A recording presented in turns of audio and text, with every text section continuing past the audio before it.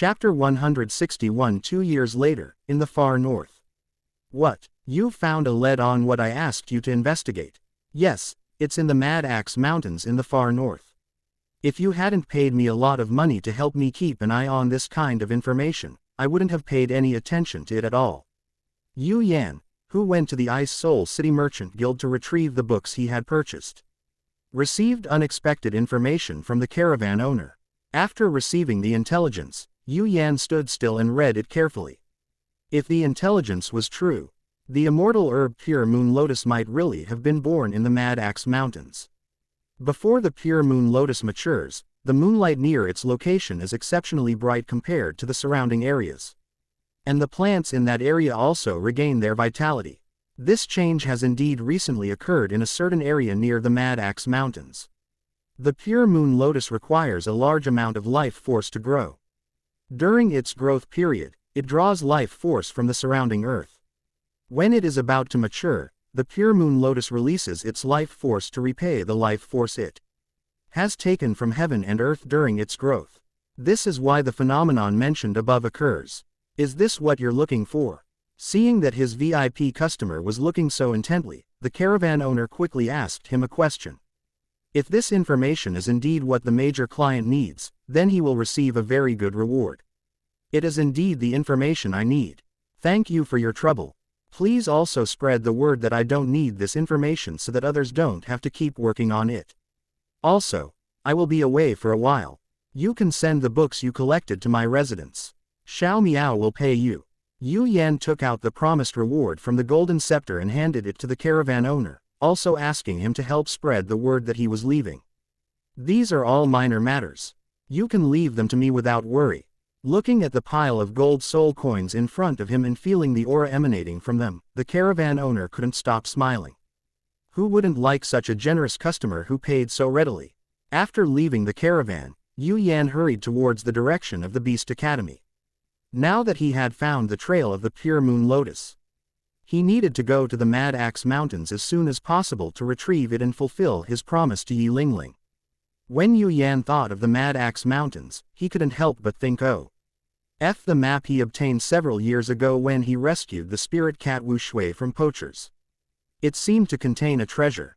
This time, when he went to the Mad Axe Mountains, he could take the opportunity to see what was marked on the map. Back at the Beast Academy, Yu Yan immediately explained his plans to Xiao Wu, namely, to head to the Guangfu Mountains in the far north. Sure, I've never been to the far north. It would be nice to go and see it. Upon hearing that Yu Yan planned to go to the far north, Xiao Wu immediately became happy. Having never set foot in the far north before, she couldn't wait to fly there and experience its scenery. It's all snow as far as the eye can see.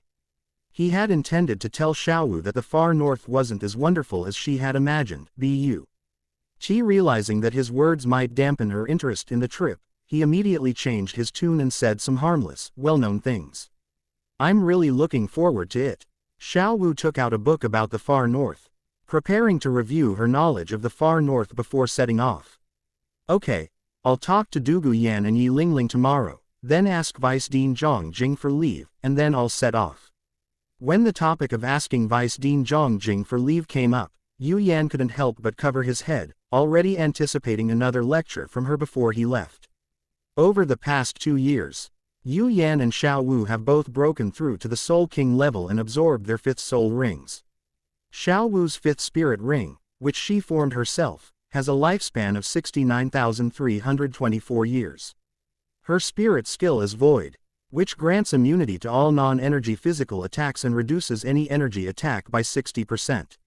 Looking at Xiao Wu's 5 major soul skills: Comprehensive Enhancement, Moon Goddess Possession, Teleportation, Invincible Golden Body, and Void, Yu Yan couldn't help but look up and contemplate life, wondering how he would defeat this mechanic monster with a bunch of bug-like soul skills if he were facing Xiao Wu. After Xiao Wu's probing and the judgment of the Soul Terror Grass, Yu Yan set the age limit for his 5th soul ring to be less than 65,000 years and chose the Frostfire Cloud Hammer Dragon, which lived in the Sunset Forest for more than 63,000 years. The Frostfire Cloud Hammer Dragon is a dragon-type soul beast with ice and fire as its primary attributes. A small amount of wind attribute is its secondary attributes. It is over 63,000 years old and possesses terrifying strength that is no weaker than that of a tidal Douluo. In order to hunt down this soul beast, Yu Yan first approached Douluo, then exchanged a herb that would greatly benefit Meng Yiren for the help of the dragon god and snake goddess, and finally spent gold soul coins to invite Bai He, the patriarch of the Min clan. And another level 87 soul Douluo, plus poison to assist from the side. With the combined efforts of the group, they finally managed to take down the Frost Ash Cloud Hammer Dragon. Of course, to avoid suspicion, apart from Bai He, who was personally invited by Yu Yan, the other two groups were contacted by Douluo. Yu Yan suppressed his aura and followed Douluo, pretending to be Douluo's junior who had broken through to the soul Douluo level. Having paid such a huge price, obtaining a soul skill is naturally a great reward. The fifth ice fish technique, Frostfall Star Net. Using the power of the ice fish, a hexagonal frost net with a diameter of 100 meters was condensed in the air and slowly pressed down. The frost net slowly releases cold air downwards into the area it covers. This cold air also inherits some characteristics of the previous ice fish technique, including limiting the movement speed of others, slowing down their soul power recovery, and releasing some extreme cold poison. Staying within the frost net's range means being constantly affected by the cold air. If you cannot escape before the frost net falls, you will be bound and sealed by it. The fifth fire fish technique, Earth Vein Flame Heart Fluttering. The fire fish transformed into pure energy and burrowed into the earth, then transformed into 9 crimson cries. Tall battle banners that stood on the battlefield. The banners would connect with the energy flowing through the earth, and this soul skill would be more powerful in places where the spiritual energy of heaven and earth was more abundant. The crimson crystal battle banners connect to form a magma region that favors fire attribute soul masters. Non-fire attribute soul masters standing within the raw NGE of the crimson crystal battle banners will have their combat power weakened to varying degrees. In addition to being interconnected, the 9 crimson crystal battle banners can also resonate with each other, raising ground fire infused with poison to attack the enemy. The ice fish technique was within Yu Yan's expectations. It was a soul skill he wanted to acquire. Fire fish technique is not bad, but it's not one of the soul techniques that Yu Yan wants to obtain. Originally, Yu Yan wanted to obtain the soul skills that combined fire and wind from Frostfire Cloud Hammer Dragon to increase his attack range, but unfortunately, because fire fish did not have any wind attribute, he was unable to obtain those soul skills. At times like these, Yu Yan grew increasingly envious of Xiao Wu's ability to condense her own soul rings and choose her own soul skills. Chapter 162 Beneath the Ice and Fire Spring, Ice and Fire Dragon Blood. The fifth soul ring's ice and fire fusion skill is called Heaven and Earth Tablet, Eternal Suppression of Beacon Towers. Frosty nets formed a heavenly net, and fiery banners formed a burial ground. The energies of ice and fire intertwined, condensing in midair into a translucent stone tablet carved with ice and fire fish, which pressed down with unparalleled force. The effect of the soul skill is simple, but the power of this move is extremely great. It abandons all additional effects and transforms it into the purest attack power. Yu Yan once used the Heaven and Earth Tablet and the Beacon Tower to shatter a mountain nearly 100 meters high in a deserted place. Because the commotion was so great, it attracted the attention of the local spirit hall. On the surface, it was just Yu Yan from the spirit sect, who was not even on the spirit hall's radar. The following morning, after saying goodbye to Dugu Yan and Yi Lingling, and listening to a long lecture from Vice Dean Zhang Jing, Yu Yan and Xiao Wu left the Beast Academy Toge there and embarked on their journey to the far north. With sufficient resources and her own efforts, Dugu Yan successfully cultivated to level 39 in the past 2 years, and is not far from becoming a soul master. Because Yi Lingling has never consumed any immortal herbs, and because the cultivation speed of support-type soul masters is inherently slow, her current soul power level has only just reached level 28. Before leaving completely, Yu Yan also took the opportunity to visit Xinsheng village. After more than 2 years of development, Xinsheng village has become the largest village near Bingpo city. Most of the people living in the village are the pitiful people that Yu Yan has rescued from all over the past 2 years. In a feudal world where people possess extraordinary abilities, there are far too many pitiful people. Yu Yan understands that he cannot help everyone, but when he sees someone he can help, he will lend a hand. Heading north, when they passed the ice and fire yin-yang well, Yu Yan led Xiao into his herb garden, the ice and fire yin-yang well. Under the protection of the fragrant and ethereal immortal product that can ward off all poisons, Wu Shui's eyes widened considerably the moment she successfully passed through the poison barrier and entered the yin-yang well of ice and fire. As a soul beast, Wu Shui's ability to sense rare and precious materials is far stronger than that of a soul master. It can sense countless things here that are of great benefit to it. Knowing who was in charge, Wu Shui quickly jumped from Xiao Wu's arms to Yu Yan's, rubbing her head against him repeatedly, trying to use her charm to obtain the immortal herbs here. You little glutton, go and choose a herb that will benefit you. Whether you can become a 10,000-year-old soul beast depends on yourself. Remember, don't go to the middle area. The herbs that Wu Shui initially consumed were not magical herbs, but after many years of digestion, it has no problem consuming another herb. Of course, this is on the premise that the herb cannot be a magical herb. This is the yin-yang eye of ice and fire. It's really extraordinary. It's not much different from He Lake of Life in the center of the Stardow Great Forest. Looking at the yin-yang eyes of ice and fire, which are quite different from the Lake of Life, Xiao Wu's curious gaze kept sweeping back and forth. And she explained the advantages and disadvantages of the two to Yu Yan.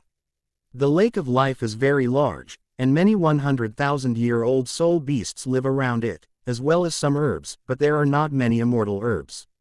The area affected by the yin-yang eye of ice and fire is very small, only covering this valley. There are no intelligent plant-type soul beasts here, but many immortal herbs grow here. This place is a mix of ice and fire energies, making it difficult for ordinary creatures to survive, let alone grow into soul beasts. The spring located in the very center. Aft, Xiao Wu explained the difference between the Lake of Life and the yin-yang well of ice and fire. Yu Yan began to explain the special features of the yin-yang well of ice and fire to Xiao Wu, making her understand the unique aspects of this place and the reason why soul beasts cannot be born here. Douluo collected a lot of poisons that Yu Yan couldn't use from the ice and fire yin-yang eye, and the flowers, grasses, trees and fruits that Yu Yan asked him to plant began to take root and sprout here. With a tenfold growth rate, some of the fruit trees that were already growing very fast began to bear fruit. While explaining to Xiao Wu, Yu Yan used his soul power to casually pick some fruit from the tree, gave two to Xiao Wu, and then continued to explain the special features of this place to her. After explaining the ice and fire yin-yang well, settling Xiao Wu in, and briefly explaining what he was going to do next, Yu Yan plunged into the ice and fire yin-yang well. Last time he entered the yin-yang well of ice and fire, he was unable to reach the bottom and find traces of the ice and fire dragon king's corpse due to insufficient strength. Now that his soul power level has reached level 55, he will definitely be able to reach a deeper place this time. Soon, Yu Yan reached the same spot as before and saw the mark left behind. The previous limit was just the beginning of this one. The Pisces of ice and fire surrounded Yu Yan, shielding him from the pressure from his surroundings. The original soul beast, tailor-made for the fifth soul skill of the ice and fire Pisces, perfectly matches the production logic of Frosty Skyfalling Star Net and Earthbane Flame Heart Banner, and is named Soul Beast Name: Frostfire Cloud Hammer Dragon, Scorchfrost Cloudhammer Wyvern. Born in the fiery crevice between clouds, died in the struggle between lava and permafrost. Basic information. Attribute details. Age limit: 30,000 - 50,000 years, ideally 40,000 years. Habitat: sky-level volcanic cloud belt, the boundary between volcanic ash at an altitude of 10,000 meters and extremely cold clouds. Bloodline sub-dragon, mutated by wind, ice, and fire elements. Its unique ecosystem feeds on thunderstorms, and its excrement is frost ash cores, a rare casting material. Morphological characteristics: fantasy creature design. 1. A contradictory body. Partial ice-type characteristics, fire-type characteristics.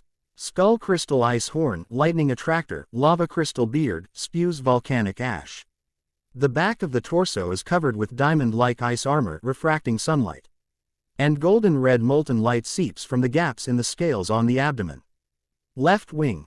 Ice membrane freezes water vapor into ice crystals. Right wing. Lava crystal. Al network heats airflow to generate lift. The tail tip is made of permafrost marrow, and the tail hammer has an obsidian molten core. It explodes upon heavy impact. 2. Energy hub. Frostfire core. A dual vortex energy furnace, one of ice and one of fire, within the chest cavity, maintained in balance by using thunder and lightning as fuel. Cloud-like veins. Blue and gold energy patterns appear on the body surface, trailing a double meteor tail of ice and fire when flying. Ability system, logic anchor point for generating soul skills. The source of sky frost net corresponding to ice fish soul skill. Cloud hammer condensation domain. Wingspan vibrations trigger high-altitude cold clouds, instantly condensing into a honeycomb matrix of ice crystals. Physical basis. Reversed gravity. Tie. Ice corners release reverse magnetic fields, distorting the direction of regional gravity. Core science. Stardust collapse. The shattered ice armor automatically transforms into tracking ice shard. DS, the prototype of the soul skill Frost Blast node. 2. The essence of Earth Vein Flame Banner, corresponding Fire Fish Soul skill. Molten vein shaping. When the tail hammer strikes the ground, lava is injected, creating a red crystal obelisk, the prototype of a crystal banner. Ember core passage. An energy pathway that automatically connects the obelisks, melting the surface into a glassy state. The principle of the flame flow passage. Hammering sacrifice. A broken crystal horn is thrown, transforming into a meteor hammer, manifestation of leyline overload. Records in ancient books and inscriptions. The Classic of Mountains and Seas, Great Wilderness West Classic, states, there is a dragon dwelling in thunderclouds, its tail striking the ground with fire to create a red steel, its wings flapping the sky with frost to create a silver net. This is the earliest documented record of this beast. Chapter 163 Pisces of Ice and Fire, Twin Dragons of Ice and Fire. The blood of He Ice and Fire Dragon King after their fusion was gradually absorbed by Yu Yan, and its effects manifested within Yu Yan's body. The energy fluctuations, interwoven with blue and red, spread throughout Yu Yan's body, stimulating the medicinal power of the two immortal herbs, the eight-cornered ice grass and the blazing apricot, which were not yet fully digested within him, bringing about another evolution for Yu Yan.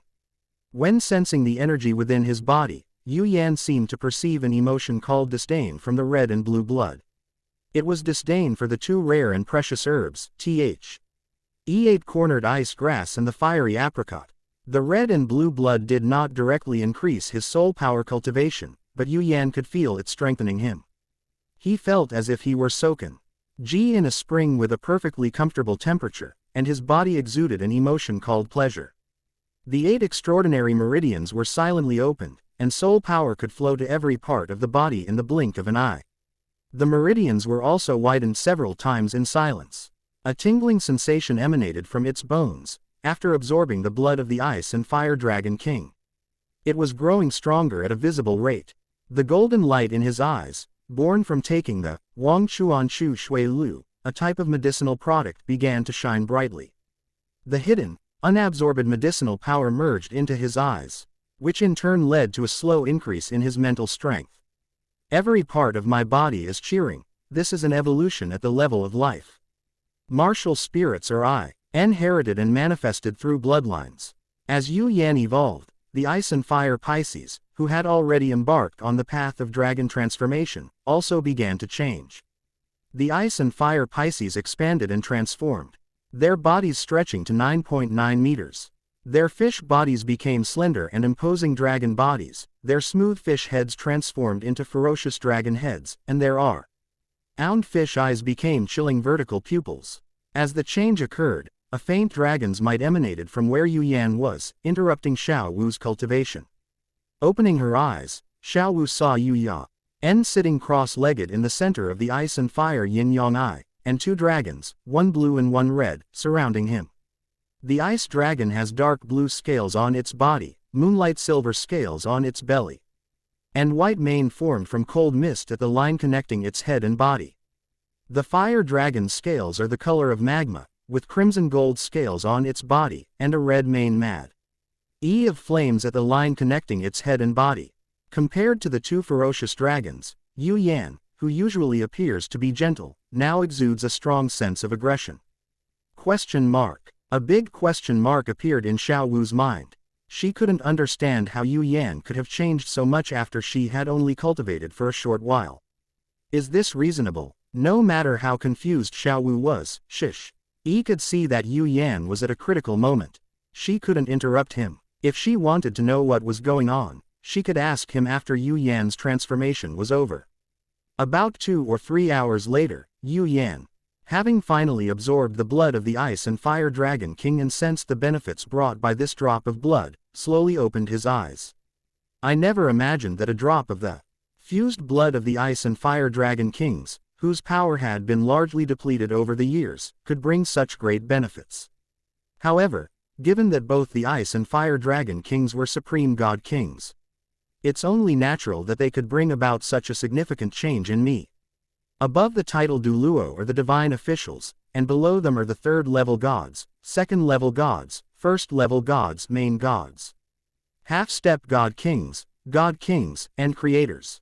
The 9 dragon kings are all powerful beings at the god king level, equal to the 5 god kings of the god realm: good, evil, life, destruction, and asura. Before their fall, the Ice and Fire Dragon Kings were naturally powerful beings at the God King level.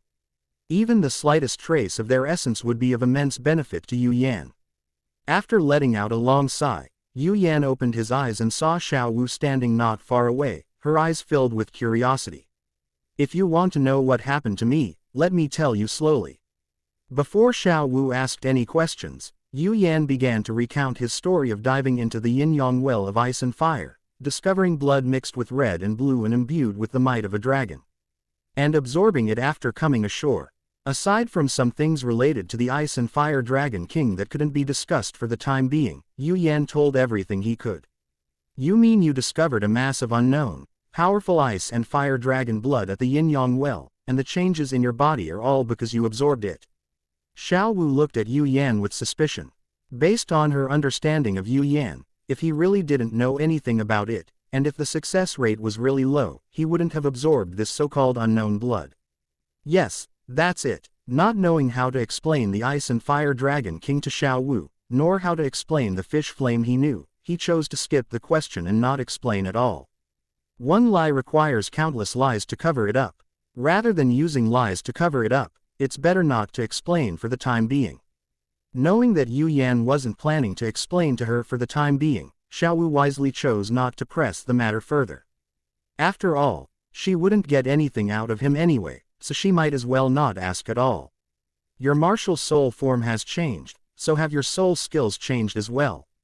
Xiao Wu, not intending to ask what the drop of blood was, turned to ask other questions.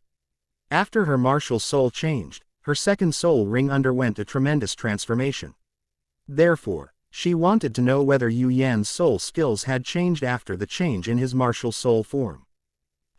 In my perception, each soul skill has become slightly stronger, but there are no fundamental changes. Yu Yan had already confirmed this before she even opened her eyes. I see, that's a good thing then. Xiao Wu pondered for a moment. Do you think the thing beneath the ice and fire yin-yang well is a legendary deity? This was a question that Xiao Wu had thought about carefully. It didn't involve many secrets, but it was also the question she most wanted to know. Besides wanting to avenge her mother, she also wanted to break free from the shackles of being a soul beast and become a legendary god. That must be true. If I weren't a god-level being, I wouldn't be able to gain such great benefits from just a drop of blood that lost power. This wasn't something that couldn't be discussed, so Yu Yan immediately told Xiao Wu his guess. After Yu Yan admitted that the were indeed god-level beings beneath the yin-yang well of ice and fire, Xiao Wu pressed on again. I see. So, is there an opportunity here to help people become gods? I really don't know. And knew that the corpse of the Ice and Fire Dragon King was his greatest opportunity on the Douluo continent, and he was confident that he could become a god by using the corpse of the Ice and Fire Dragon King. As for whether others could mature by using the ice and fire yin-yang he really didn't know. I see. Chapter 164 10,000 Years of Black Snow. Ning Fengji arrives at the door. After a conversation, Yu Yan planted the newly harvested rare plant seeds in the open space of the ice and fire yin-yang well. The tenfold growth rate would allow these seeds to grow at the fastest speed. Xiao Wu, who knew that there was no chance for her to become a god in this place, did not complain too much. She stood up and helped Yu Yan plant seeds in the yin-yang well of ice and fire. 2 or 3 hours later, the spirit cat Wu Shui finally completed its transformation from a 1,000-year-old soul beast to a 10,000-year-old soul beast. From birth to now, the spirit cat Wu Shui has broken through to become a 10,000-year-old soul beast in just a few years. Its growth path can only be described as one of effortless growth. He cultivated at high speed by absorbing the essence of the sun and moon from Yu Yan every day, and also drank the water of life from the lake of life with Xiao Wu. He also obtained 2 top-grade herbs that were second only to immortal herbs, as well as many other herbs that were very beneficial. Speaking solely of the spirit cat clan, Wu Shui is probably the first spirit cat to break through racial limitations and become a 10,000-year-old soul beast. Of course, if Wu Shui were given the same treatment, it would allow any other soul beast to easily break through to become a 10,000-year soul beast. After breaking through to the level of a 10,000-year-old soul beast, Wu Shui's figure became more and more agile. It exuded a unique temperament that was hard to describe. The pale gold in its eyes became more and more intense, and a golden ahoge cowlick appeared on its head, surrounded by a green spiritual aura. Wu Shui, now that you've become a 10,000-year-old soul beast, have you gained any new abilities? After staring at Wu Shui for a while, Yu Yan poked the ahoge cowlick on Wu Shui's head and asked if it had gained a new ability. Wu Shui tilted her head and thought for a while. A cloud of black smoke emerged from her body, enveloping her and disappearing with her body in front of Yu Yan. After disappearing for a moment, Wu Shui reappeared beside Xiao Wu, calling out to Yu Yan to let him know that it had moved to Xiao Wu's side. Are there any other abilities similar to invisibility and stealth? Wu Shui meowed, and Yu Yan felt a mental shockwave hit his head. It didn't cause him any harm, it did cause a significant backlash to Wu Shui. Mental shock, quite an impressive ability. Anything else? Mental shock type soul skills are very effective against opponents of similar or weaker strength. But against stronger opponents, they are purely negative soul skills. Under the expectant gazes of Yu Yan and Xiao Wu, Wu Shui raised its claws and swung them at a boulder not far away. 3 black, crescent-shaped claws struck the stone, easily splitting it in 2 and leaving a deep claw mark on the ground. The smooth cut at the cut surface proved the terrifying power of its claw. After unleashing these 3 crescent-shaped slashes, the black energy did not disappear from Wu Shui's claws. The energy still lingered around its claws, as if it could continue to attack. Not bad, Wu Shui. Do you have any other abilities? Quote, after seeing Wu Shui's move, Xiao Wu asked Wu Shui a question before Yu Yan could ask, hoping that it would use a new move. When Xiao Wu asked, Wu Shui shook its head, indicating that it had no other moves. Damn you, Wu Shui, when Yu Yan asked you, you had a new move, but when I asked you, you didn't. You must have done it on purpose. Xiao Wu, who wasn't angry, muttered something under her breath, picked up Wu Shui, and started petting the cat without any regard for reason. Having grown accustomed to this experience, Wu Shui calmly found a comfort table position in Xiao Wu's arms and lay down, closing her eyes contentedly. After spending 2 days in the yin-yang well of ice and fire, Yu Yan, Xiao Wu, and Wu Shui, along with their cat, set off again towards the far north. When passing through Tiando City, Yu Yan wanted to visit Douluo and ask him to be his bodyguard, since Douluo was already a level 93 titled Douluo. However, after inquiring around Tiando City, Yu Yan learned that Douluo had not appeared in Tiando City for 2 months. Even if the poison in Douluo's body is cured, he will still be the eccentric and elusive poison Douluo. Unable to find Douluo, Yu Yan waited for Ning Fengji, the sect leader of the 7 Treasure Glazed Tile School, at an inn in Tiando City. When Ning Fengji, the sect master of the 7-treasure glazed tile school, came out. He was naturally not alone. Accompanying him were Sword Douluo, whom he had met before, and Ning Rongrong. Yu Yan remembered that when Ning Fengji went out, SW. Ord Douluo and Bone Douluo took turns accompanying him. Unexpectedly, when he saw Ning Fengji twice, it was Sword Douluo who was with him. Haha, young friend Yu Yan, we meet again. It's been 2 years since we last parted. I wonder how you've been these past 2 years. Upon seeing Yu Yan, Ning Fengji greeted him with a broad smile. He asked Yu Yan how he had been doing these past 2 years, but in reality, he knew more about what Yu Yan had experienced than Zhang Jing did. Especially recently, when Ning Fengji learned that Yu Yan was already a soul master at his current age, his desire to win Yu Yan over reached its peak.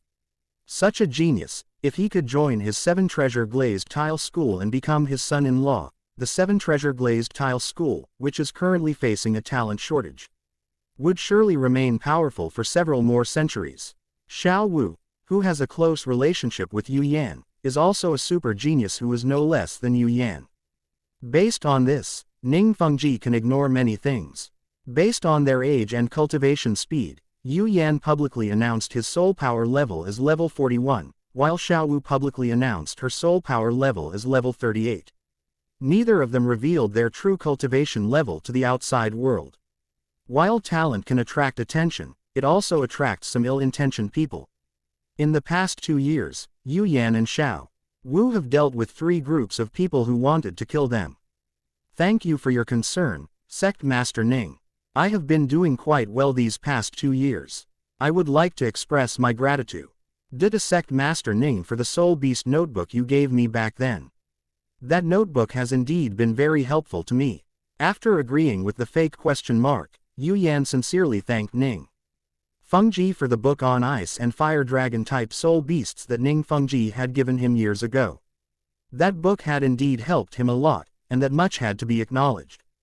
The 7-treasure glazed tile school has 2 title Douluos, and the 7-treasure glazed tile pagoda possesses considerable support capabilities, making them a formidable opponent for Yu Yan. Haha, it's just some useless information about soul beasts that's been sitting there.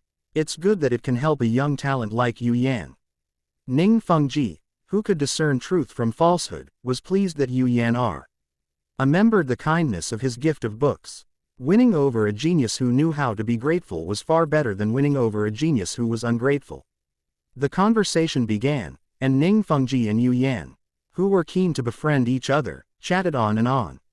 Anyone who saw this scene would assume that Ning Fengji and Yu Yan were close friends who had known each other for many years. No, one would guess that this was only their second meeting. Chapter 165. A warm conversation, setting a date. Sword Douluo Chen Xin maintained his aloof demeanor as before, not joining Ning Fengji and Yu Yan's conversation.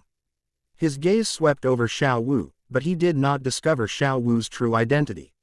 Ning Rongrong, who came along, watched her father chatting happily with Yu Yan, listening to our discussion about martial spirits and soul power, and had no idea how to join in. Not knowing how to interject, Ning Rongrong looked at the girl sitting next to Yu Yan. At first glance, she appeared aloof and cold like the moon. But upon closer inspection, she was gentle and refined like jade. She looked at Yu Yan with a smile, her fingers gently stroking the soft fur of the black kitten in her arms, which looked like the moon in the sky. Looking at this girl, Ning Rongrong, who was called the Little Witch by others, felt a faint envy. It is human nature to envy what one does not have and to yearn for what one does not possess. This is no exception for Ning Rongrong, the daughter of the sect leader of the 7-treasure glazed tile school. When Xiao Wu noticed someone looking at her, she followed the gaze and saw a girl who looked like a little princess. Recalling what Yu Yan had told her about the 7-treasure glazed tile school, Xiao Wu immediately deduced that the girl looking at her was the little princess of the 7-treasure glazed tile school, the somewhat spoiled and willful Ning Rongrong. After figuring out the other party's identity, Xiao Wu gave Ning Rongrong a kind smile before turning her attention back to Yu Yan and Wu Shui. I never expected you to have such profound attainments in soul power cultivation. It's quite a surprise. After a brief exchange, Ning Fengji expressed his sincere admiration. These are just some trivial insights. Sect leader Ning is truly remarkable. After talking with you, I have gained many new ideas and insights. During his conversation with Ning Fengji, Yu Yan, through the information he obtained from Ning Fengji, found another feasible way to compress soul power. What I've said is all from a book. It's just rehashing what others have said. Nothing special. Besides, what I've said isn't very comprehensive.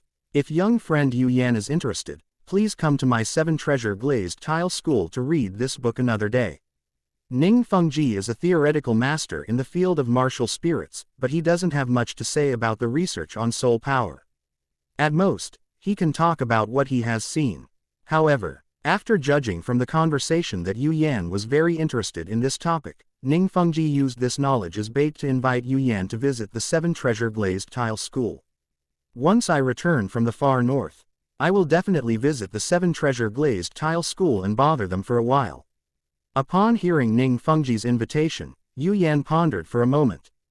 Before nodding in agreement and giving a rough time frame, the 7 Treasure Glazed Tile School held limited appeal for him, but the vast collection of books it had amassed over the years held immense attraction for him. Right now, he is just one step away from mastering the method of liquefying soul power. What Ning Fengji said in their previous conversation was of great help to him.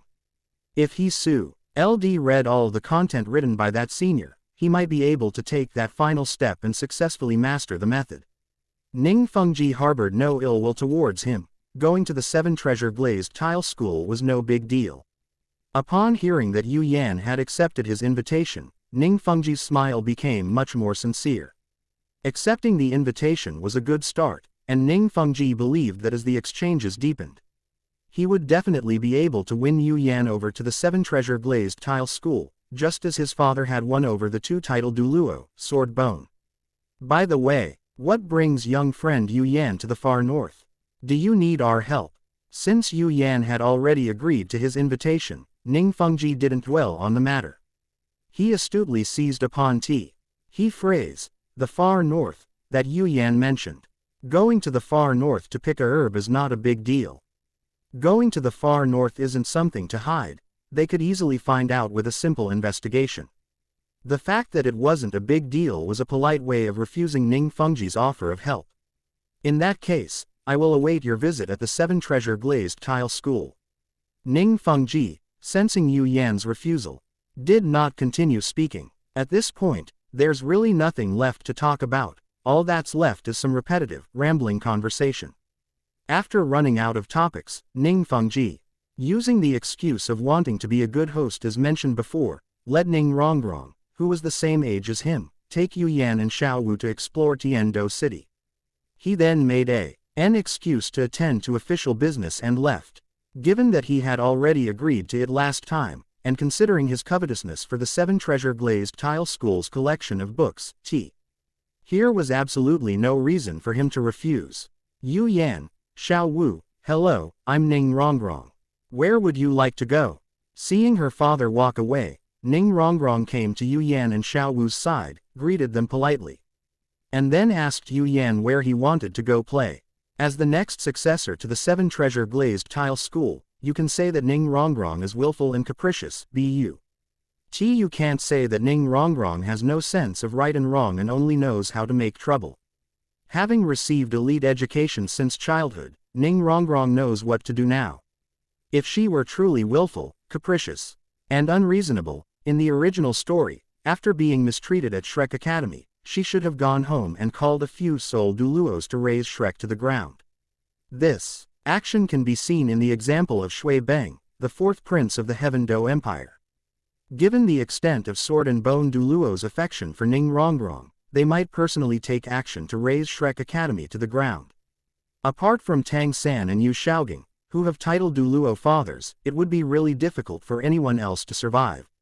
We'll go with whatever you say. We do. Know what fun places there are in Tiando City. Just take us wherever you think is interesting. Yu Yan had no idea where to go for fun. Xiao nodded, indicating that Yu Yan was right and that they should follow the host's lead. Ning Rongrong thought for a while, and after considering the behavior of those noble children, she decided to take Yu Yan and Xiao Wu to the best restaurant in Tiando City for a good meal. The far north, are you two going there? On the way to the restaurant, Ning Rongrong chatted casually with Yu Yan and Xiao Wu. Yes, it's just the two of us going. Upon hearing Yu Yan's answer, Ning Rongrong couldn't help but exclaim, that's wonderful. As the saying goes, the more you lack something, the more you want it. Ning Rongrong, who had never been free to move around, longed for the feeling of freedom. Otherwise, she would not have left home in the future to go to a remote, desolate college. There's nothing good about it either. After giving Xiao Wu a wink, the two of them began to explain to Ning Rongrong a series of things that a soul master might encounter when going out alone. What Yu Yan didn't know was that his words didn't erase Ning Rongrong's thoughts. On the contrary, they made Ning Rongrong even more envious of this kind of life. Chapter 166 Feet Spreading Rumors, Northern Wilderness. Upon arriving at the restaurant, seeing Ning Rongrong becoming increasingly excited as they listened, Yu Yan and Xiao Wu exchanged a glance and tacitly chose to remain silent. Ning Rongrong had never experienced the series of troubles of a journey of freedom. She would only be interested in this kind of life and would not feel that it was bitter or tiring. It's like city dwellers spending money to experience farm work. The key point is that neither side can understand it. Sitting in a private room on the top floor of a grand restaurant, Yu Yan's eyes darted around, and he took the initiative to start chatting with Ning Rongrong about the cities he had visited and the things he had experienced. These things were very attractive to Ning Rongrong, and she quickly went from being the host who entertained Yu Yan Xiao Wu to a good listener. Seeing Xiao Wu's puzzled look, Yu Yan winked at her and continued telling Ning Rongrong about those interesting anecdotes. As the story unfolded, Yu Yan brought up Soto City, Mahongjun and Oscar, and Shrek Academy. When it came to Mahongjun and Oscar, Xiao Wu, who had a particularly strong memory of these two shameless scoundrels, began to recount her impressions of them and the things they had done. Listening to Yu Yan and Xiao Wu's words, Ning Rongrong couldn't help but frown. These two people, whom she had never met, were already scum and despicable in her mind. At this age, Ning Rongrong couldn't hide her thoughts. What she was thinking was almost blatantly written on her face. Now, Ning Rongrong probably won't join Shrek Academy, right? Looking at Ning Rongrong's expression, Yu Yan, having achieved his goal, silently gave himself a thumbs up. As Wu Shui ate the fish, she looked up and saw an angry Ning Rongrong, a puzzled Xiao Wu, and Yu Yan who was secretly laughing. Unable to understand what these humans were doing, Wu Shui turned her head back to focus on the delicious stewed fish in front of her. After spending a day in Tiando City, worried that So Mi-1 would get there first once the pure moon lotus matured, Yu Yan and Xiao Wu, amidst Ning Rongrong's envious gaze, rode their horses toward the far north. One day, Ning Rongrong, will also be able to travel to different places like them. Standing on the city wall of Tiando City, Ning Rongrong watched the two figures disappear from her sight and silently made up her mind. The world is so big, I want to go and see it. Standing on the walls of Tiando City, Ning Fengji was looking forward to Yu Yan's return from the far north and his visit to the 7 treasure glazed tile school. The description in the book of thousands of miles of ice and 10,000 miles of snow is absolutely true. In the town closest to the far north, Xiao Wu gazed at the magnificent scenery of the north and exclaimed in admiration. This is Yu Yan's second time in the far north. Last time, Dugu Bo dragged him in and flew directly in. This time, he entered on foot. Comparing the two experiences, Yu Yan felt more at ease and reassured entering the far north on foot. The Mad Axe mountain range is extremely large and is divided into northern and southern sections. The southern section, located outside the far north, is a normal mountainous area, inhabited by humans. The northern section is located in the far north, extending all the way to the central region of the far north.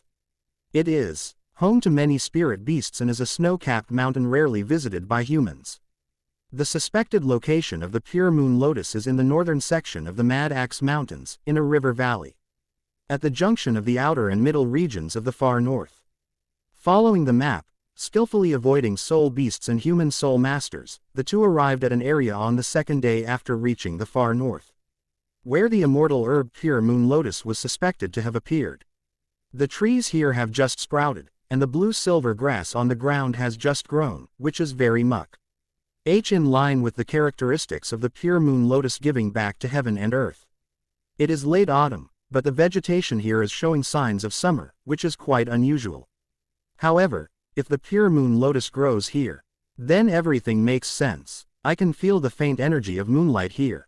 Xiao Wu, who possesses the Tianzan rabbit martial soul, is extremely sensitive to moonlight energy. When her palm touched the ground, she could clearly feel the moonlight energy in this land. Xiao Wu's words cheered Yu Yan up. Unexpectedly, she could sense the residual moonlight energy in this place. Yu Yan quickly asked, "Can you sense where the moonlight energy is the most concentrated?" Because of the unusual behavior in this area, many soul masters who come to find treasures and soul beasts who seek a more comfortable living environment have gathered in this mountain range. If the pure moon lotus can be found and picked before it is fully mature, a lot of unnecessary fighting can be avoided. It should be noted that when the pure moon lotus is fully mature, there are some unusual phenomena on a small scale. I don't know, but I can try. Xiao Wu placed her hand on the ground, her Tianzan rabbit martial spirit activating, and carefully sensed the changes in the surrounding moonlight. 3 or 4 minutes later, Xiao Wu stood up and pointed to the northwest. The place with the most concentrated moonlight energy is over there. After following Xiao Wu's pointing finger for more than an hour, Yu Yan saw the northern wilderness wolf standing on a boulder, gazing into the distance. The northern giant wolf is a social ice and wind composite attribute soul beast that lives in the far north. It is one of the soul beasts that soul masters in the far north least want to encounter. Wolves have a strong sense of territory, fight fiercely, and possess a strong desire for revenge. The alpha wolf possesses exceptional intelligence and a rare and powerful command talent. Under its leadership, the North Wind wolves can often unleash 150% of their combat power. The book about the northern wilderness wolf once wrote that if you see a northern wilderness wolf in the far north, unless you can crush the entire pack of northern wilderness wolves, don't even think about it, turn around and run immediately, and you might still have a chance to survive. Is it just ahead? Standing at a distance, observing the giant wolf guarding the north wind, Yu Yan quietly asked Xiao Wu, who had placed her hand on the ground to sense the changes in the moonlight energy around her. Yes, it's just ahead. Xiao Wu pointed to the location behind the giant north wind wolf, giving a definite answer. The lookout post has been around for 5,000 years. This wolf pack is something else. Judging from the characteristics of the giant northern wolf, Yu Yan deduced the strength of Theocentinal, and thus concluded that this wolf pack was difficult to deal with. A strong attack doesn't guarantee victory, but it would create too much noise and attract the attention of other soul masters. Smart people don't want to put themselves in the position of the snipe and the clam. Therefore, we should try to outsmart Jingyulian. A large number of soul masters have arrived in this area. How can we get them to deal with these northern plains giants? No, if it attracts the attention of a large number of soul masters, the difficulty of him attempting to use the pure moon lotus in front of everyone would be about the same as a direct assault. If a direct assault doesn't work, and driving one tiger to devour another doesn't work, then how about luring the tiger away from the mountain? Thinking that luring the tiger away from the mountain might be feasible, Yu Yan began to formulate a suitable plan based on this idea. Chapter 167 Luring the Tiger Away from the Mountain, the Wolf King of the Northern Plains. If you want to lure the tiger away from the mountain, you need something that can distract the giant wolf of the Northern Plains. Thinking of this, Yu Yan suddenly had a very good idea. Within the yin-yang eye of ice and fire, Yu Yan O. Btained, a herb that is highly beneficial to soul beasts. It is approximately 30,000 years old. With the aid of special methods to activate its fragrance, it should be able to attract all the northern wilderness wolves in this area. Wu Shui has no use for this herb, she has better things to use. Exchanging this herb for the immortal lotus moon lotus wouldn't be a waste. Xiao Wu, come here. The plan required Xiao Wu's help, so Yu Yan asked Xiao Wu to come closer to him and told her about the plan. No problem, leave this to me and Wu Shui. Thinking about what she was about to do, Xiao Wu couldn't help but let out a mischievous smile. Standing quietly to one side, Wu Shui looked at the smiling Xiao Wu, exhaled in confusion, and then turned her attention back to the snow under her feet. After activating the medicinal properties of the herbs by following the methods recorded in the Herbal Medicine Book of the Broken Clan, Yu Yan and Xiao Wu found a cave in this area to stay temporarily, waiting for the day when the immortal herb Pure Moon Lotus would fully mature. As the ripening date of the Pure Moon Lotus draws closer, the unusual phenomena in this area begin to become more pronounced, attracting many soul masters from the surrounding area. The giant wolf of the northern plains, which had previously blocked Yu Yan and Xiao Wu, now also blocked other soul masters who wanted to explore this area, successfully protecting the safety of Jingyu Lian. The reason why it is said that the giant wolves of the northern plains protected the safety of the Pure Moon Lotus is because when Yu Yan was observing in the dark, he noticed that the way these soul masters picked herbs was very primitive. Simply put, they just used their hands. Harvesting *Ligusticum striatum using incorrect methods will severely damage its medicinal properties. Storing Pure Moon Lotus incorrectly will cause the medicinal properties of the herb to continuously diminish until it withers. As the saying goes, a fine horse is easy to find, but a discerning eye for talent is rare. There is no concept of immortal herbs in the Douluo continent. This is not only because immortal herbs are rare, but also because people do not have the correct methods for picking, storing, and using them. As time passed, on the fourth night after Yu Yan arrived, the moonlight in the mountains where the north RN wilderness giant wolves were entrenched reached an extreme, a sign that the Pure Moon Lotus was ripening. Xiao Wu, the rest is up to you. Standing in front of the cave, Yu Yan, who was certain that the Pure Moon Lotus would mature tonight, handed over the herb that could attract soul beasts to Xiao Wu. Don't worry, go and pick the Pure Moon Lotus. I'll lead the northern wilderness giant wolf around the mountains. Xiao Wu took the herbs from Yu Yan and smelled a very distinct, lingering fragrance. Be careful, and if you encounter any danger, remember to send a signal. I will get there as quickly as possible. Responding to Yu Yan with a confident smile, Xiao Wu activated her Tianzan rabbit martial soul, fully amplifying her first soul skill, and ran towards the mountains W. Here the northern plains giant wolves were entrenched. When the giant wolves of the northern plains smelled the fragrance of herbs mixed with a hint of the fragrant Qiluo immortal flower pollen and several kinds of herbs, which were stimulated to the extreme, they instantly became excited. Their howls echoed through the mountains, attracting the attention of countless soul masters and soul beasts. With her agile movements and teleportation soul skill, Xiao Wu wandered around the mountains where the northern giant wolves lived before moving to another area. A majestic wolf howl echoed throughout the mountains and forests. Then, countless northern wilderness giant wolves, like well-trained taxi drivers, moved in an organized and recorded manner, chasing after Xiao Wu's location. Xiao Wu made no attempt to hide her presence. Concealing her face, she boldly emerged from the mountains where the northern giant wolves roamed, right in front of all the soul masters. Her act of pretending to possess a treasure attracted the attention of many soul masters as well. These soul masters have been here for so long precisely because they want to obtain the treasures of the northern wilderness wolves. Now that a soul master has escaped from the encirclement of the northern wilderness wolves with the treasures, they naturally want to chase after him to see if they can take the treasures for themselves. Snatching something from a human soul master is much easier than snatching something from a pack of northern wilderness wolves, at least that's what most human soul masters here think. Using the black mist released by Wu Shui to conceal his figure, Yu Yan looked at the large group of soul masters and soul beasts chasing after Xiao Wu, and then at Xiao Wu's enjoyable expression. He was somewhat at a loss for words. Before entering the mountains where the giant wolves of the northern plains resided, Yu Yan used his vertical gaze to look around. He saw many soul masters who were still standing in place, hoping to take the opportunity to enter the mountains to search for treasures. After looking around and finding no particularly strong soul masters, Yu Yan entered the mountain under the cover of Wu Shui's released black mist, and used the surrounding moonlight to search for the location of the Pure Moon Lotus.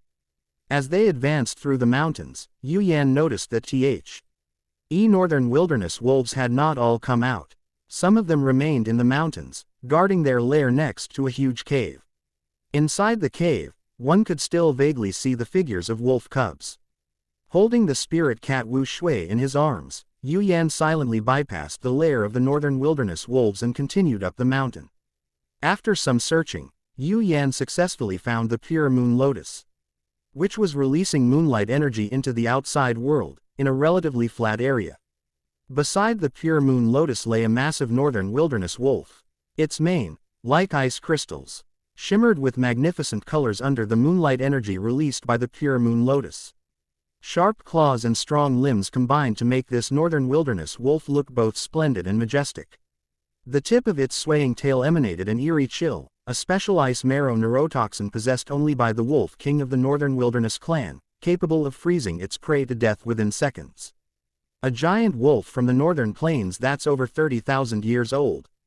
We need to find a way to lure it away, or find someone to distract it. While pondering this question, Yu Yan looked at Wu Shui in his arms, wondering if Wu Shui could lure away the Wolf King of the Northern Plains giant wolves. Seemingly realizing what Yu Yan was planning to do, Wu Shui quickly shook her head at Yu Yan, indicating that she really couldn't do it. She was just a 10,000-year-old soul beast that had just broken through. How could she fight against that 30,000-year-old Wolf King? Don't joke around. Yu Yan shifted his gaze from Wu Shui and looked around, searching for any unfortunate souls he could exploit. Looking into the distance, Yu Yan saw many soul masters sneaking up the mountain. After a moment's thought, he picked up a small stone from the ground, stepped out of the range of the black mist released by Wu Shui, and threw it forcefully at the head of the northern wilderness wolf. The stone landed precisely on the nose of the northern wilderness Wolf King, attracting the Wolf King's attention. Upon seeing the human soul master appear before it, the highly intelligent wolf Wang Chao Yu Yan let out a threatening growl, its body slightly bent down, a sign that a wolf is about to launch an attack. When the northern wild Wolf King attempted to launch an attack, Yu Yan turned and ran without pausing for a moment. Faced with this opponent who had provoked it and then turned to flee, the northern wilderness giant Wolf King looked surprised. It did not immediately give chase, but pondered what this guy was up to and whether it should give chase at all. After running some distance, Yu Yan noticed that there was no movement behind him. He turned around and saw the northern wild Wolf King still standing in the same place. After staring at the northern wild Wolf King for a while, Yu Yan bent down, picked up a stone from the ground, and threw it at the northern wild Wolf King.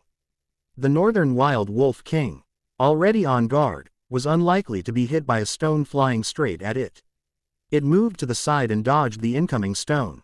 After dodging, the northern wild Wolf King still looked at the human with suspicion, wondering why he was attacking it with such a weak and ineffective method. What was the point? Or did this guy have some purpose? As the leader of his clan, the northern wild Wolf King is very intelligent and a great thinker. Seeing that the northern wild Wolf King was not fooled at all, Yu Yan devised another plan when his first scheme failed. He summoned the ice and fire twin flood dragon martial souls to possess him, and two huge energy dragons, one blue and one red, appeared and then attached themselves to his body. The ice and fire wind dragon's martial soul possession is similar to that of the ice and fire twin fish, maintaining the basic characteristics of ice on the left and fire on the right, only with a more domineering appearance. His eyes transformed into domineering vertical pupils, energy scales appeared on his arms, and an aura of ice and fire emanated from him. Beyond these changes, Yu Yan also exuded an aura, a pressure unique to top-tier dragon-type martial souls. Sensing the changes in the soul master opposite him, the northern wild Wolf King shifted from a state of contemplation to an attack stance, feeling a threat of death emanating from the soul master. Yu Yan, who wasn't really planning to fight the northern wild Wolf King, raised his hand and unleashed his first fire fish technique. Oh, no, it should now be the first fire dragon technique, blazing breath. After the martial soul evolved from a fish into a dragon, the temperature of its scorching breath was raised even higher. Flaming breath was continuously spewed out from the energy-transformed dragon's head, sealing off all the movement space of the northern wild Wolf King. The northern wilderness giant Wolf King opened its mouth and exhaled a cold wind, which collided with its scorching breath. The collision of flames and cold wind created a huge commotion, successfully attracting the attention of the soul masters in the mountains, as well as the attention of the northern wilderness giant wolves who were still in the mountains. The giant wolves of the northern plains, still in the mountains, howled, asking their wolf king if he needed their help. The giant wolf king of the northern plains was engaged in a fierce battle with Yan and had no time to respond to the giant wolves' inquiries. The northern wilderness giant wolf, which had not received orders, did not move. Instead, the soul masters who had infiltrated the mountains in search of treasures began their operation, converging on the source of the commotion with perfect coordination. Noticing that the northern wild wolf king seemed to be protecting the immortal herb Pure Moon Lotus, Yan consciously began to direct his attacks towards the vicinity of Pure Moon Lotus.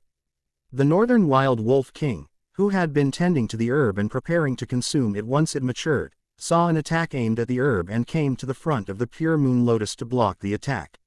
The relentless attacks made the northern wild wolf king increasingly irritable. Meow. The vigilant spirit cat Wu Shui, who was pacing around, noticed someone approaching and immediately came to Yan's side.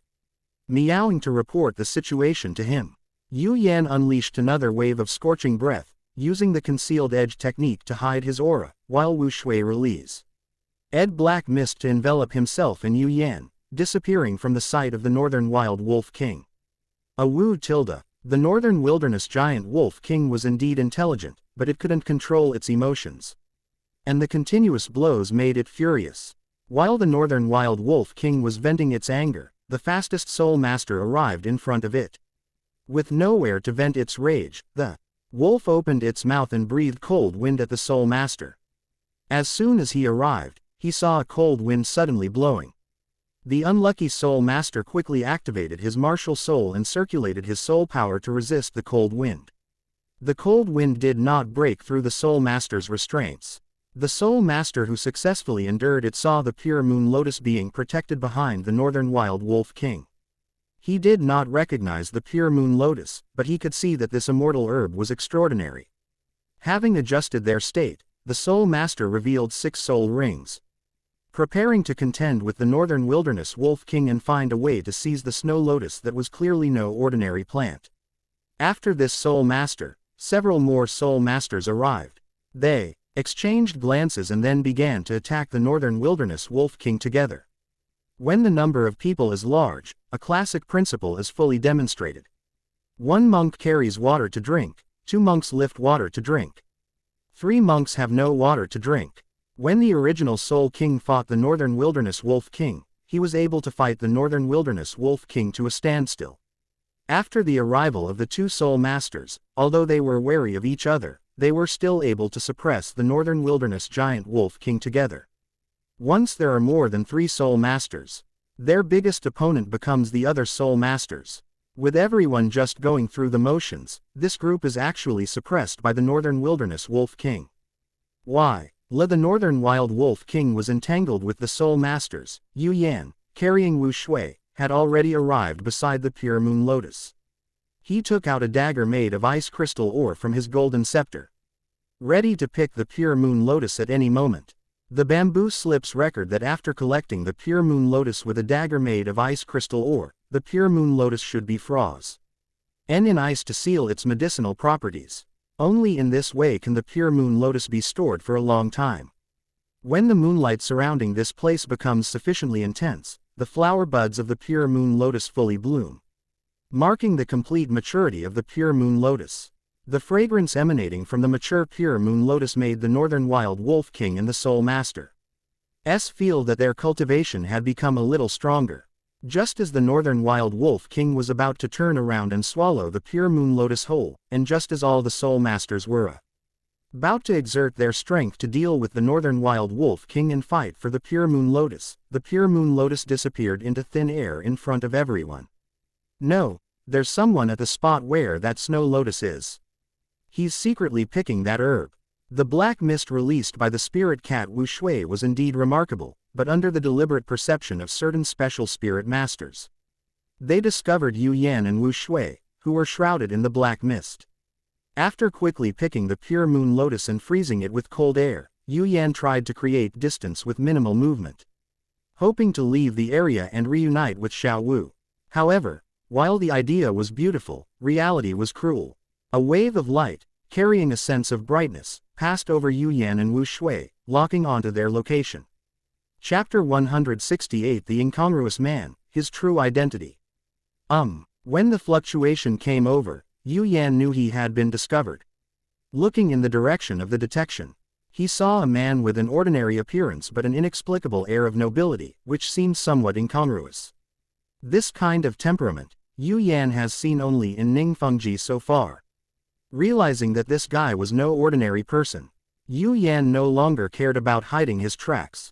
Since he had already obtained the pure moon lotus, it was best to leave this place as soon as possible. Wu Shui Ko continued to maintain the black mist to conceal her tracks, while Yu Yan ran at full speed away from the battlefield, leaving a clear trail of footprints on the snow. Using the power of his martial spirit, the man who noticed the incongruity of the person hiding watched Yu Yan walk away quickly and immediately chose to follow. He came here to relax, and now that he's seen this interesting guy who controls a soul beast, he naturally wants to catch up and chat with him. If the guy is alright, he wouldn't mind taking him under his wing and using him for his own purposes. A Wu Tilda, the giant wolf, king of the northern plains, roared angrily at the theft of the herbs it had been guarding for so long. It would summon its pack back, find the thief who stole its herbs, and kill the group of soul moss churs who had come to challenge its majesty. In the distance, upon hearing the Wolf King's call, the wolf pack did not hesitate at all, immediately turning around and running towards their lair. Obeying orders is the secret to the wolf pack's dominance over 1,000 miles. More than 10 minutes later, Yu Yan shook off most of the soul masters following him. The only one still following Yu Yan was that incongruous man. Friends in front, please wait. I mean you no harm and will not steal that herb. Stop and let's talk. The man, who was surprised that the soul master could run so fast, called out to Yu Yan, who was running. Hoping that Yu Yan could stop and have a chat, the man from Wei was unaware of the existence of the immortal herb or its effects. He genuinely wanted to have a good talk with Yu Yan. No need, I have things to do and don't want to chat with a stranger, so I'm sorry.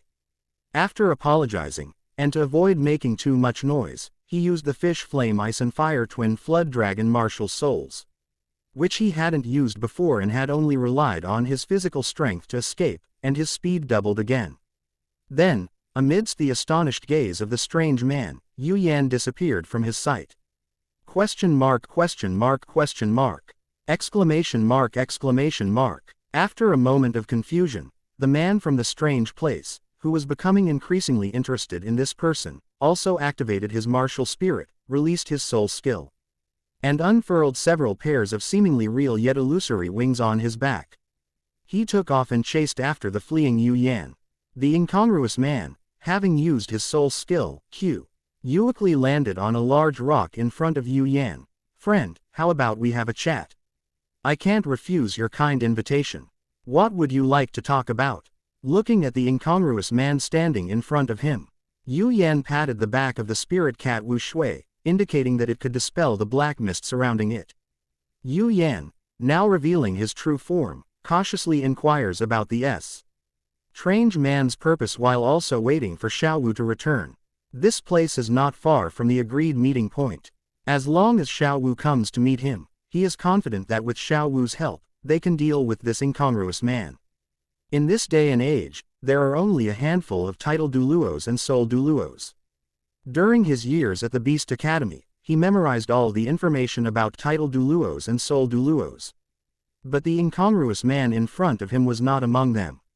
Are you Yu Yan, who has awakened a special mutated martial soul? When Yu Yan appeared in front of the strange man, he immediately recognized Yu Yan's identity, the only one of its kind in the Douluo continent, the owner of the mutated martial soul ice and fire Pisces with 1 ring and 2 soul skills. He had previously sent people to recruit this peculiar genius, but unfortunately Yu Yan did not choose him. He never expected to meet him here today. That's right, I am Yu Yan. May I ask what you would like to discuss? Yu Yan, who had intended to conceal his identity, simply acknowledged the other party's knowledge of him. This is the downside of being a genius, he's too famous. Many people know his name and have seen his portrait. They can recognize him the moment they see Yu Yan. I am Shui Qing, the crown prince of the heavenly Dou Empire. I have sent you my invitation to visit several times before. But I have never had a suitable opportunity to meet you. I never expected that we would meet here today. It is truly fate. Upon learning Yu Yan's identity, a golden light flashed around the man from the discrepancy. And his appearance underwent a dramatic transformation.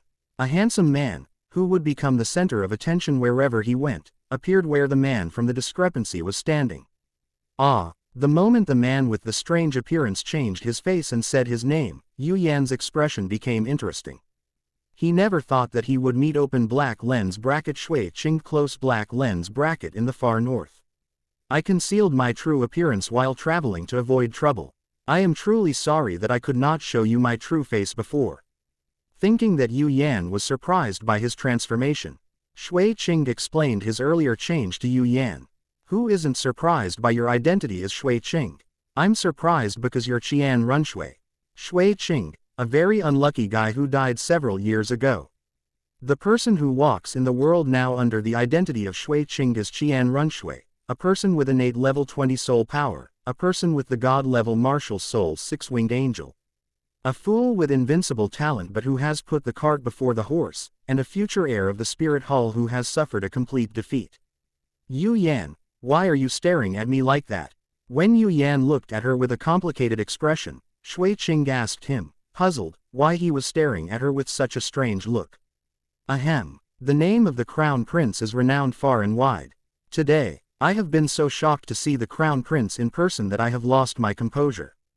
Please forgive me. Reminded by Shui Qing, Yu Yan coughed twice and quickly offered a plausible excuse to justify himself.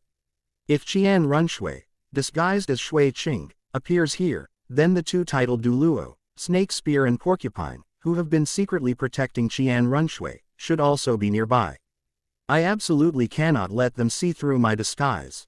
I see. Open black lens bracket Shui Qing close black lens bracket nodded. Yu Yan, it is fate that we met today. This is not the place for a long talk. Would you like to come to Dragon City together for a gathering? Shui Qing, who wanted to recruit Yu Yan, invited Yu Yan to the largest city closest to the far north for a heart-to-heart talk. However, having just met and in this kind of setting, it was really not appropriate to try to recruit him. After asking, Shui Qing waited with a smile for Yu Yan's consent. He never thought he might be rejected. As the crown prince of the Heaven Do Empire, a noble figure second only to the emperor, even a titled Douluo would have to give him some face.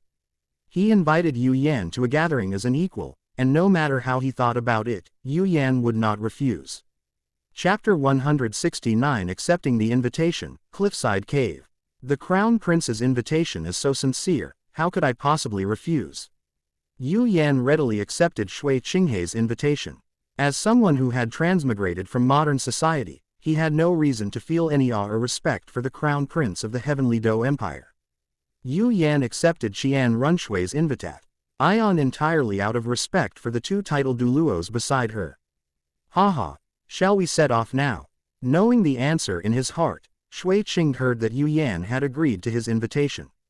He wanted to take Yu Yan to a restaurant in Longcheng for a heart-to-heart talk and then recruit Yu Yan to work for him. It's not convenient right now. I need to wait for my companions. I still have some things to do. Why don't you return to Dragon City and wait a while, Your Highness? I'll finish my business here and then go to see you tomorrow. What do you say? Yu Yan, after some thought, offered a suggestion. He still had to wait for Xiao Wu, check what was marked on the treasure map, and figure out how to refuse Qian Runshui's offer. It was impossible for Yu Yan to accept Qian Runshui's offer of recruitment. She was involved in too many things and had too much trouble, which did not fit Yu Yan's plan to develop into a god in a stable manner. It was my oversight that I forgot you had other things to attend to. I'll return to Dragon City to make some preparations and await your arrival.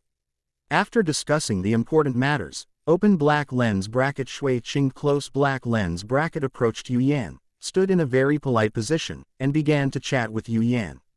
Shui Qing, who studied under Ning Fengji, had a strong influence of Ning Fengji in his conduct. Even if Yu Yan wanted to refuse him, he had to admit that the oath party had the demeanor of a gentleman, making it impossible for him to feel any dislike. More than half an hour later, Xiao Wu appeared in Yu Yan and Shui Qinghei's sight. Upon seeing Xiao Wu, Shui Qinghei's eyes lit up as well. In addition to recruiting Yu Yan, he also wanted to recruit Xiao Wu, a genius who was in no way inferior to Yu Yan. After approaching Yu Yan, Xiao Wu whispered, "Yu Yan, who is he?" "Hello, Miss Xiao Wu. It is a great pleasure to meet you two here in Qing, where snow is falling." Upon hearing Xiao Wu's quiet question, Shui Qing smiled gently and stepped forward to introduce himself.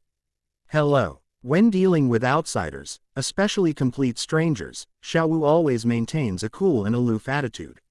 She doesn't need to think about how to deal with these opal because Yu Yan will handle everything. "Your Highness, Xiao Wu and I have some matters to attend to, so we'll take our leave now." Having already talked a lot with open black lens bracket Shui Qing close black lens bracket, Yu Yan, after successfully waiting for Xiao Wu, proposed to leave. "Since you have other matters to attend to, I will not disturb you any further.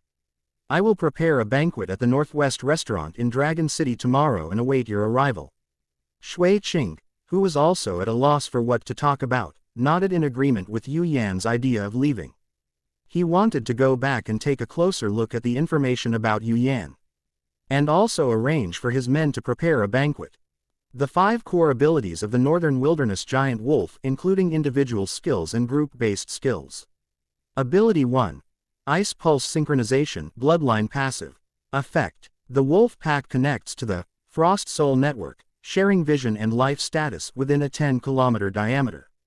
Tactical application. The wounded are automatically distributing the damage. A pack of 100-century-old wolves can spread the damage from a single blow from a tidal Douluo. Real-time transmission of prey track. KS generating holographic maps of snow footprints in the brain. Awakening timeframe. 100 years, basic foundation for the survival of the ethnic group. Ability 2. Frostbone Armor, defensive skill. Activation condition. The 3 giant wolves touch their tails together and exhale a breath of extreme cold. Manifestation form. Ice crystals condensed on the body surface to form ancient mammoth. Armor defense upgraded to the level of a 100,000-year-old scaled beast. Data quantification. Wolf pack size defense increase duration. 3 heads withstood a level 92 offensive soul skill for 30 minutes. 12 animals immune to energy shocks below level 95 for 2 hours. Weakness. Vulnerable to continuous burning from fire, melting point is greater than or equal to Phoenix Flame. Ability 3. Ritual of the Frosty Moon, Killing Ritual. Scene restriction. Full moon night in the far north. Ceremony flow. A pack of wolves ran around the ice altar, triggering a blizzard tornado. Sacrifice the flesh and blood of a giant wolf to summon an ancient wolf spirit projection. Combat power equals 1.2 times that of the alpha wolf. Rule constraints. During the projection's existence, it consumes the soul power of 1 giant wolf every 10 seconds until it is exhausted. After killing an enemy, the wolf spirit feeds back to the group, restoring 50% of the sacrificer's health. Strategic value. Eliminate the invading tidal dew. Douluo requires sacrificing 1/3 of the clan. Ability 4. Permanent freeze imprint mind control technique. Trigger mechanism. When the claws tear through the target's panel, Ice Marrow Soul imprint is injected. Third order control effect. Intensity control by number of engraving layers. 1 layer of muscle frozen, movement speed minus 70%. The release delay of the 3rd layer soul skill is 1 second. 5 layers of mind freeze turns you into an ice sculpture puppet for 10 seconds. Solution requirements. Requires a fire attribute soul Douluo level soul power burn mark or a head soul bone spirit impact. Ability 5. Abyss Burial Domain Secret. Releaser. A 60,000-year-old winter alpha wolf merged with the will of its clan. Domain effect. Graph TB. A open black lens bracket. The polar night country unfolds close black lens bracket. The open black lens bracket temperature plummets to minus 200. BC open black lens bracket non-ice type soul skill power is less than or equal to 10% close black lens bracket. C. D open black lens bracket. The wolf pack triggers frost blink close black lens bracket. D. E open black lens bracket teleports 3 times per second for a surprise attack close black lens bracket. Domain cost. It can only be opened once per day. After the event, all the giant wolves will hibernate for 24 hours. God-level combat record. It once forced back the level 99 Snow Empress who self-destructed due to fear of the wolf pack. As recorded in a fragment of the Far North Secret Manual. Logical closed loop of capability system. Individual right-pointing arrow group. Frostbone armor strengthens single points. Ice vein synergy builds a group network. Defense right-pointing arrow slaughter. Use the imprint to control the enemy, then unleash a devastating attack with a ritual dance domain. Cost balance. Each release of the ultimate skill is accompanied by a loss of the clan's stamina health. Soul Master confrontation warning. Fighting the northern wilderness giant wolf in the Polar Night Kingdom is equivalent to fighting a mob. Eel Glacier Fortress note from the Spirit Hall Hunting Manual. Requires a team of 3 level 95 title Douluos. This design not only highlights the wolf pack's combat aesthetic of using ice as a spear and the pack as a shield, but also incorporates the core principle of the Douluo continent system. Power always comes at a price, and survival always requires sacrifice. Environmental shaping. Extreme cold fosters collective survival wisdom. Non-lone wolves can survive. Soul skill origin. Ice and snow energy materializes into ice marrow poison and extreme cold domain. Advanced compensation. Low attack. High defense races can overcome their disadvantages by awakening their domains based on age. This race fills the ecological niche of medium-sized social predators in the far north. Their Legion-style combat style poses a devastating threat to Soul Master teams, and only peak Douluo can confront them head-on. Moonlight charge. During a full moon, the fur absorbs moonlight, increasing ice-type power by 300%. Ice marrow poison chain. After clawing the target, the toxin spreads with the blood, reducing the speed of soul power circulation by 70%. Social structure. Pyramid S. Hapt wolf packs 312 members per clan. Representative individual. Winter alpha wolf, strongest member of the pack. Chapter 170. The enormous ice storage, the golden patterned silkworm molting. So long. 3 hours later, Yu Yan, who had not yet reached the end of the tunnel, frowned as he looked at the tunnel that led to an unknown destination, unsure whether he should continue. Yu Yan, what's wrong? Seeing Yu Yan stop moving forward, Xiao Wu, who was following behind, also stopped. It's all ready. Yu Yan didn't hide anything and told Xiao Wu his thoughts. He originally thought there wouldn't be anything good at the location marked on the treasure map, and planned to come here and finish quickly, but who would have thought that the passage would be so long, and after walking for 3 hours. He still hadn't reached the end. The road ahead is unknown, and if we continue forward, we might miss the Crown Prince open black lens bracket Shui Qing close black lens bracket S invitation. Since we're already here, let's keep going. As for the prince's invitation, I don't think you really want to attend. If you cancel, so be it. We can always visit him later to explain. I don't think he'll blame us for such a small thing. Xiao Wu, who couldn't understand why Yu Yan was bothered by this trivial question, offered him advice and helped him analyze the current situation. Right, let's keep going then. Smart people always think a lot. But things are sometimes not that complicated. For example, in this matter, Yu Yan was trapped by his own cleverness in focusing on Qian Runshui's identity and the 2 title Douluos beside her, and failed to see the surface of the matter.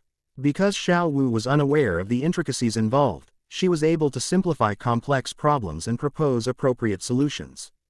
Yu Yan wasn't stupid, he was just trapped by his own naive cleverness. After Xiao Wu explained it to him, he immediately understood the key to the matter. Having figured everything out, Yu Yan composed himself and continued towards the end of the tunnel with Xiao Wu. After another 2.5 hours of walking, Yu Yan saw some light ahead and felt a slight chill in the air. After telling Xiao Wu what they had seen, the two quickened their pace, eager to know what lay at the end of this long but safe tunnel. Approaching the light, Yu Yan was the first to spot the crystal-clear ice block. In the ice block were unidentified minerals emitting a fluorescent glow. The ice block refracted the light emitted by the unidentified minerals, illuminating the dark cave. Using brute force, he acted a piece of ore that emitted fluorescence. After examining it carefully for a while, Yu Yan was certain that he did not recognize the ore.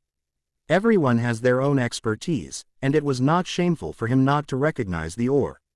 Yu Yan then asked Xiao Wu, and after confirming that she didn't know either, he casually tossed the ore into the golden scepter. They didn't know each other, so Ey could just ask someone they knew after they got out. It was that simple. Not recognizing what fluorescent minerals were, Yu Yan simply collected a few pieces and continued onward with Xiao Wu. The further they went, the brighter the glow emitted by the fluorescent minerals in the ice walls on both sides became. After a certain point, it was no different from daytime. That's really amazing. Xiao Wu placed her hand on the icy wall that emanated a chilling aura, releasing moonlight energy to perceive everything around her. She wanted to remember everything here and write down her experiences in her own travelogue. As this was quite a wondrous treasure hunt, there seems to be an ice attribute treasure ahead. As Xiao Wu used moonlight energy to perceive everything around her, Yu Yan also sensed the pure ice attribute energy treasure in front of her. As expected, I didn't sense anything. Hearing Yu Yan's words, Xiao Wu removed her hand from the ice wall and quickly went to Yu Yan's side. Let's go. Let's go see what treasures are there. After traveling for more than 6 hours, Yu Yan and Xiao Wu finally arrived at the end of the tunnel, which was a huge ice cave made of ice blocks. There was a thin crack above the ice cave, and you could vaguely see the sky by looking up along the crack. The floor of this ice cave was covered with tiny ice shards, and the aura of He ice attribute treasure that Yu Yan sensed was emanating from these shards. Aside from a few small ice shards, Yu Yan also saw several silkworm molts, which should be silkworm molts, right? After confirming that they were silkworm molts, there was doubt as to whether they were actually silkworm molts, because the age of these molts was not quite right, and the larger molts also had golden patterns on them. Crack, ice cave, 10,000-year-old ice marrow, silkworm molts with golden patterns. Putting all this information together reminded Yu Yan of a creature that perfectly fit the Cu Rent situation. The first million-year-old soul beast in Douluo continent, a soul beast with both ice and spirit attributes, the Heavenly Dream Ice Silkworm. According to the Heavenly Dream Ice Silkworm's own account, it fell into an ice cave from a tiny crack. Inside the ice cave was a vast amount of 10,000-year-old ice marrow. It was an inspirational story of a weak ice silkworm becoming a 900,000-year-old soul beast by eating its own essence, and then watching a ferocious beast in the lake of life absorb its vital energy and become a million-year-old soul beast. If her soul beasts knew that a soul beast had become a 900,000-year-old soul beast simply by drinking alcohol, they might be so angry that they would die on the spot. If this is the ice vault that Tianmeng Ice Silkworm mentioned, and those silkworm molts with golden patterns are indeed Tianmeng Ice Silkworms, then it can be confirmed that Tianmeng Ice Silkworm, this lucky and unlucky fellow, is currently having its vital energy absorbed by the 10 ferocious beasts in the lake of life. Yu Yan leapt into the ice storage room, came behind the silkworm mold, and placed his hand inside to sense the spiritual energy within. The smallest silkworm molts have been worn down over time, and it is already quite remarkable that they have managed to keep their molts intact. Silkworm molts with golden patterns retain a significant amount of energy. The more golden patterns a silkworm mold has, the more energy it contains. The immense energy within the silkworm's mold, with its 8 golden patterns, far exceeded Yu Yan's imagination. This energy was many times more terrifying than the 60,000-year-old soul beast he had absorbed. Xiao Wu, can you determine how many years worth of material Fr. A soul beast these silkworm molts are equivalent to? Yu Yan removed his hand from the silkworm mold and had Xiao Wu, a 100,000-year-old soul beast in human form, determine how many tens of thusa NDS of years of soul beast material the mold was equivalent to.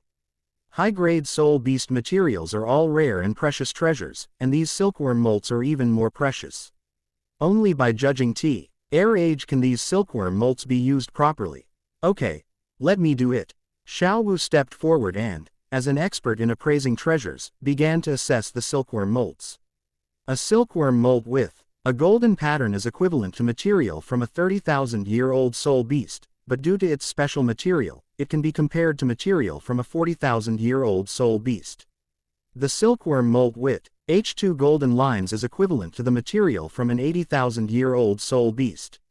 The silkworm molt with 3 golden lines is equivalent to the material of a 140,000-year-old soul beast. Chapter 171, A Bountiful Harvest.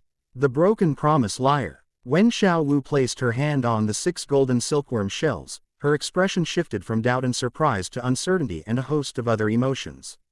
Fish flame. A single golden line represents 100,000 years, right? When she asked the question, Xiao Wu looked at Yu Yan expectantly, hoping to get an answer from him.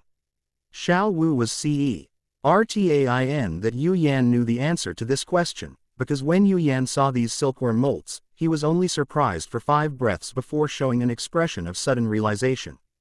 These data undoubtedly prove that Yu Yan knows the answer to this question. When an ice silkworm soul beast grows to 100,000 years old, a ring of golden lines will appear on its body, and it will evolve an ordinary ice silkworm soul beast into a rare golden patterned ice silkworm. Each golden line represents 100,000 years. Yu Yan pointed to the golden patterns on the silkworm's molt and explained. This extremely obscure knowledge to Xiao Wu, knowledge that was not recorded anywhere. So that's how it is. I didn't expect there to be such powerful soul beasts. Xiao Wu approached the silkworm shell with 8 golden lines, ran her hand over the lines, and said with emotion that if it weren't for her mother, if it weren't for the pursuit of greater power, she would not have chosen to become human. If Xiao Wu were still a soul beast, the golden patterns before her would represent something she wouldn't even dare to dream of. A soul beast that's 900,000 years old, what an incredibly powerful being that must be. Looking at Xiao Wu, who was filled with emotion, Yu Yan hesitated to speak. After thinking it over carefully, he ultimately decided not to reveal that the heavenly dream ice silkworm was very weak. It's like when someone is praising the sunrise and you insist on saying it's nothing special, wouldn't that spoil the mood?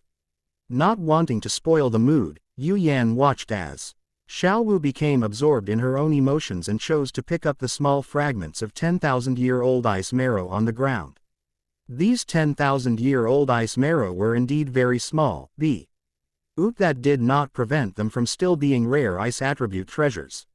Standing before the 8 golden silkworm shells, Xiao Wu, having gathered her thoughts, turned around and saw Yu Yan squat on the ground picking up the tiny fragments of 10,000-year-old ice marrow. Yu Yan, could you give me a few silkworm molts here? There's some primordial energy here that can be absorbed. I want to take them back for Daming and Erming to absorb. Xiao Wu used the highly malleable moonlight energy to collect all the millennia-old ice marrow from the ice cave and delivered it to Yu Yan, then explained her thoughts to him. Daming is a azure bull python, and Erming is a titan giant ape. They are soul beasts adopted by Xiao Wu's mother and Xiao Wu's sworn brothers. After explaining their soul beast identities, Xiao Wu slowly told Yu Yan about these things. Of course you can. Your family is my family. Just take it back and let them absorb it. Daming and Erming are very powerful soul beasts and potential helpers. Since the things here can be helpful to both of them, it's fine to give them all. Well, let's keep the silkworm molts with 7 and 8 golden patterns, and give the rest to the 2 of them. After carefully examining the remaining energy within each silkworm molt, Xiao Wu looked at the molts for 2 seconds, pondered, and then asked Yu Yan for his opinion.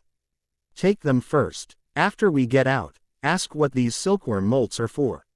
If they're not of much use, take them all back for Daming and Erming. Compared to Xiao Wu's treasures, Yu Yan was somewhat inclined to give all the silkworm molts to the 2 of them. Having a treasure trove like the ice and fire yin-yang eye, Yu Yan was not lacking in treasures. You're really generous. Wrapped up. When I went back to the Stardow Great Forest before, Daming and Erming said that I often mentioned you. Once I take these silkworm molts back, they probably won't say anything anymore.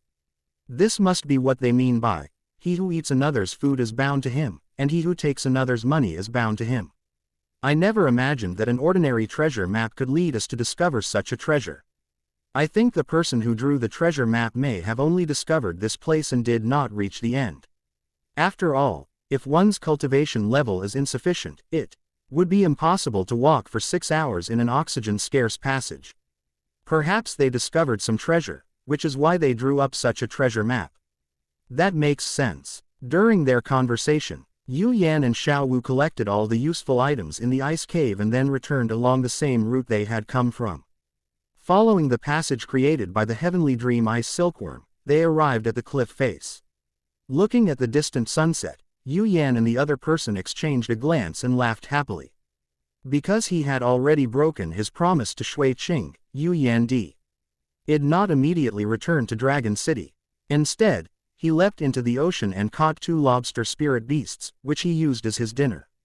Xiao Wu sat on the rocks by the sea, sighing once again.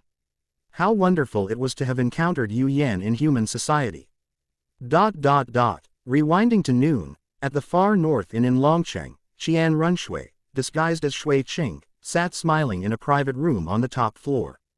Waiting for the arrival of the 2 geniuses, Yu Yan and Xiao Wu. After reading the intelligence gathered by the Spirit Hull and learning about Yu Yan's affairs over the past 2 years, Qian Runshui developed a strong liking for this righteous and grateful genius. Moreover, bringing Yu Yan under their wing would be equivalent to winning over Xiao Wu and befriending Dugu Bo and the Min clan, a highly profitable deal indeed. Qian Runshui has already come up with 2 or 3 pretty good ideas on how to recruit such talent. 3 hours later, still waiting for Yu Yanren, Qian Runshui, disguised as Shui Qing, had lost her smile. She got up and went to the window, looking at the scenery outside and the bustling street with a calm expression, lost in thought. No one can stay in a good mood after being stood up. And Qian Runshui, who was eager to find talent, was no exception. Your Highness, a letter from Tiando City urges us to return as soon as possible. Are you aware of this?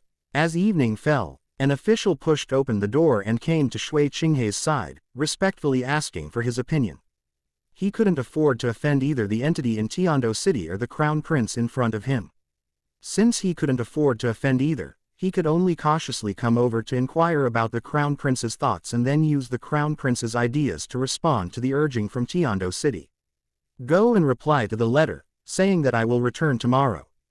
Open black lens bracket Shui Qing close black lens bracket, still angry, took a deep breath to calm himself down, then turned around and gave a calm answer. The official who received the answer breathed a sigh of relief and quickly withdrew to reply to the inquiries from Tiando City. Qian Runshui looked out the window again. Time slowly passed. The infinitely beautiful sunset made her feel bored and restless. When the innkeeper came in again to ask when the dishes would be served, open black lens bracket Shui Qing close black lens bracket said, no need to serve, and left the inn with a gloomy expression. Next time, if I encounter that liar Yu Yan, I'll definitely teach him a lesson. Chapter 172 has changed. A visit has been made. Did the Crown Prince set off back to Tiando City this morning? In the most luxurious Far North Inn in a large city near the Far North, Yu Yan, having learned from the innkeeper that open black lens bracket Shui Qing close black lens bracket had already left, inquired with the innkeeper again. His Highness the Crown Prince's entourage passed by our shop in a grand procession. I could not possibly be mistaken. If you don't believe me, you can ask someone else.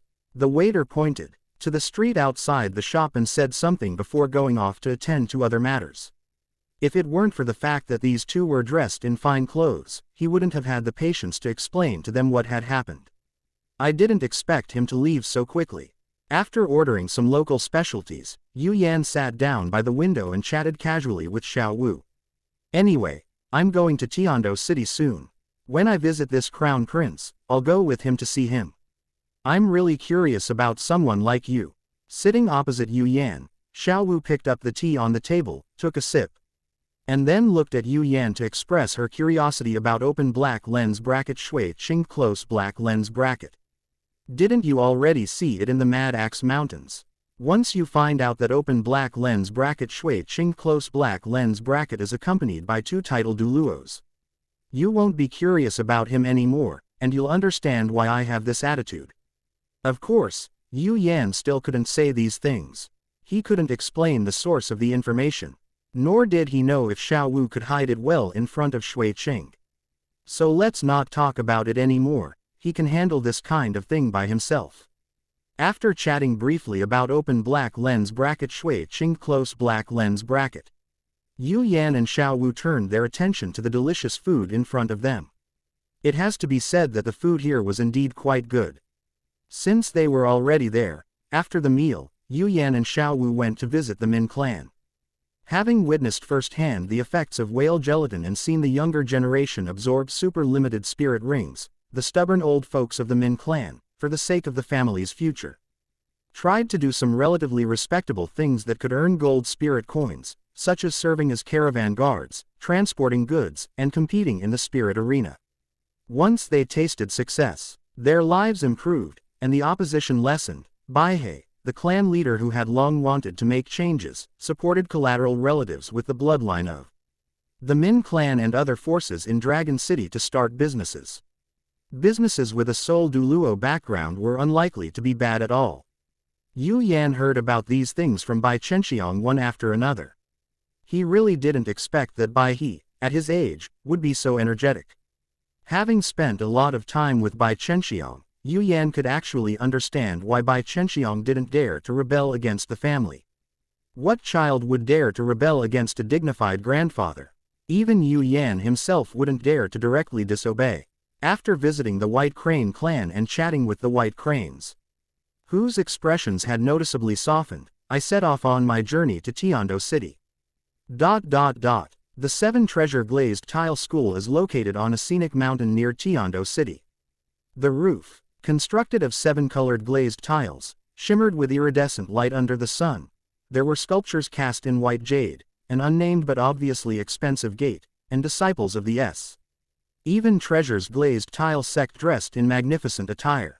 Everything about it demonstrated the power and immense wealth of the Seven Treasure Glazed Tile School. Halt. This is the territory of the Seven Treasure Glazed Tile School. Please state your purpose. As Yu Yan and Xiao Wu approached the gate of the Seven Treasure Glazed Tile School, the disciples of the Seven Treasure Glazed Tile School stationed in front of the gate raised their hands to stop Yu Yan and Xiao Wu from getting closer.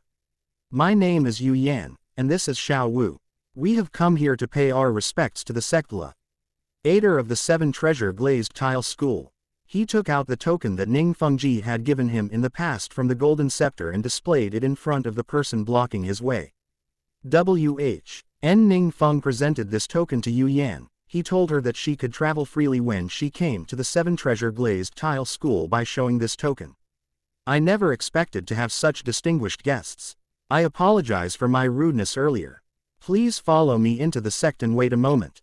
The Seven Treasure Glazed Tile School disciple who was blocking the way immediately softened his attitude after seeing the token Yu Yan displayed.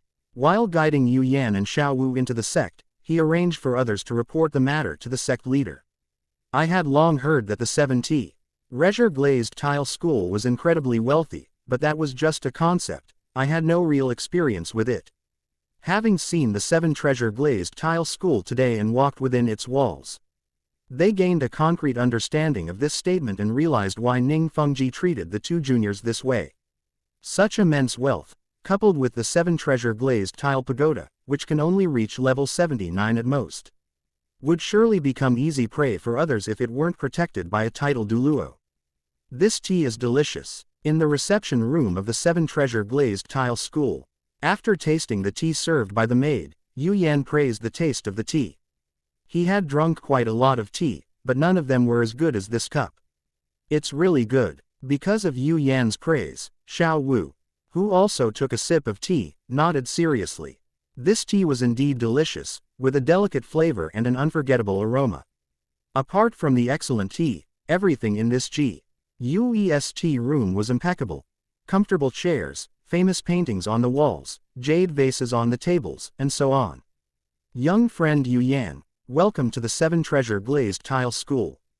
Before long, Yu Yan heard a surprised voice, followed by Ning Fengji with a smile on his face. Because of the Seven Treasure Glazed Tile School, Ning Fengji was not accompanied by the two title Douluos, Swordbone and Swordbone. I'm glad that sect leader Ning doesn't mind my intrusion. Upon seeing Ning Fengji, Yu Yan immediately stood up and responded to him.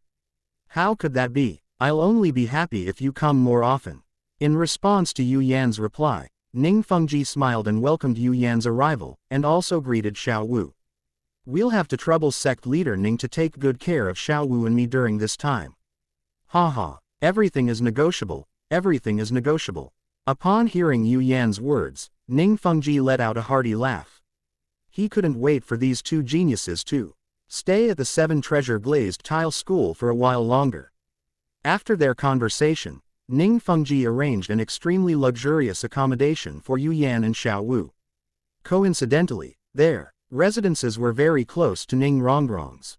Ning Fengji also told them that they could go to Ning Rongrong if they needed anything, explaining that he wouldn't stay at the 7 Treasure Glazed Tile School all the time. While Ning Rongrong had more free time, making it easier to find her. Yu Yan understood. He had come to the 7 Treasure Glazed Tile School to read books and had no other intentions. Xiao Wu stared at Ning Fengji, making him feel guilty, and he quickly made an excuse to slip away. From the investigation, Ning Fengji could deduce to some extent the relationship between Yu Yan and Xiao Wu. Even if the two hadn't officially become a couple, it was almost certain that they would become one in the future. Making such an arrangement in front of Xiao Wu was somewhat like trying to steal her away. Chapter 173 Not talking about romance, just one kick towards success. HMPH. This Ning Fengji has quite a few tricks up his sleeve. Watching the figure quickly disappear from her sight, Xiao Wu snorted and complained about Ning Fengji. Indeed, he has a lot of ulterior motives, but he's a decent person. Yu Yan nodded in agreement, acknowledging Ning Fengji's ulterior motives and confirming Ning Fengji's character. So, Yu Yan, what are your thoughts? Upon hearing Yu Yan's words, Xiao Wu looked at him and waited with a smile for his reply. Minors are not allowed to date. I came to the 7 Treasure Glazed Tile School just to read books. Yu Yan ended the conversation with just one sentence. The next day, led by Ning Rongrong, Yu Yan and Xiao Wu arrived at the library of the 7 Treasure Glazed Tile School. The library of the 7 Treasure Glazed Tile School is the largest library Yu Yan has ever seen. It not only occupies a large area, but also has a full 9 floors. According to Ning Rongrong, the reason why the library was built with 9 floors was because the ancestors who built the library hoped that their descendants could find a way to evolve the 7 Treasure Glazed Tile Pagoda. Unfortunately, the 7 Treasure Glazed Tile Pagoda was too stable, and they have never found a way to evolve their martial soul. Yu Yan naturally knew how to evolve the 7 Treasure Glazed Tile Pagoda. When he needed the 7 Treasure Glazed Tile sect's help in the future, or when he had received too many favors from the 7 Treasure Glazed Tile sect, he would naturally offer the immortal herbs as a reward. Xiao Wu, who had also read herbal medicine books and knew the effects of the Qiluo tulip, suddenly understood why Yu Yan was so open about enjoying Ning Fengji's care. If she could just take out those 2 immortal herbs, the 7 Treasure Glazed Tile School might even owe Yu Yan a favor. Upon entering the library, Yu Yan went straight to the place where the 7 Treasure Glazed Tile School kept its research materials on soul power. After glancing at them briefly, he picked up a book titled, A Speculation on the Essence of Soul Power, and began to read it. After reading the prologue, Yu Yan was surprised to find that the book was actually written by level 96 titled Douluo. The book records in detail this titled Douluo's understanding of the spiritual energy of heaven and earth, soul power, and humanity itself. After Yu Yan went to read, Xiao Wu didn't choose to read the travelogue. Instead, she wandered around the library, wanting to see what kind of books were there and how many there were. Ning Rongrong, who didn't like reading, glanced at Yu Yan, who was engrossed in his book and silent, and then at Xiao Wu, who was wandering around the library.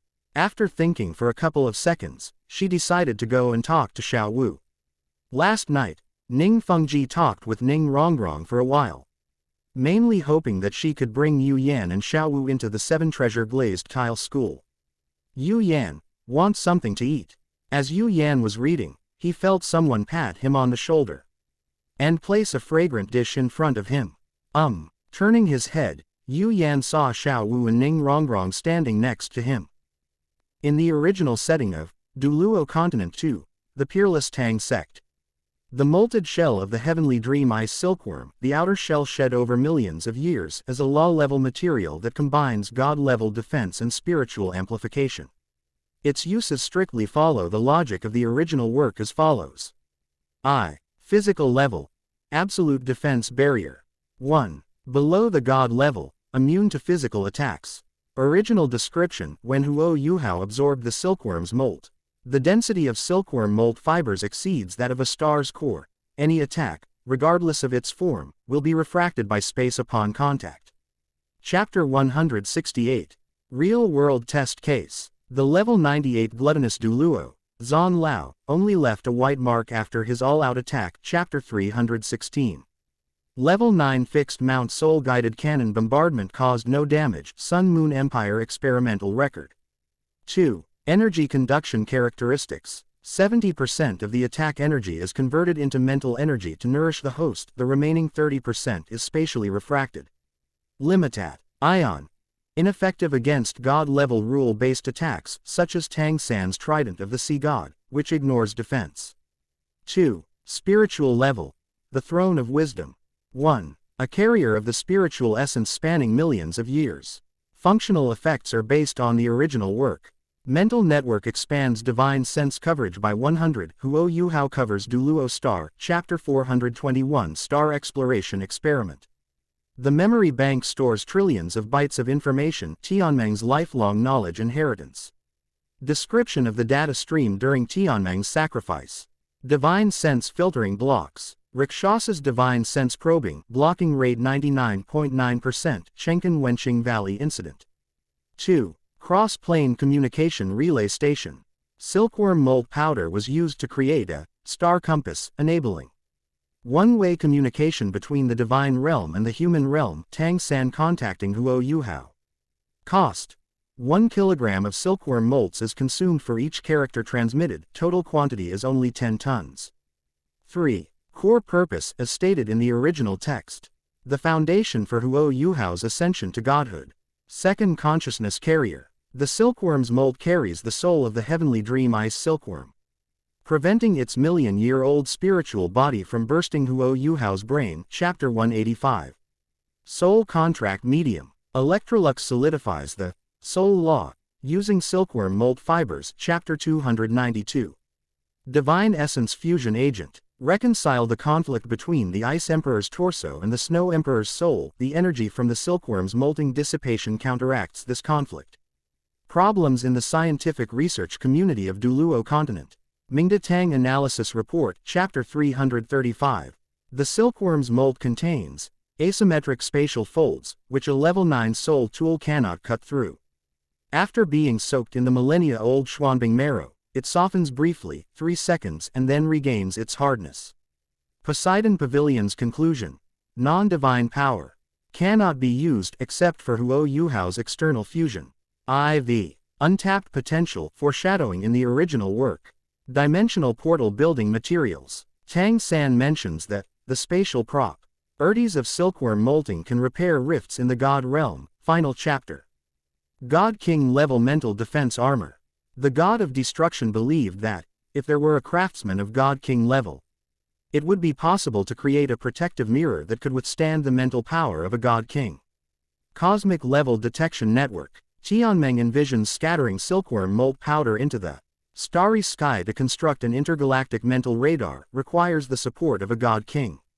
Setting the essence analysis. The silkworm's molting after a million years is actually a fragment of the evenly Dao from a lower dimensional universe. Defense logic.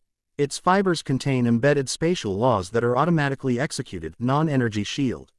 Spiritual amplification.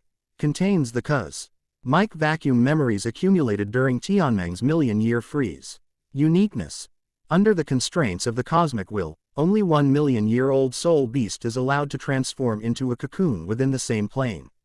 Therefore, within the Douluo system, it is both Huo Yuhao's external component and the archive of civilization observers that balances the laws of the universe, far exceeding the dimensions of ordinary soul beast materials.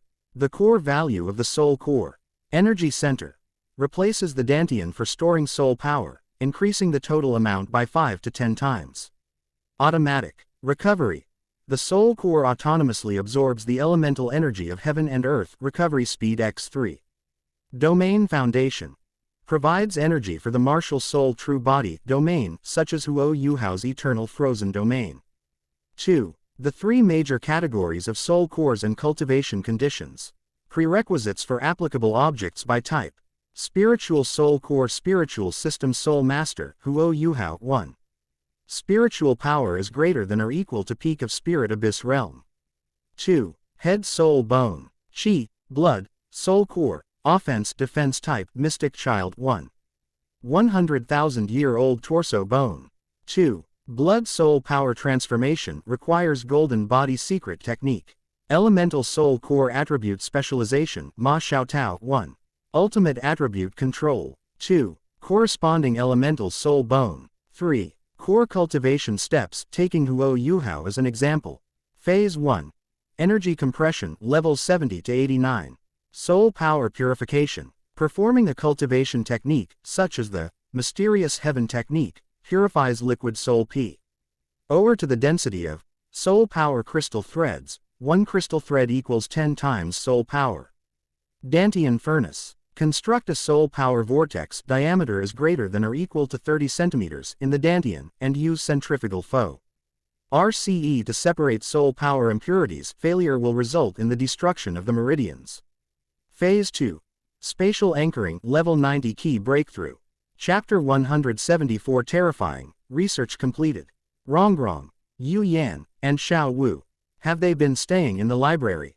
Hearing her father's question, Ning Rongrong sighed and replied, well, to be precise, ever since they came to the 7 treasure glazed tile school. They've stayed in the library except for meditation, cultivation, and meals. They don't seem to have any intention of going out to play at all. Ning Rongrong sighed for a simple reason. She didn't like reading.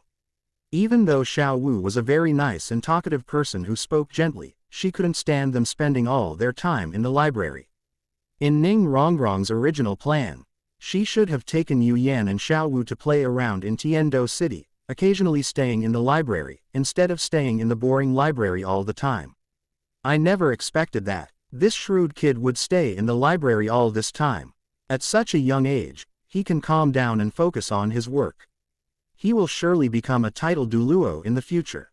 Ning Fengji, who had just returned from running errands, heard Ning Rongrong say this, and his opinion of Yu Yan and Xiao Wu rose even higher. From possibly becoming a titled Douluo to certainly becoming a titled Douluo. 1. Can see how highly Ning Fengji regards the two of them. Dad, are they really as amazing as you say? Hearing her father give such high praise, Ning Rongrong, who was not quite sure what to do, wanted to know more about it.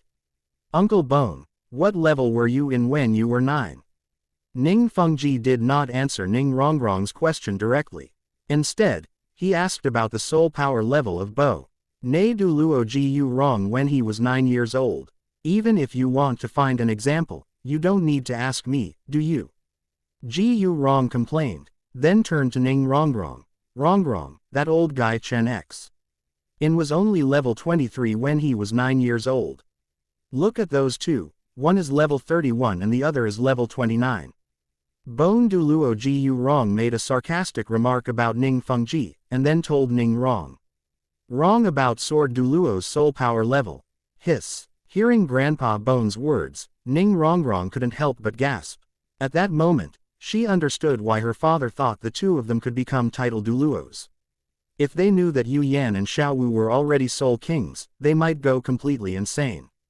You have to understand that when Qian Douluo was this age, he was only a soul master. Now you know, if you can bring those two into the 7 treasure glazed tile school, you can guarantee the school's safety for the next 300 years. Even if you can't recruit them, you should still learn from them. It will benefit you. Ning Fengji gave a few more earnest instructions, then, seeing that his daughter was becoming somewhat unwilling to listen, he decisively ended the topic. When educating children, it's important to know when to stop. Over-education will only annoy them, and when they're annoyed, they simply won't listen to what you're saying.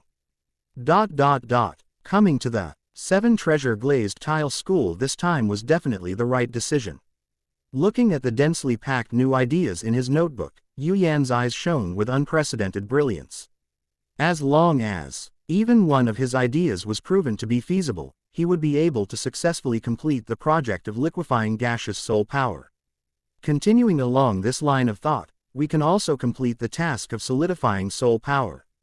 And from then on, we will no longer encounter the problem of insufficient soul power. It seems you've learned a lot. Xiao Wu's biggest gain at the Seven Treasure Glazed Tile School was reading several travelogues written by Title Douluo. The things that Title Douluo recorded were all unknown secrets. Through these books, Xiao Wu learned a lot of very interesting things. Not bad. We'll find some evil soul masters to experiment with when we get back. Those bad guys are going to be in trouble again. By the way, are there enough evil soul masters around the Haagen-Dazs kingdom? That might not be enough. We might have to go somewhere further away. I've heard that there are quite a few evil soul masters on the sea between the kingdom of Gulei, the duchy of Tianshuang, and the duchy of Xingyao. Yu Yan, perhaps we can go there and take a look. Yes, there are indeed many pirates on the sea, which should be enough to verify my ideas. In order to verify the hypothesis, evil soul masters in and around the kingdom of Haagen-Dazs were forced to voluntarily participate in the experiment and sacrificed their lives for this experiment that could benefit the soul master community. When are we leaving? Picking up the dessert next to her, Xiao Wu asked another important question. Let's wait a couple of days, finish what we haven't done yet, take a couple of days off. And then leave. Closing his notebook, Yu Yan stood up and stretched. After all the work, he needed to rest for 2 days before visiting the Crown Prince Open Black Lens Bracket Shui Qing Close Black Lens Bracket to explain his previous broken promise. She definitely needs a rest. Tomorrow, let Rongrong take us to Tiando City. I can tell she's been cooped up in the library these past few days. She's been ling me all the fun places in Tiando City lately, ha ha ha. At the end, Xiao Wu smiled slightly. Ha ha. It really must have been tough on her. Yu Yan recalled the scene he had occasionally seen Rongrong sleeping on the table in the library, and laughed as well.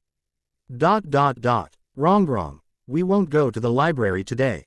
Could you please take us to Tiando City for some fun? The next morning, Xiao Wu looked at the listless Rongrong and asked for her opinion. What? Thinking she had misheard, Rongrong slapped her forehead, recalling what Xiao Wu had just said. Realizing she hadn't misheard, Rongrong immediately ran up and hugged Xiao Wu's arm. No problem, of course no problem. There are still many fun places in Tiando City. I'll definitely show you around. Rongrong, who had been wanting to go out and have fun for a long time, immediately felt much better. We would also like to visit Prince Shui Qing. We've heard he's your father's apprentice. Could you take us to visit him? While Rongrong was having a good time, Yu Yan casually made his request. No problem, leave it to me. Rongrong would agree to any request as long as she could go out and have fun. She would agree to 10 requests, let alone 1. Even if she can't keep her promises herself, there's nothing she can't do if she uses the power of the 7 Treasure Glazed Tile School. Feeling much better, Rongrong casually called over a few guards and excitedly led Yu Yan and Xiao Wu towards the direction of Tiando City. Inside the main hall of the 7 Treasure Glazed Tile School, Fengji smiled broadly upon hearing that Rongrong had taken Yu Yan and Xiao Wu out to play. Beside Fengji, Sword Douluo was criticizing Bone Douluo for using his OWN 9-year-old soul power level to highlight Yu Yan and Xiao Wu, and pointed out that Bone Douluo's soul power level at the age of 9 was even lower than his. Faced with Sword Douluo's accusations, Bon Douluo calmly and respectfully refuted him with a smile. Chapter 175 Exploring Heaven Do City, Encountering an Old Friend at the Auction House. After entering Tiando City, Rongrong asked Yu Yan and Xiao Wu. Is there anywhere you'd like to go? No, you can just show us around. I don't really have anywhere I want to go. I'll go with whatever you arrange. Without any clear goals, Yu Yan and Xiao Wu pushed the problem back to Rongrong. Okay, I'll make the arrangements then. After a brief moment of thought, Rongrong took Yu Yan and Xiao Wu on a tour of Tiando City. The first Emperor's Praise Square is the most famous tourist attraction in Tiando City. In the center of the square stands a huge statue of the first emperor of the Tiando Empire. Around the square are local delicacies, exquisite handicrafts, and more from all over the Tiando Empire. Xiao Wu and Ning Rongrong focused most of their attention on the surrounding stalls, tasting food and buying various goods. Yu Yan's attention was focused on the swan spirit statue behind the first emperor of the Heaven Do Empire. That swan spirit was very different from the current swan spirit. Perhaps, the Heaven Do Empire's library contains books on the evolution of the swan martial soul. If I have the chance in the future, I might be able to ask for them and take a look. The Heaven Do Grand Soul Arena is one of only 2 super large soul arenas in the entire Douluo continent. Here you can see battles between soul kings. Although there are only 2 or 3 such battles each month, the fact that soul kings come to fight shows just how terrifying the Heaven Do Grand Soul Arena is. Led by Ning Rongrong, Yu Yan and Xiao Wu strolled around the arena twice before leaving. Ning Rongrong was particularly interested in the soul arena to begin with, and she wouldn't have come here at all if it weren't for the possibility that Yu Yan and Xiao Wu might be interested in it. Therefore, after realizing that the 2 of them were not interested in this place, Ning Rongrong immediately took Yu Yan and Xiao Wu away from the Soul Arena and headed to the next location. The reason why Yu Yan and Xiao Wu were not interested in the Soul Arena was that they had earned their first pot of gold there, and they were so familiar with the place that there was no need for them to visit it. The Tiando Royal Inn was where they had lunch. It was said that the royal chefs were hired, and the food was indeed very good, with a unique flavor. However, after eating there, Yu Yan felt that the food was not as good as the food at the 7 Treasure Glazed Tile School. After dinner, Ning Rongrong thought it over and decided to take Yu Yan and Xiao Wu to the auction house in Tiando City to broaden their horizons. The auction house gathers treasures from all over the country. She doesn't usually go there, but her father, Ning Fengji, loves to go to the auction house to buy things. When I'm just having fun on my own, I can go wherever I want. But when I'm entertaining others, I naturally want to go to more interesting places. Yu Yan and Xiao Wu agreed with Ning Rongrong's suggestion to go to the Tiando auction house. They thought it wouldn't hurt to try their luck there and see if they could find anything suitable. The Heavenly Do auction house is a hemispherical sphere placed on the ground, with a diameter of nearly 500 meters and a height of over 80 meters. It is the largest auction house that Yu Yan has ever seen. The fact that the auction house occupies such a large spot in such a prime location as Tiando City demonstrates just how important its position is in the entire city and how unfathomable its background is. Others might not know who the Heavenly Do auction house is, but Yu Yan and Xiao Wu, who robbed the Shui family merchant caravan, naturally know that the Heavenly Do auction house is backed by a few high-ranking figures in the Heavenly Do royal family. The Tiando auction house is not a place that anyone can enter. Only guests with bidding qualification certification can enter the auction house. But none of this was a problem for Ning Rongrong. After Ning Rongrong showed the 7 Treasure Glazed Tile School's token, the girl at the entrance of the auction house respectfully led them into the auction house and arranged a luxuriously decorated private room for them. Perhaps because it was the 7 Treasure Glazed Tile School's little princess who had come here, Yu Yan did not see any scantily clad women that would make Tang San blush, which made him somewhat disappointed. The Tiando auction house holds auctions 24 hours a day. As Yu Yan and his 2 companions took their seats, the auctioneer was auctioning off a pair of inner armor with decent defensive capabilities. Yu Yan only glanced at it before losing interest in the inner armor. Its defensive capabilities were inferior to the frost scale armor, so buying it would be a pure waste of money. I heard that the auction house is most lively at night. Every night, some items of questionable origin are sold here. My father once bought a 10,000-year soul bone here. That soul bone was from the Sparrow Bee sect. Sitting in the private room, Ning Rongrong told the story she had heard, and also mentioned that her father had bought the soul bone of his sect, lighting that he was a simple-minded person. The Sparrow Bee clan is a powerful sect with level 89 soul Douluo. It is backed by the Spirit Hall and is a pawn used by the Spirit Hall to fight against sects such as the 7 Treasure Glazed Tile School. A 10,000-year-old soul bone. I never expected to be able to buy such a rare item here. The drop rate of soul bones is very low, as EV'd. NCED by the fact that none of the 10,000-year-old soul beasts that Yu Yan participated in hunting dropped soul bones. Most importantly, soul bones are precious items that can be passed down through generations. And they will never appear at auctions except under special circumstances. During the daytime auction, and since it wasn't a major holiday, the Tiando auction house didn't have many items that caught Yu Yan's eye. Yu Yan bought several precious herbs and seeds, as well as several bottles of honey produced by a 1,000-year-old bee-type soul beast, and a martial soul research notebook from a declining small family. The kind-hearted Xiao made several purchases of slaves who were being auctioned off, intending to settle these poor people in the New Life village near Ice Soul City. Admittedly, she couldn't change the fate of all the unfortunate people, but since she had encountered them, she should do what she could to save them, and not turn a blind eye to what she was seeing. Ning Rongrong didn't buy anything. As the little princess of the 7 treasure glazed tile school, she lacked nothing. After spending more than 3 hours at the Tiando auction house and paying with gold soul coins, Yu Yan and his 2 companions left the auction house to visit Crown Prince Open Black Lens Bracket Shui Qing Close Black Lens Bracket. As Yu Yan and Xiao were leaving the auction house with the group of poor souls who had been auctioned off, they were stopped by a group of guards wearing the insignia of the Heavenly Dou royal family. Surrounded by guards, Prince Shuexing, whom Yu Yan had met before, spoke in an unfriendly tone upon seeing Yu Yan. I was wondering who had the audacity to steal the slaves I wanted.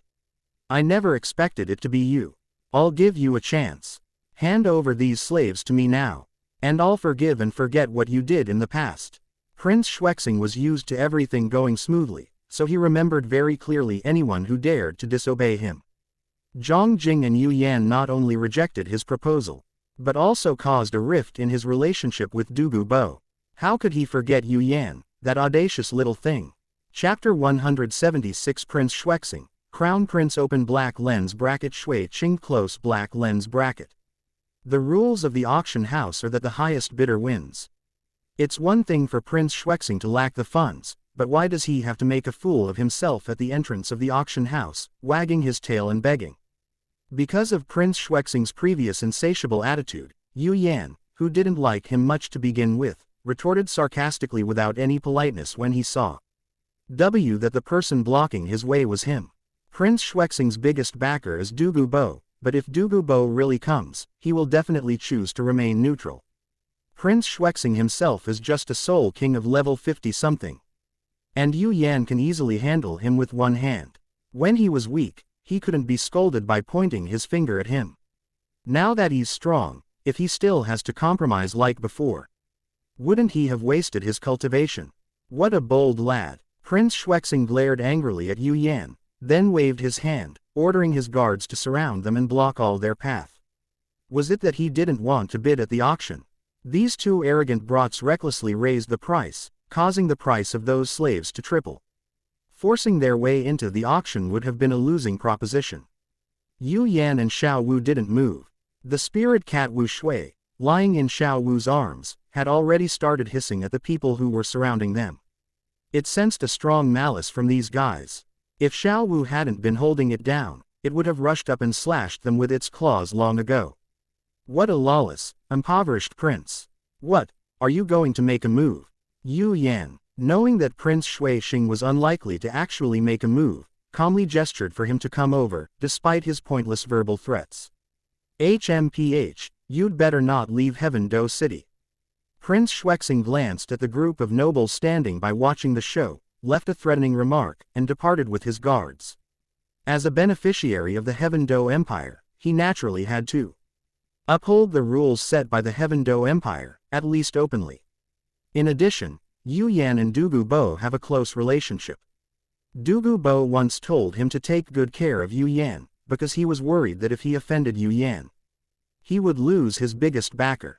Violating the laws of the Heaven Dou Empire will at most result in a very minor punishment. If he offends Douluo, he will definitely lose his current power and status. And there are quite a few people eyeing his position. What Prince Shuexing thought of, Yu Yan could also think of. But beyond these things, the most important reason was that Yu Yan had already gained the strength to not take Prince Shuexing seriously. Watching Prince Shuexing leave, Ning Rongrong let out a long sigh. Prince Shuexing is such a waste. If you had just held on a little longer, it would have been my turn to step in and win over Yu Yan. Ning Rongrong composed herself, stepped forward, and looked at Yu Yan, asking, Yu Yan, do you need me to help you solve this problem? Since we can't offer help when things are going well, we can at least add to what's already good. No need, it's just a minor trouble, nothing important. It's still early, let's go visit the Crown Prince now. Ning Rongrong nodded and led Yu Yan and Xiao toward the Crown Prince's residence. She already knew why the two of them were going to visit Shui Qing.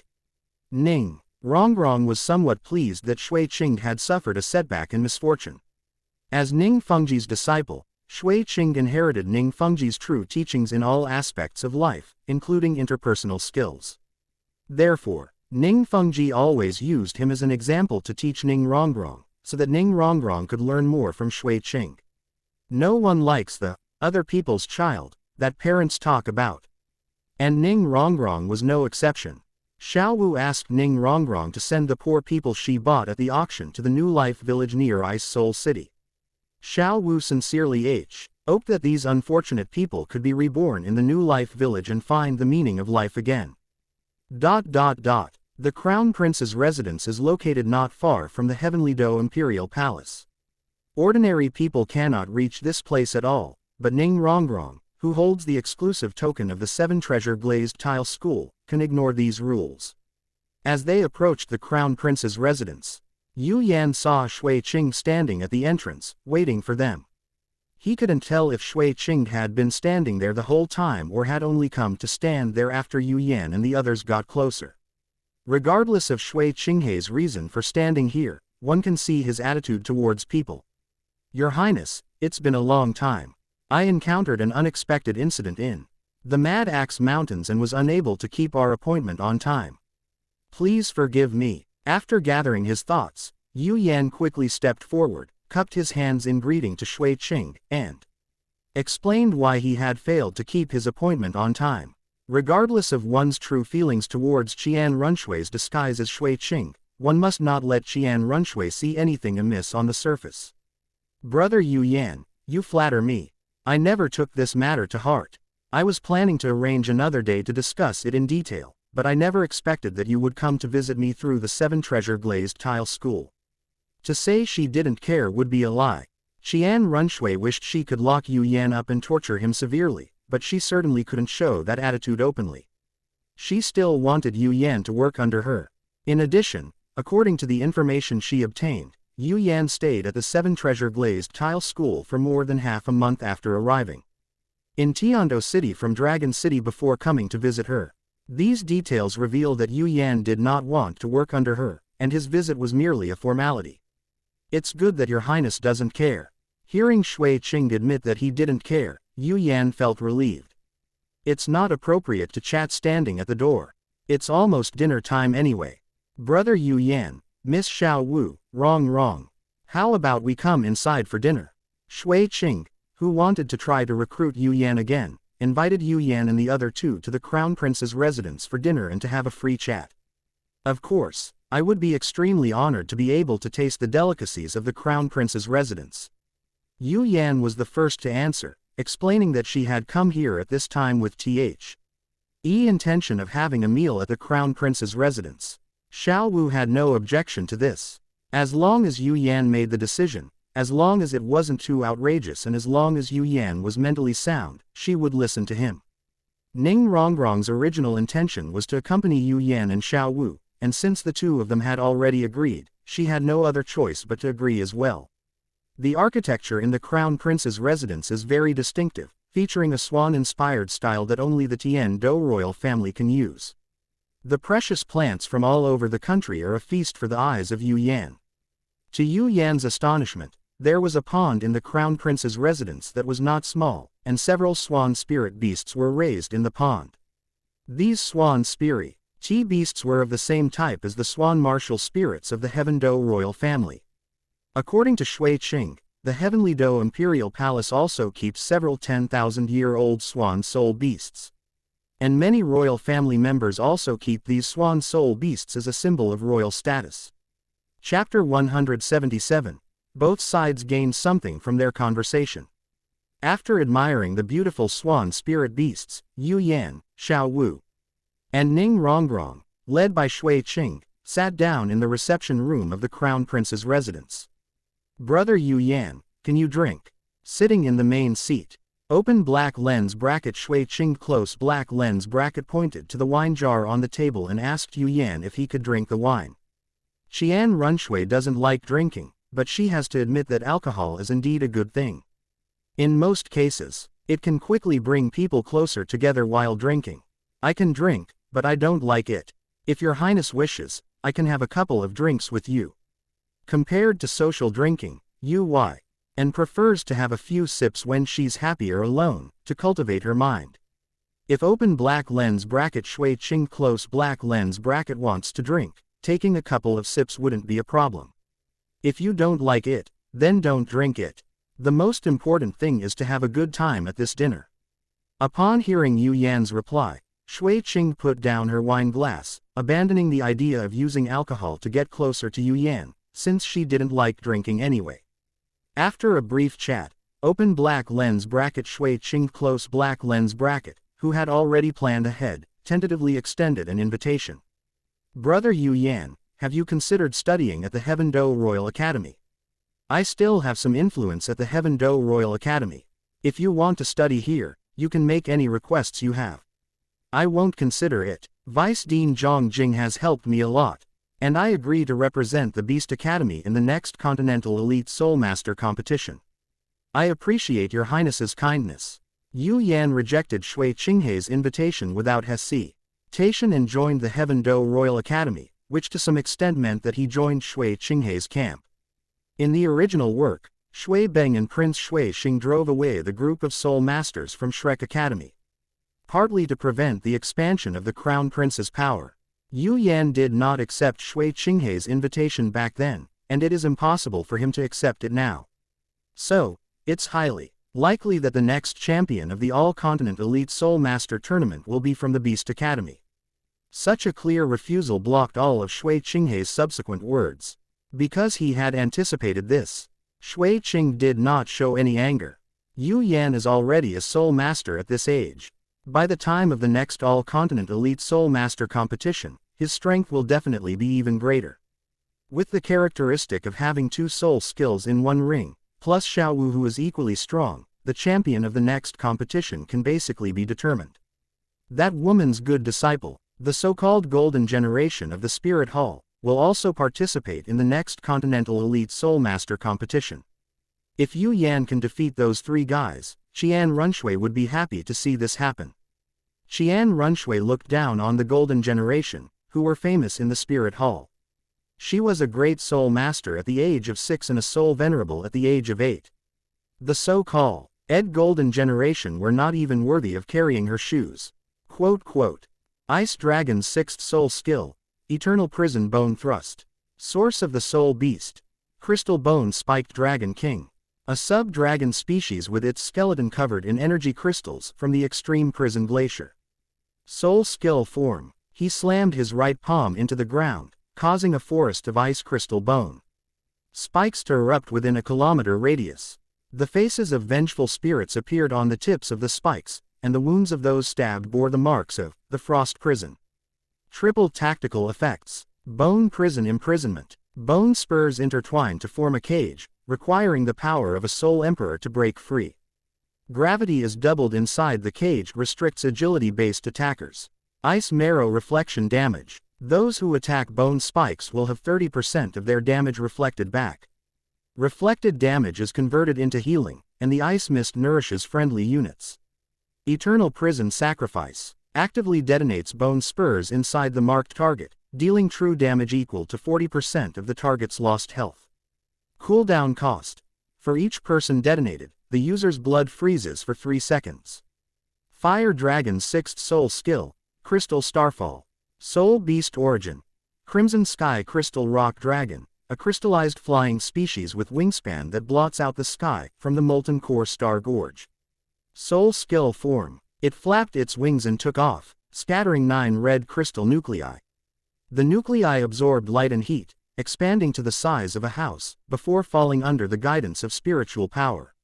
Strategic strike chain. Stage effects. Douluo scientific principles.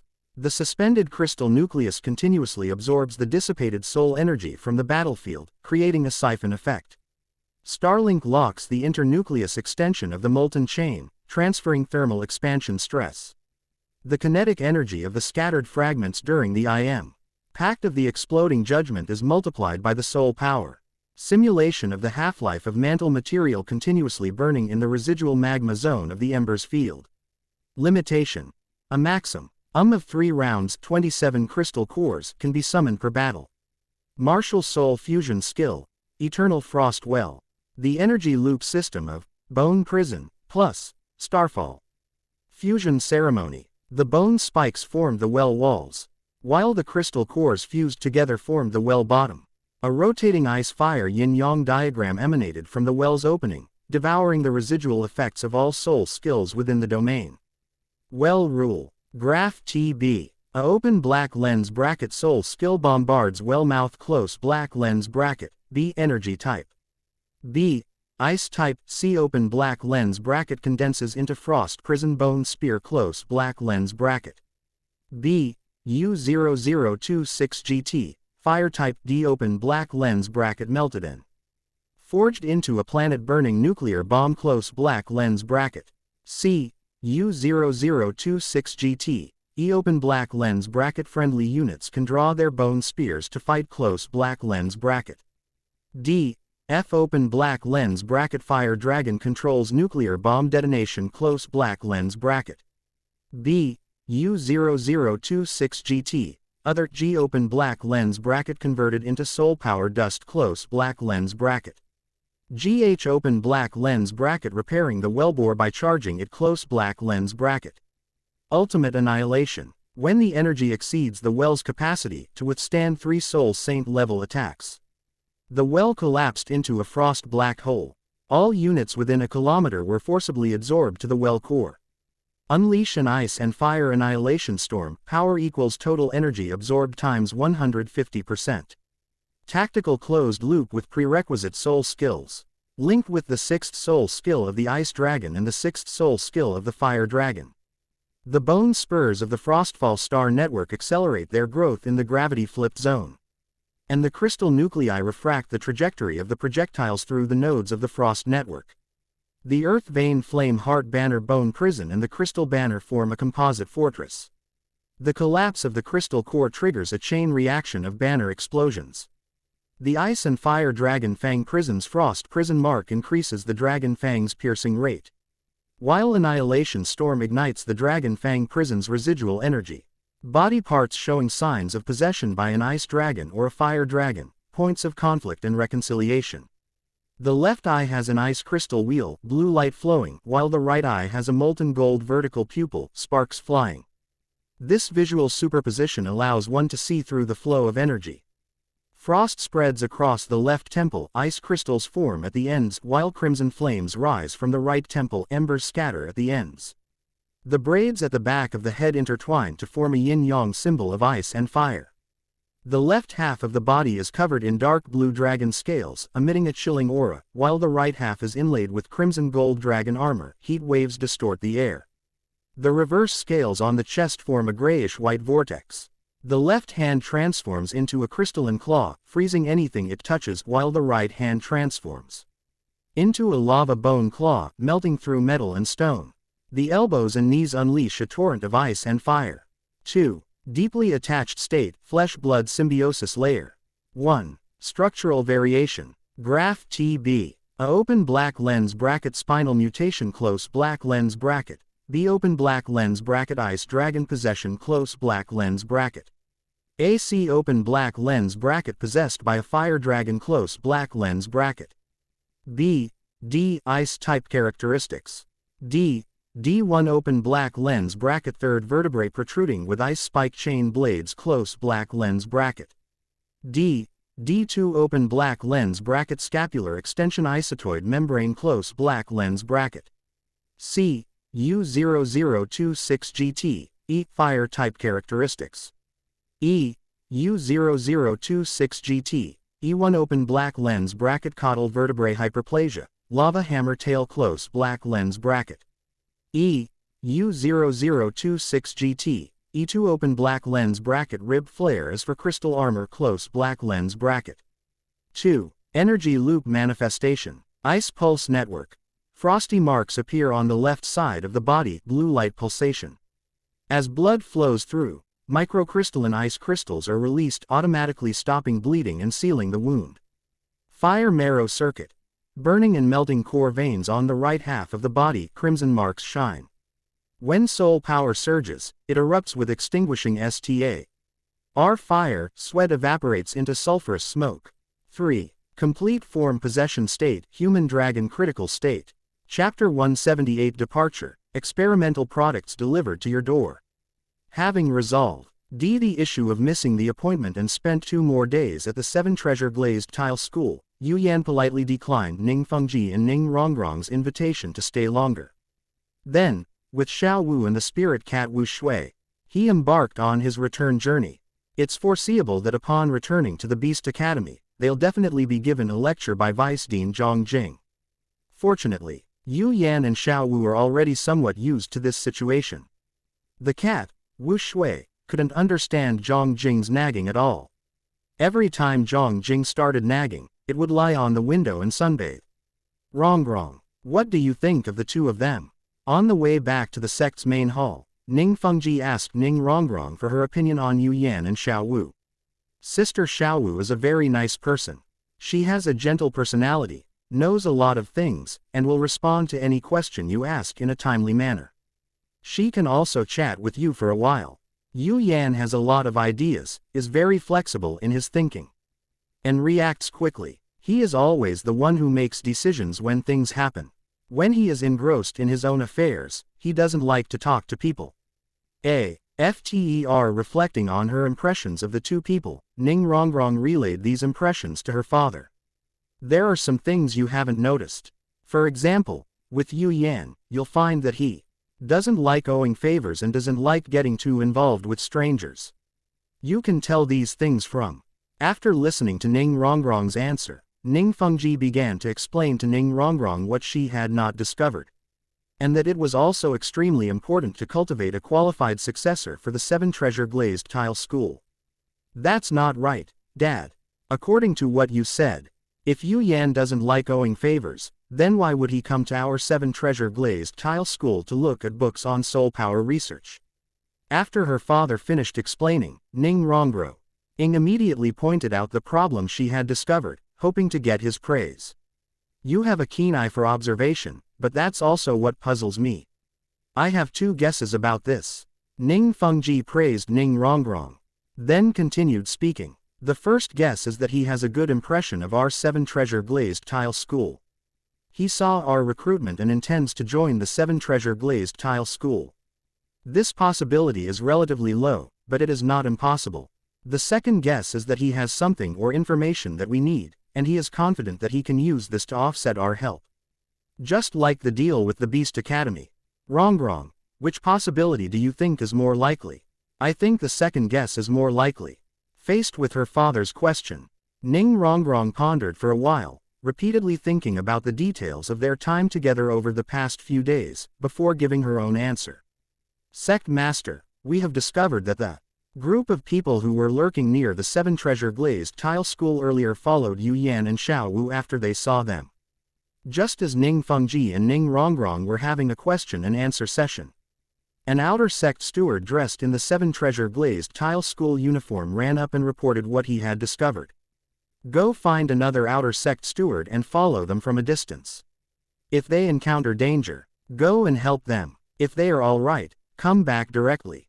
The outer sect stewards of the 7 Treasure Glazed Tile School are all soul saints below level 75. TW. Soul saints can suppress those lurking outside the 7 Treasure Glazed Tile School. This group was sent by Prince Shuexing, who is extremely vengeful. Because Yu Yan refused his help, Ning Fengji did not take action against these guys. If these guys are helpful, Ning Fengji can also do Yu Yan a big favor. If these guys don't perform well, Ning Fengji can see where Yu Yan's confidence in refusing to help comes from. So he can formulate a more perfect recruitment plan. In short, no matter what the final outcome is, he won't lose out. Yu Yan, can you feel it? Someone is following us. On the way back, Xiao Wu, who sensed the presence of those people hiding in the shadows, explained her discovery to Yu Yan. They didn't arrive. After answering Xiao Wu's first question, Yu Yan thought for a moment and said, "It must have been someone sent by Prince Shui Xing. That guy is notoriously petty. Let's find a place to receive the experimental subjects he sent." The strongest Soul Master under Prince Shuexing's command is a level 73 Soul Saint. A Soul Saint would never do such dirty work. After eliminating this Soul Saint, no matter who Prince Shuexing sends, Yu Yan and Xiao Wu can handle it. In fact, even if that Soul Saint himself came, Yu Yan and Xiao Wu would not be without the power to fight back. If Prince Shuexing knew that you referred to the Soul Master he sent to assassinate us in that way, he might be so angry that he would vomit blood. Upon hearing Yu Yan's name, Xiao Wu could already picture that annoying guy's expression, and a smile involuntarily appeared on her face. It would be best to infuriate him to death directly, and then make a move after leaving the 7 treasure glazed tile school's territory and finding a secluded place. If Prince Shuexing were to die of anger, Yu Yan would definitely have a big feast to celebrate. After quickly agreeing on a strategy, taking out a map of the Heavenly Dou Empire, and determining the location to dispose of the test subjects, Yu Yan led Xiao Wu to increase their movement speed. During their chase, Yu Yan and Xiao Wu arrived at a scenic valley with no one around, where they waited for their pursuers. Before long, a 7-person team appeared in Yu Yan's sight: 6 men and 1 woman, 2 Soul Kings, 3 Soul Masters, and 1 Soul Venerable. One of the 7 members of the team is currently in a state of martial soul possession. Judging from the characteristics of his martial soul, it can be determined that his martial soul is a wolf, and he is the weakest of the Soul Masters. No wonder they were able to keep following behind. It turns out there was a Soul Master skilled in reconnaissance and tracking. "Gentlemen, what is your purpose in following us for so long?" Knowing why they had come, Yu Yan asked them the same question, which was also a final confirmation of their identities to avoid misunderstanding Prince Shui Xing. "Your look isn't one of confusion. You've probably guessed who we are. Don't blame us for ganging up on you later. Blame yourself for offending the wrong people." The male Soul King standing at the front of the 7-person team looked at the expression on the faces of the people they were targeting. While giving his answer, he also began to wonder why the 2 of them were so calm, without any of the expressions one would expect when facing danger. He and his brothers had done a lot of dirty work for Prince Snowstar, but this was the first time they had seen such a calm target. "I'll stop teasing you since you haven't said anything outrageous." Just as Yu Yan was pondering, his voice and the action of his martial soul possession came together. "Oh no, retreat quickly." Seeing the 5 spirit rings surrounding the target, and the 5th spirit ring flashing, the male Spirit King's face showed a look of terror. While warning his companions to be careful, he began to run away. Chapter 179 Frosty Skyfalling Star Net, Mystic Ice Chains. 5th Ice Dragon Technique, Sky Frost Falling Star Net. 2nd Ice Dragon Technique, Mystic Ice Chains. After the Ice and Fire Twin Dragon martial souls were attached to Yu Yan, the 5th soul ring landed on Yu Yan. The Ice Dragon Energy Phantom appeared behind Yu Yan and spat out a ball of icy energy towards the sky. After the ball of icy energy rose into the air, it quickly expanded into a hexagonal frost net, which then slowly descended. At the same time, 7 chains of mysterious ice extended from Yu Yan's position, rapidly moving towards the 7 pursuers. Even pursuers showed expressions of panic. The 7-person team that followed: Ice Dragon's 6th soul skill, Eternal Prison Bone Thrust. Source of the Soul Beast, Crystal Bone Spick. Ed Dragon King, a sub-dragon species with its skeleton covered in energy crystals from the Extreme Prison Glacier. Soul Skill Form: he slammed his right palm into the ground, causing a forest of ICE crystal bone spikes to erupt within a kilometer radius. The faces of vengeful spirits appeared on the tips of the spikes, and the wounds of those stabbed bore the marks of the frost prison. Triple tactical effects. Bone prison imprisonment. Bone spurs intertwine to form a cage, requiring the power of a soul emperor to break free. Gravity is doubled inside the cage, restricts agility-based attackers. Ice marrow reflection damage. Those who attack bone spikes will have 30% of their damage reflected back. Reflected damage is converted into healing, and the ice mist nourishes friendly units. Eternal prison sacrifice. Actively detonates bone spurs inside the marked target, dealing true damage equal to 40% of the target's lost health. Cooldown cost. For each person detonated, the user's blood freezes for 3 seconds. Fire Dragon's 6th Soul Skill, Crystal Starfall. Soul Beast Origin. Crimson Sky Crystal Rock Dragon, a crystallized flying species with wingspan that blots out the sky from the molten core Star Gorge. Soul Skill Form. It flapped its wings and took off, scattering 9 red crystal nuclei.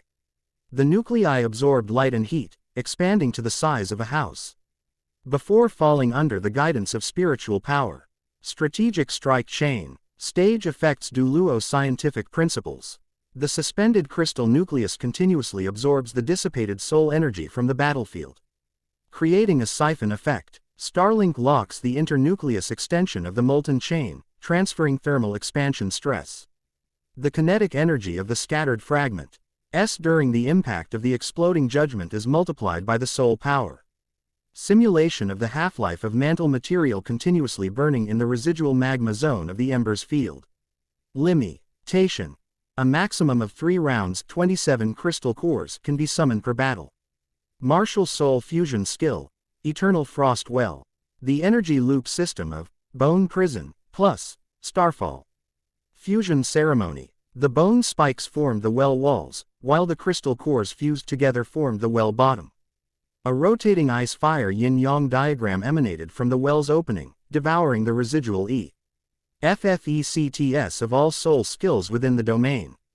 Well Rule. Graph TB. A open black lens bracket soul skill bombards well mouth close black lens bracket, B energy type. B. Ice type, C open black lens bracket condenses into frost prison bone spear close black lens bracket. B. U0026GT, fire tip. E. D open black lens bracket melted and forged into a planet-burning nuclear bomb close black lens bracket. C. U0026GT, E open black lens bracket friendly units can draw their bone spears to fight close black lens bracket. D. F open black lens bracket fire dragon controls nuclear bomb detonation close black lens bracket. B. U0026GT, other G open black lens bracket converted into soul power dust close black lens bracket. GH open black lens bracket repairing the wellbore by charging it close black lens bracket. Ultimate Annihilation. When the energy exceeds the well's capacity to withstand 3 soul saint level attacks. The well collapsed into a frost black hole. All units within a kilometer were forcibly absorbed to the well core. Unleash an ice and fire annihilation storm, power equals total energy absorbed times 150%. Tact. ICAL closed loop with prerequisite soul skills. Linked with the 6th soul skill of the ice dragon and the 6th soul skill of the fire dragon. The bone spurs of the Frostfall star network accelerate their growth in the gravity-flipped zone, and the crystal nuclei refract the trajectory of the projectiles through the nodes of the frost network. The Earth Vein Flame Heart Banner Bone Prison and THE Crystal Banner form a composite fortress. The collapse of the crystal core triggers a chain reaction of banner explosions. The Ice and Fire Dragon Fang Prison's Frost Prison Mark increases the Dragon Fang's piercing rate, while Annihilation Storm ignites the Dragon Fang Prison's residual energy. Ice Dragon's 6th Soul Skill, Abyssal Extreme Cold Vortex Spear. Soul Beast Origin. Polar Ruins, V. Ortex Crystal Bone Dragon, a sub-dragon species with hollow bones that conduct cold currents. Soul Skill Form. He loosely grasped the spiraling ice spear in his right hand. The spear shaft was wrapped in liquid cold currents. And after throwing it, its flight trajectory created a vacuum-like frigid zone. Triple Puncture Rule. Eddy Adsorption. The spear tip forms a vortex of cold air, forcib, Li pulling targets along its path, absorption force equals soul power difference times 20%. Those who are absorbed move at a speed reduced by 50% due to the freezing effect of the cold wave. Crystallization. Upon impact, the ice spear shatters into 1,000 bone spikes, inheriting 30% of the original attack power. Bone spurs carry the frost vein mark. 3 stacks freeze for 1 second. Guishu feedback. For each enemy frozen, the ice dragon's soul power recovers by 5%, maximum 25%. Tactical role. A skill for breaking through enemy lines and controlling the field, effective against dense formations. Physical prototype. Bernoulli effect plus instantaneous freezing of supercooled water. Fire Dragon's 6th soul skill, Ember Core Fission Array. Soul Beast Origin. Fusion Crystal Beetle Swarm, I.N. Molten Rift, a symbiotic insect dragon creature whose collective resonance ignites the crystal core. Soul Skill Form. He slapped the ground with his left hand to unleash a 6-pointed star fire array, from which 12 unstable crystal cores rose. Chain Reaction System. Scientific principles of phased effects. Crystal core charging absorbs residual energy from fire attribute soul skills. Phi. Seijan Resonance Internuclear Energy Transfer, Damage Amplification 15%, Timed Nuclear Fission Neutron Impact Simulation. Annihilation Collapse Active Detonation. Core temperature melts through soul psi. NT Defense Oppenheimer Limiting Critical Formula. Limitation. The crystal core can be shattered by external forces, total damage reduced by 15% for each shattered core. Martial Soul Fusion Skill, Eternal Frost Inferno. A qualitative fusion of the Frost Vortex Spear and the Fission Array. Activation Conditions. The ice spear pierced the center of the fire array, and the cold current collided the molten core to create an ice-fire singularity. Twin Realm Effects. Graph LR. A open black lens bracket singularity outburst close black lens bracket, B, domain range. B, U0026GT, inner radius 50 meters, C open black lens bracket absolute 0 close black lens bracket. C, U0026GT, C1 open black lens bracket action freeze close black lens bracket. C, U0026GT. C2 open black lens bracket soul power freeze close black lens bracket. B, U0026GT, outer radius 200 meters, D open black lens bracket molten core rainstorm close black lens bracket. D, U0026GT, D1 open black lens bracket crystal nucleus falls like a meteorite close black lens bracket. D, D2 open black lens bracket each item causes area of effect burning close black lens bracket. Tactical conclusion. The domain lasts for 10 seconds, at which point the singularity undergoes a second collapse. Inner ring. Freezes and shatters the target's body, instant D. ETH if defense is less than or equal to Soul Emperor level. Outer ring. The scorching wasteland of the molten core, continuous burning plus soul power suppression. Tactical coordination with the first 5 rings. Combo. Attack implementation methods and tactical value. Frost Vortex Spear plus Frostfall Star Net. Ice Spear pulls the target into the Frost Net's gravity flip zone, forcing displacement plus terrain kill. The combination of the Fission Array and the Earth Vein Flame Core amplifies damage by bouncing between banners, allowing for targeted explosions of the enemy's core. The Eternal Frost Flame Prison Tribu. Lashin and the Ice and Fire Dragon Fang Prison Domain combine to form an absolute death zone where no one below the title Douluo level can survive. Design Breakthrough. Physics empowers. Cold Vortex. Gun. Bernoulli effect in fluid dynamics, low pressure adsorption. Fission Array. A chain reaction model in nuclear physics, exponential energy growth. New tactical dimension. The Frost Vortex Spear forces displacement to break formations. Aftershock recovery from Fission Array creates extended operating range. Fusion technology enhancement. The ice-fire singularity achieves a symbiosis of absolute freezing, inner circle, and superheated melting, outer circle. This set of soul skills centers on ice control and fire explosion, with the Frost Vortex Spear controlling the rhythm of the battlefield. The Fission Array creating an art of destruction, and ultimately merging into the Judgment Death domain. All effects remain within the limits of the Soul Emperor level, perfectly inheriting T. He combat essence of Douluo continents. Soul rings determine the fate. Ice Fire skills. Gain a powerful ultimate attribute skill or a simplified version of a domain, such as Open Black Lens Bracket Emperor's Palm. Great. Cold Without Snow Close Black Lens Bracket for simplified control, or Open Black Lens Bracket Burning Sky Flame Close Black Lens Bracket for continuous area burning. Open Black Lens Bracket Soul Fusion Skill. Soul True Form. Ice and Fire Pisces Soul Close Black Lens Bracket. Core Transformation Point.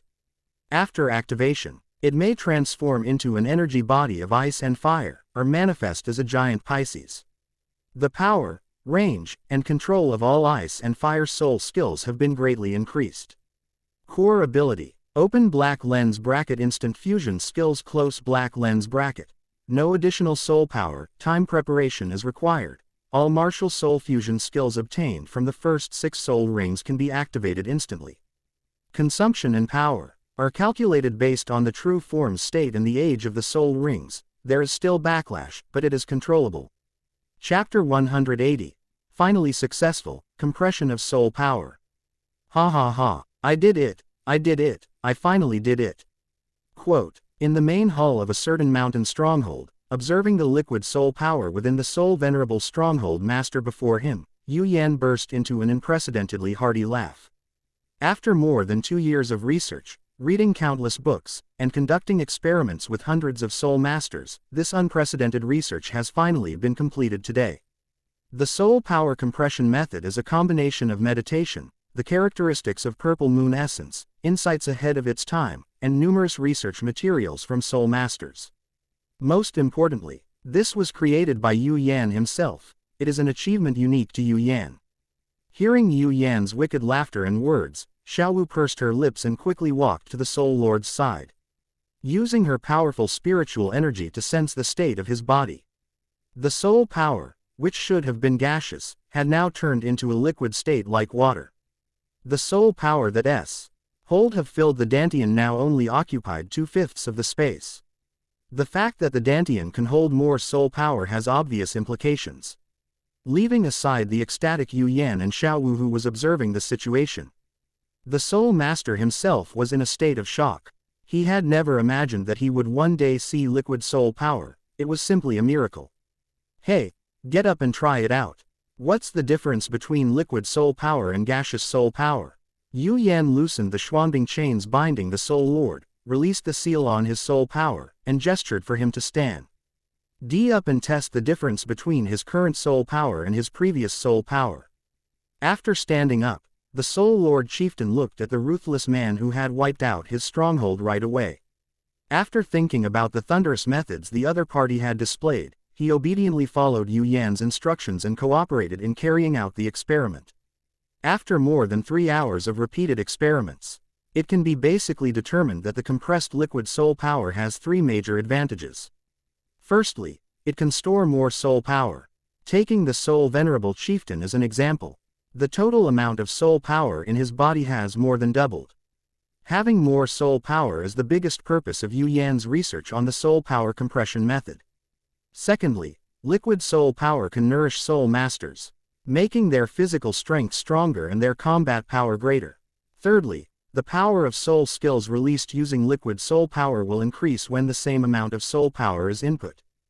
Due to the nature of liquid soul power, with his Dantian filled with liquid soul power, the Soul Venerable Chieftain, whose strength was unprecedentedly powerful, saw Yu Yan and Xiao gathered together discussing liquid soul power and immediately activated his martial soul to escape.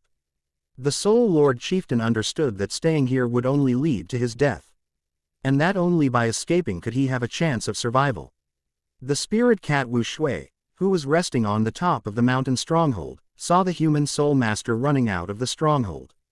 As a 10,000-year-old soul beast, it revealed its aura and leapt from the roof to the Soul Venerable Stronghold Master, and began to play with him.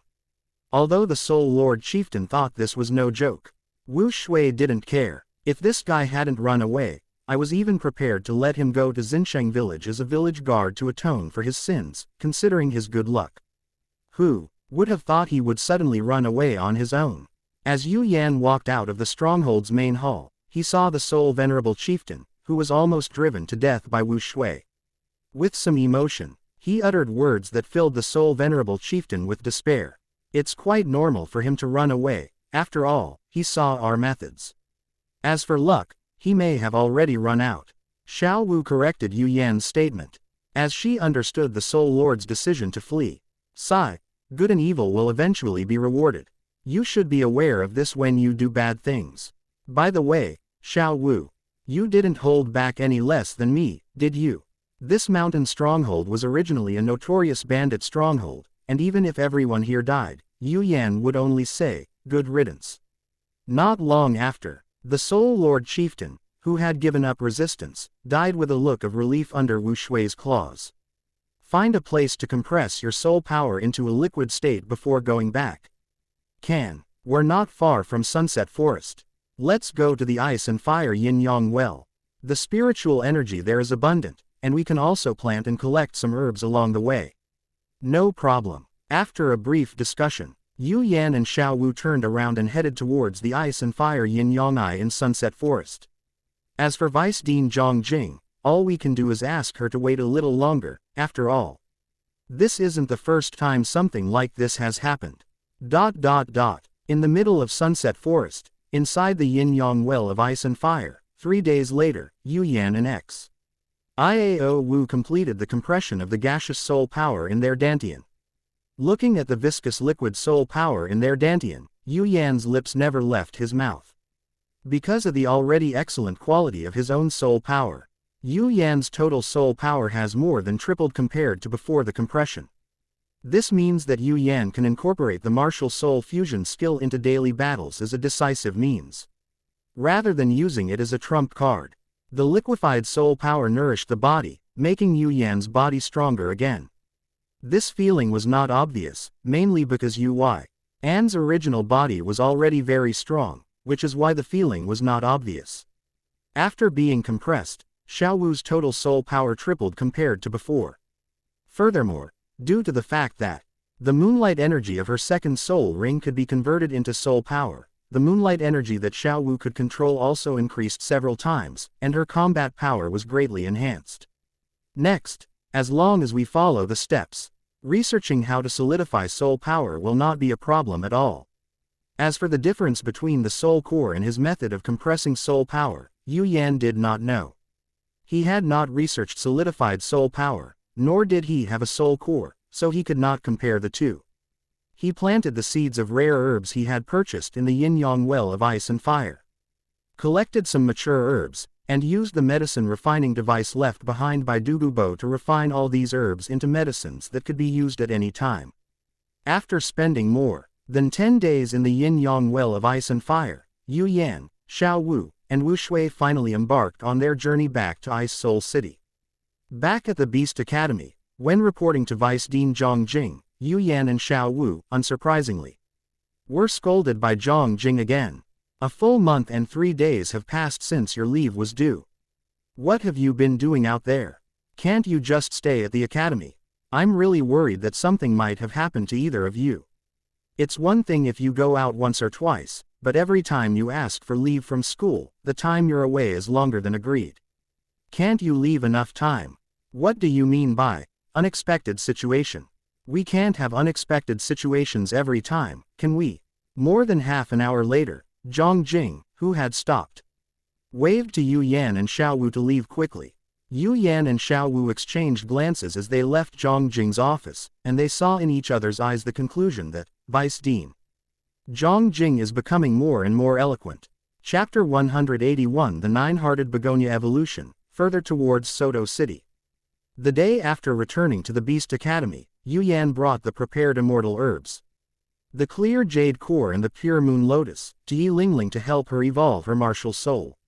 Looking at the 2 immortal herbs placed in front of her, Yi Lingling, knowing just how precious they were, took the lead in swearing to the unknown deity that she would always follow Yu Yan, always listen to Yu Yan's words, and never harbor any ill intentions towards Yu Yan. After making the vow, under Yu Yan's guidance, Yi Lingling consumed the 2 immortal herbs one bite at a time and began to evolve her martial soul. Under the combined effect of the 2 immortal herbs, Yi Lin Gling's body burst forth with dazzling brilliance, and her 9-heart begonia martial soul began to change.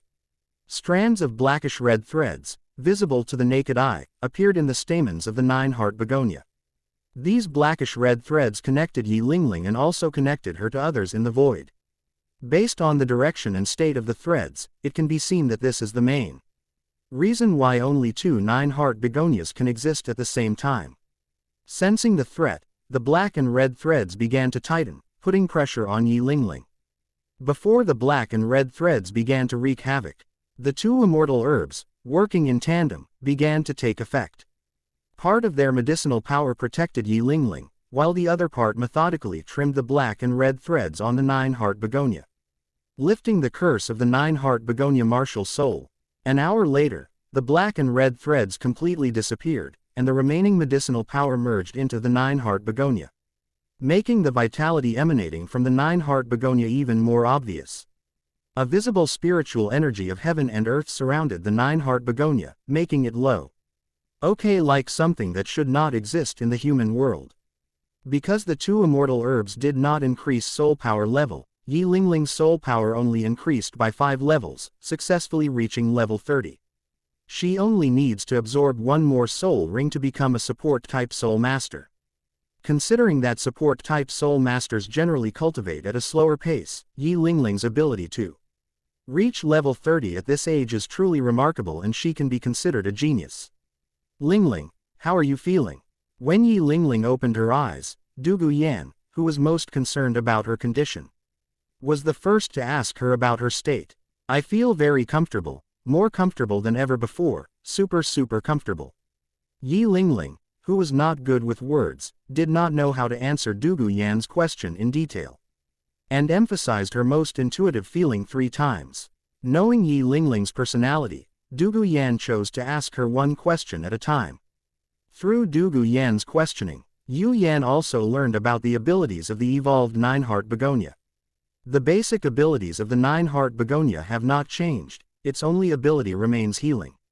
However, its healing ability has been significantly improved compared to before.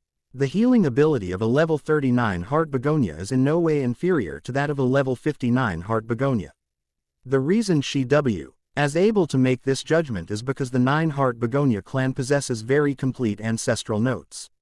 Yi Lingling had read these notes when she was born and had a clear understanding of the healing abilities of the 9-heart begonia at different levels. While healing its injuries, the 9-heart begonia can also slightly restore its soul power, but compared to its healing ability, its ability to restore soul power is negligible. To demonstrate supreme imperial power, to prove his status and achievements as a human emperor, demonstrating extraordinary strength, as a top-level soul master, usually a title Douluo or higher, showcasing their powerful martial soul, soul rings, and soul bones. Control of vast resources. This proves the resources including soul beasts, minerals, soul guidance technology, etc. under their control during their reign. The pursuit of immortality or protection of future generations. Some burial items may have a mystical or protective nature, reflecting the hope that one will continue to enjoy power in the afterlife or protect the nation of one's descendants. Major categories and specific items of burial goods. Armaments and symbols of power and strength. Martial soul materialization objects. Martial soul crystal, soul power core. A special crystal or energy core containing the powerful original power of the Emperor's martial soul during his lifetime, possibly located in the core position of his coffin or altar. Exclusive weapons. The strongest weapons used by the Emperor during his lifetime, combining soul guidance technology in rare materials such as extraterrestrial meteorite iron, deep-sea sunken silver mother, and high-level soul beast bones, claws, teeth. These weapons are not only sharp and tough, but also store powerful soul power or soul skills. Spirit rings and spirit ring substitutes. Soul ring crystal, soul ring image gem. A special energy crystal that seals or records the image of an emperor's soul rings from their lifetime, especially high-level soul rings such as red, gold, and divine-level rings showcasing their power and realm. It may be an ornament placed around the coffin. Sacrificia. El soul beast remains, soul cores. Key parts are energy cores from powerful soul beasts, especially those of the 100,000-year level, from which their soul rings originated, symbolizing their conquest of power. Bone of Spirit. Complete sets of soul bones. Powerful soul bones collected and absorbed by emperors during their lifetime, forming an important part of their power. Even after an emperor's death, these soul bones may remain in the tomb in special forms, such as energy bodies or crystal-sealed bodies, as burial goods and symbols.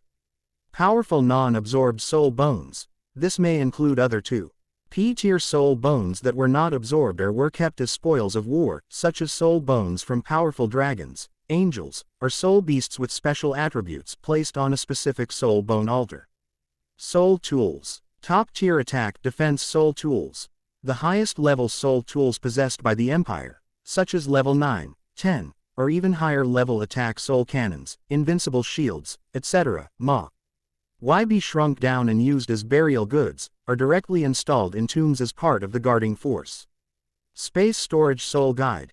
It may contain some burial objects, but more often it contains keys or authorization marks that symbolize the royal treasury. Functional soul guides, such as powerful lighting, temperature control, and even forbidden research items involving time, space, and the soul. Wealth and resources. Soul beast materials.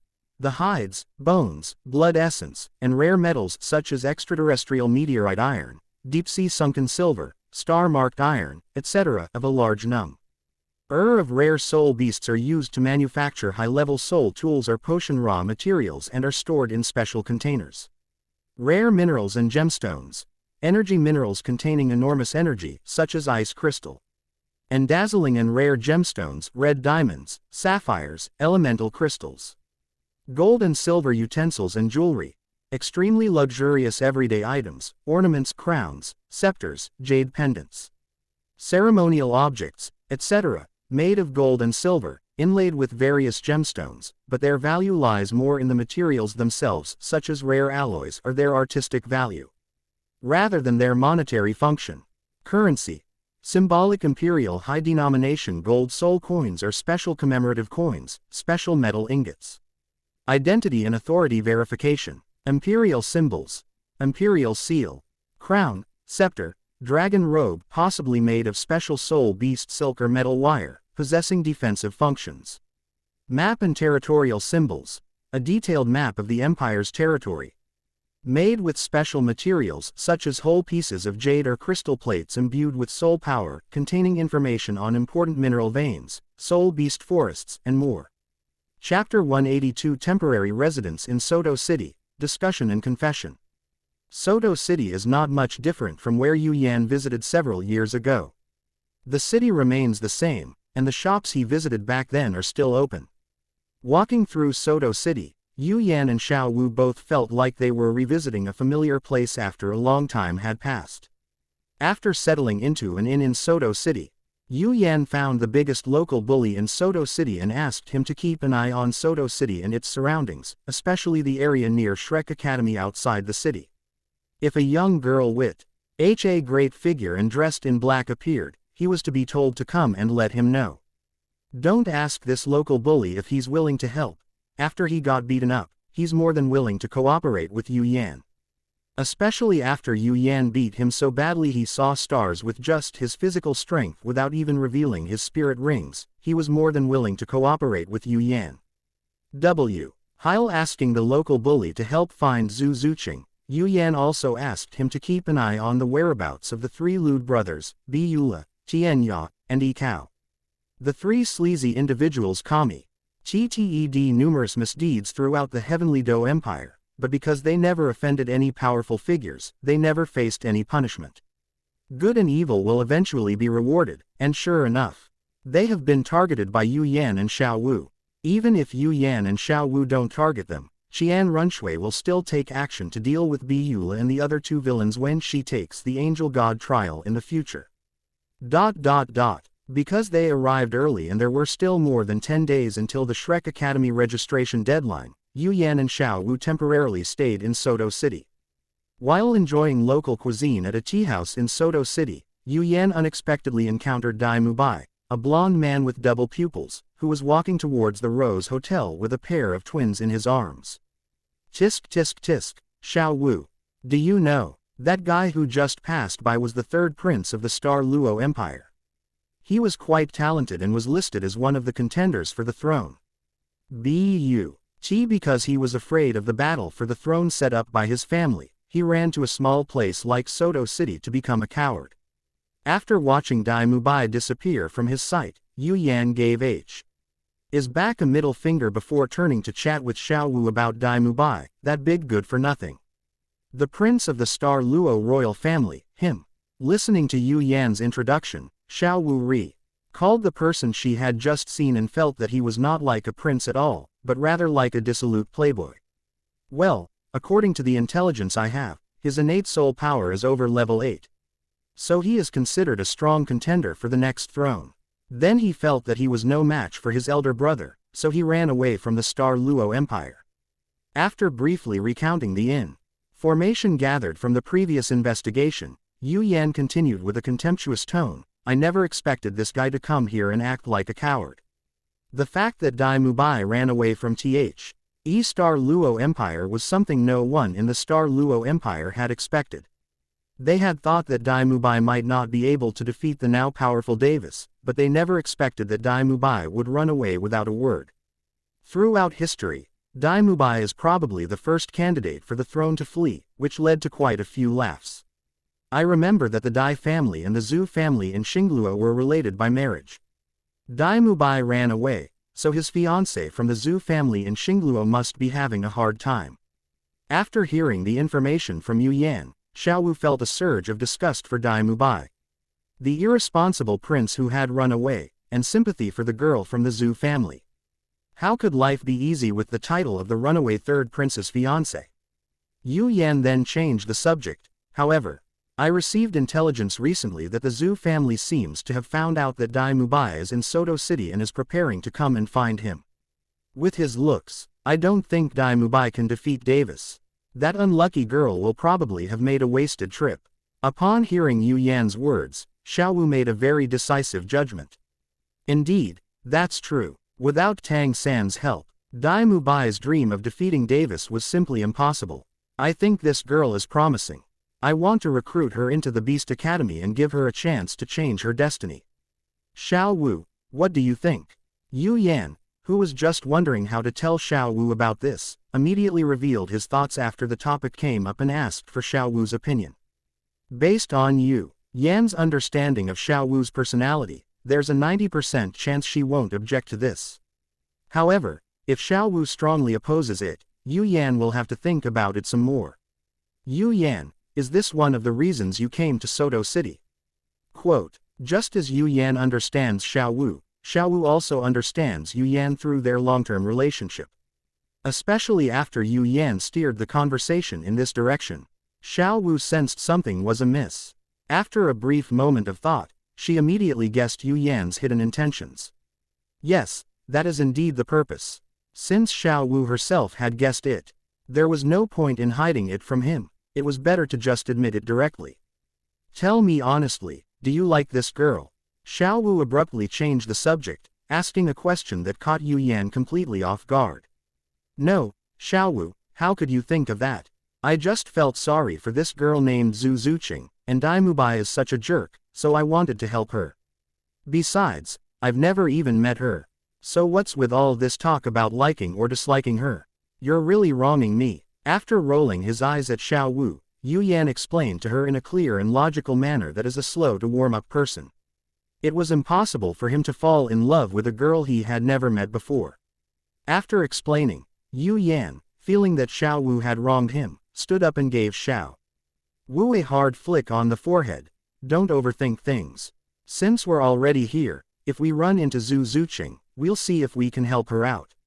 Having confirmed that Yu Yan really just wanted to help the pitiful Zhu Zuqing, Xiao Wu rubbed her forehead, which didn't hurt at all, and gave an affirmative answer. Dai Mubai is indeed trash, but this girl named Zhu Zuqing is really good. Helping her out is no big deal. They've helped many people in the past 2 years, and Xinsheng village has already become Xinsheng town. They won't miss Zhu Zuqing. I knew you wouldn't refuse. Looking at Yu Yan's grinning face, Xiao Wu gently pinched his waist. Next time you make a decision, can you discuss it with me beforehand? Next time for sure, next time for sure. Wait, this isn't going to be some kind of next time. Is it? You and that fallen soul master did the same thing before. How could that be? Of course you would. You've done plenty of things like that.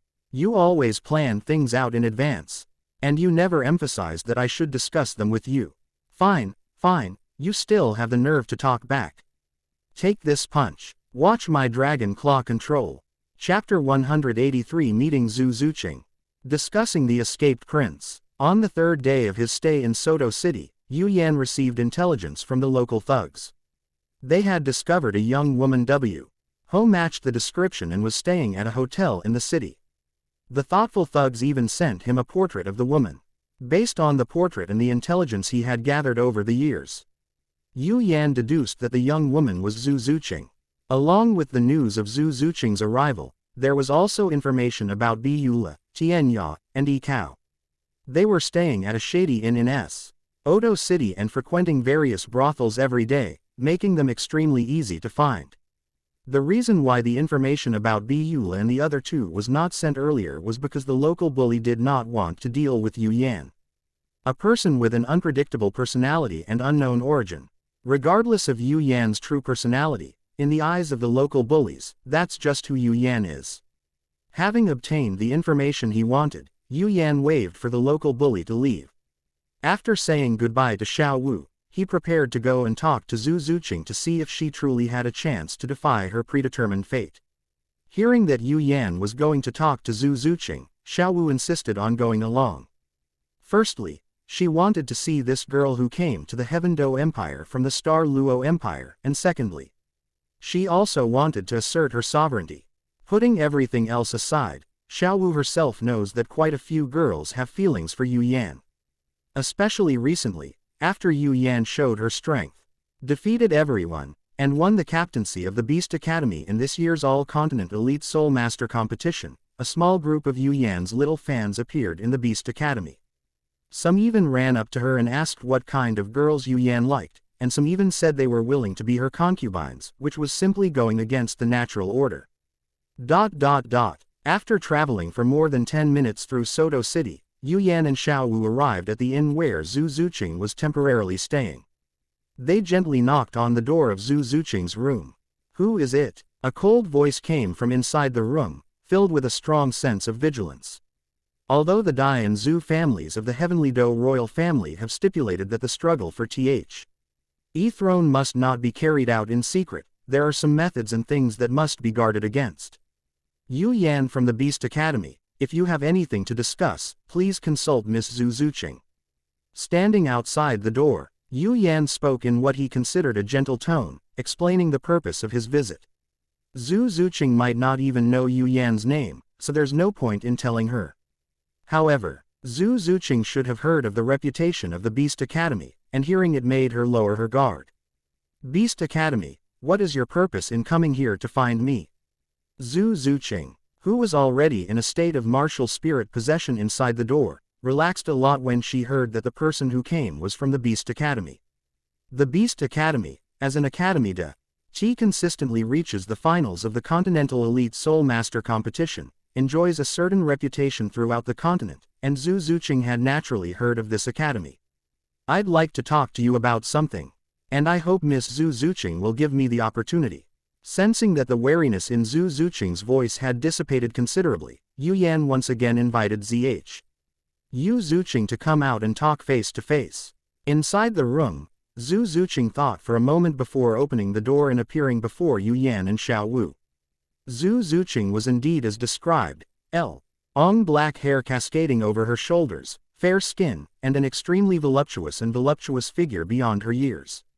In stark contrast to her voluptuous figure was her extremely indifferent expression, lifeless eyes, and the deathly coldness emanating from her that was difficult to bear. Bearing the title of the runaway prince's fiancée, and having lived in the Star Luo Empire for so long, her cold demeanor is the best protective shell. Zhu Zuqing, who came out of the room, glanced casually at Yu Yan and Xiao Wu before looking at the spirit cat Wu Shui, who was lying in Xiao Wu's arms. As the family with the most powerful cat-type martial soul in Douluo continent, the Xingluo Zhu family naturally raises spirit cats. Judging from the quality of spirit cats like the one that treads on snow to find plum blossoms, none of the spirit cats in the entire Xingluo Zhu family are as good as this one.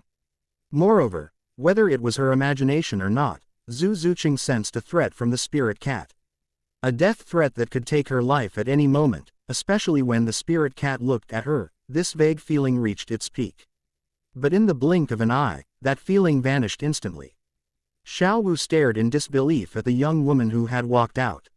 She had never imagined that someone could have such an astonishing physique at the age of 12, it was truly terrifying. My name is Yu Yan. I have met Miss Zhu Zuqing here. This is not the place to chat. I have already booked a banquet at this inn. Please move to a private room for a more detailed discussion. Compared to Xiao Wu's shock, Yu Yan, who had already anticipated it, invited Zhu Zuqing to the reserved private room for a detailed chat. Zhu Zuqing's answer was as cold and aloof as her personality, as if she had no interest in anything. After patting the shocked Xiao Wu on the shoulder and giving her a look, Yu Yan led the way to the private room that had been reserved when they came in. Coming to her senses, Xiao Wu smiled kindly at Zhu Zuqing and followed Yu Yan toward the private room. Seeing that the two had already set off, Zhu Zuqing followed suit. She was still a little curious about why the people from the Beast Academy had come to find her. After taking her seat in the private room, Zhu Zuqing sized up the well-matched couple sitting opposite her. After observing them for a while, she asked directly, "May I ask what brings you two here? I heard that you came to Soto City to find the runaway prince of the Star Luo Empire and to deal with the eldest Prince Davis and your sister Zhu Zuyun together." Quote, instead of stating his purpose directly, Yu Yan asked Zhu Zuqing about her purpose in coming here, explaining that he needed some preamble before he could persuade her, and this was the preamble. So what if it is, and so what if it isn't? Hearing Dai Mubai referred to as the runaway prince from Yu Yan's mouth, Zhu Zuqing's emotions did not change in the slightest. Her reply expressed her attitude. She did not want to discuss this issue with Yu Yan. If you're here to find that runaway prince and rebel against him, I think you might have made a wasted trip. These past few days, I've seen the runaway prince spending the night at the Rose Hotel with a pair of twins every day. And from the intelligence I've gathered, the runaway prince Dosun seemed to have any intention of rebelling. Yu Yan took out a document from the golden scepter and placed it in front of Zhu Zuqing. This document details Dai Mubai's soul power level, combat abilities, and daily life over the past 2 months. At 15 years old, with a soul master level of 37, he could be considered a genius anywhere, but he still couldn't satisfy Zhu Zuqing. You have to understand that when Dai Mubai graduated from the Star Luo Royal Junior Academy 3 years ago, he was already a level 29 Great Soul Master. In the golden years when Soul Masters cultivate the fastest, could she be satisfied with such slow progress? Chapter 184 I am Yu Yan, level 66 Soul Emperor. She cultivated like a madwoman in the Star Luo Empire, and by the age of 12, she had reached level 27 in soul power, surpassing even Davis, Dai Mubai, and Zhu Zuyun of the same age. Everyone thought Dai Mubai would maintain his lead, but unexpectedly, he fell behind. They were both young to begin with, and Dai Mubai was even behind Davis at the same age. From being in the lead to falling behind, the chances of him defeating Davis and his sister Zhu Zuyun became much smaller, making it hard for Zhu Zuqing to be happy. The positive mindset she had been forced to cultivate over the years prevented Zhu Zuqing from revealing her emotions. She continued to carefully examine the intelligence report, wanting to know what Dai Mubai had been doing all these years. When Zhu Zuqing saw that Dai Mubai had spent 23 nights in the past 2 months at the Rose Hotel with a pair of twins, and had booked a room at the Rose Hotel for an extended period, Zhu Zuqing's face instantly darkened. Besides the twins, the document also details 5 other women who had affairs with Dai Mubai, including their names, surnames, and even their home addresses.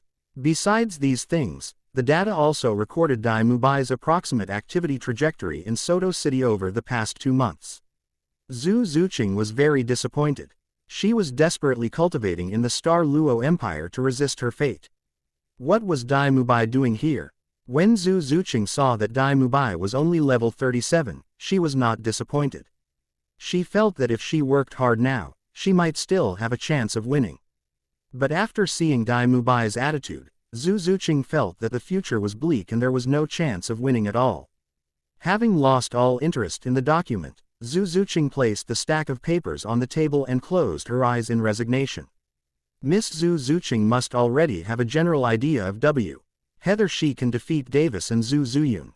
Seeing that Zhu Zuqing's expression hadn't changed since they met, Yu Yan closed his eyes in despair and launched an offensive, asking her how she felt. Upon hearing Yu Yan's words, Zhu Zuqing adjusted her expression slightly and looked at Yu Yan coldly. So, what exactly do you want to say by showing me this information? Having composed herself, Zhu Zuqing stared at Yu Yan with a cool gaze, wanting to hear what this audacious fellow had to say.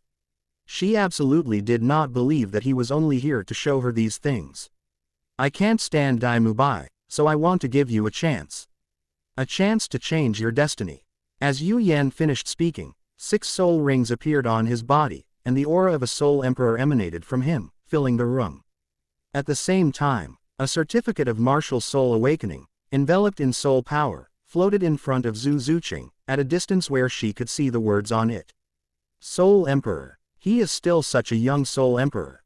When Zhu Zuqing saw the spirit rings floating on Yu Yan's body, a look of shock appeared on her usually calm face.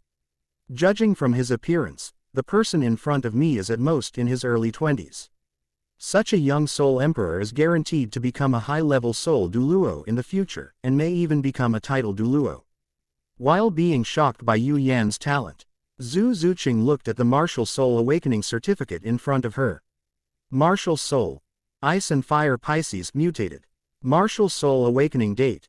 Douluo calendar 2637. Wait, Douluo calendar 2637, isn't that 6 years ago? Isn't that the year I awakened my martial soul? If this is true, then this 6-ring soul emperor is only 12 years old this year. A 12-year-old soul emperor. Zhu Zuqing's calm expression vanished. She stared in disbelief at the martial soul awakening certificate, then at the 6 soul rings surrounding Yu Yan. For a moment, she didn't know what to say to express her feelings. Let me reintroduce myself. I am Yu Yan. My martial soul is Ice and Fire Pisces, and I am a level 66 soul emperor specializing in attack and control. Do you want to change your destiny? Yu Yan reintroduced himself and extended another invitation to Zhu Zuqing. More than a year ago, he successfully broke through to level 60 and absorbed his 6th soul ring in the Stardo Great Forest. It was a dragon-type soul beast with ice and fire attributes that was over 99,900 years old and named Frost Vortex Ember Hammer Dragon. The reason Yu Yan did not absorb the 100,000-year soul ring was that his mental strength was not strong enough to withstand the soul shock generated after the death of a 100,000-year soul beast. There is a huge difference between a 100,000-year-old soul beast and a 10,000-year-old soul beast. A 100,000-year-old soul beast has complete intelligence, can speak human language, and its combat power is equivalent to a titled Douluo among humans. Absorbing its soul ring will grant you 2 soul skills and will inevitably produce a soul bone. This is why the mental shock that a 100,000-year soul ring has to endure is extremely terrifying. Yu Yan's mental strength at level 60 was simply unable to withstand this terrifying impact. When Yu Yan reaches level 70, his mental strength will definitely be able to withstand the mental impact of a 100,000-year soul ring. At which point he will naturally be able to absorb the 100,000-year soul ring. It's worth mentioning that Yu Yan's 6th spirit ring was hunted with the help of the great Ming Azure Bee, Python and the 2 Ming Titan Giant Ape. The 2 of them felt bad about taking the molted shell of the Heavenly Dream Ice Silkworm, which was less than 800,000 years old, so they helped Yu Yan fin. This ice and fire dragon-type spirit beast that was almost 100,000 years old near the inner circle of the Heaven Do Forest. Just as Yu Yan said, the 2 of them kill some soul beasts every month as food. And killing soul beasts does not give them much psychological burden. As for the slightly strange feeling of helping humans hunt soul beasts, how could it compare to the heavenly dream ice sea? LK worm molts that Yu Yan and Xiao Wu gave them. Those were treasures that could greatly enhance their strength. Not only did Da Ming and Ming feel something was off, but even Yu Yan, the person directly involved, felt something was strange when he absorbed the soul ring of the cold vortex ember hammer dragon. Looking at the 6 spirit rings of yellow, purple, black and white shining on Yu Yan's body. And considering Yu Yan's age, it would be impossible not to be tempted. Why don't you agree? Is there some doubt? Yu Yan looked at Zhu Zuqing, who hadn't agreed immediately, and asked her what her concerns were. The rule of the Star Luo royal family is that Dai Mubai and I must defeat my sister and Davis together. The martial soul fusion skill of the Dai family and the Zhu family, Netherworld White Tiger, allows us to fight beyond our level. It's not enough for just me to become stronger. Having grown up under the influence of the Star Luo royal family, Zhu Zuqing still kept the rules of the Star Luo royal family in mind even under such circumstances. Upon hearing this answer, Yu Yan, who was almost laughing in anger, asked Zhu Zuqing in return, do the Dai family Why and the Zhu family have any title Douluo? No, but the Star Luo Emperor and Empress can fight a title Douluo after using the martial soul fusion skill Netherworld White Tiger. Zhu Zuqing answered the question truthfully. It was common knowledge and there was no need to hide it. Once I become a title Douluo, the so-called rules of the Star Luo Empire will not be able to trouble you.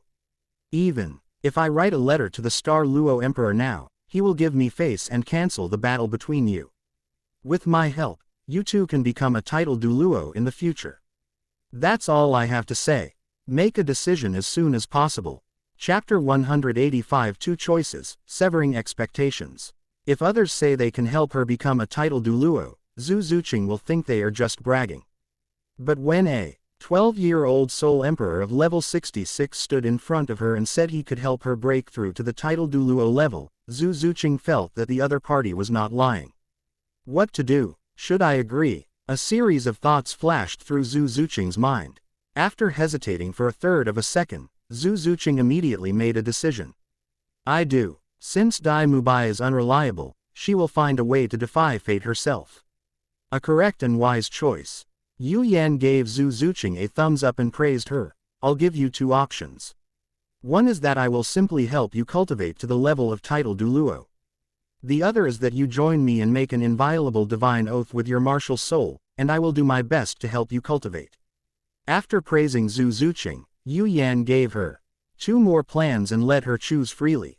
The first plan, relying on the resources in the yin-yang well of ice and fire, plus the purple moon essence, would make it no problem for Zhu Zuqing, who already has good talent, to cultivate to the level of a title Douluo. Given Zhu Zuqing's personality, there's a very high chance she'll side with Yu Yan when things happen. The second option is that, if Zhu Zuqing makes a similar divine oath as Yi Lingling, Yu Yan will use immortal herbs, moonlight purple energy, whale glue, and the soul power compression method to help her grow. Only by making a divine oath and gaining Yu Yan's complete trust can she obtain all of Yu Yan's help. You don't have to make a vow to the gods.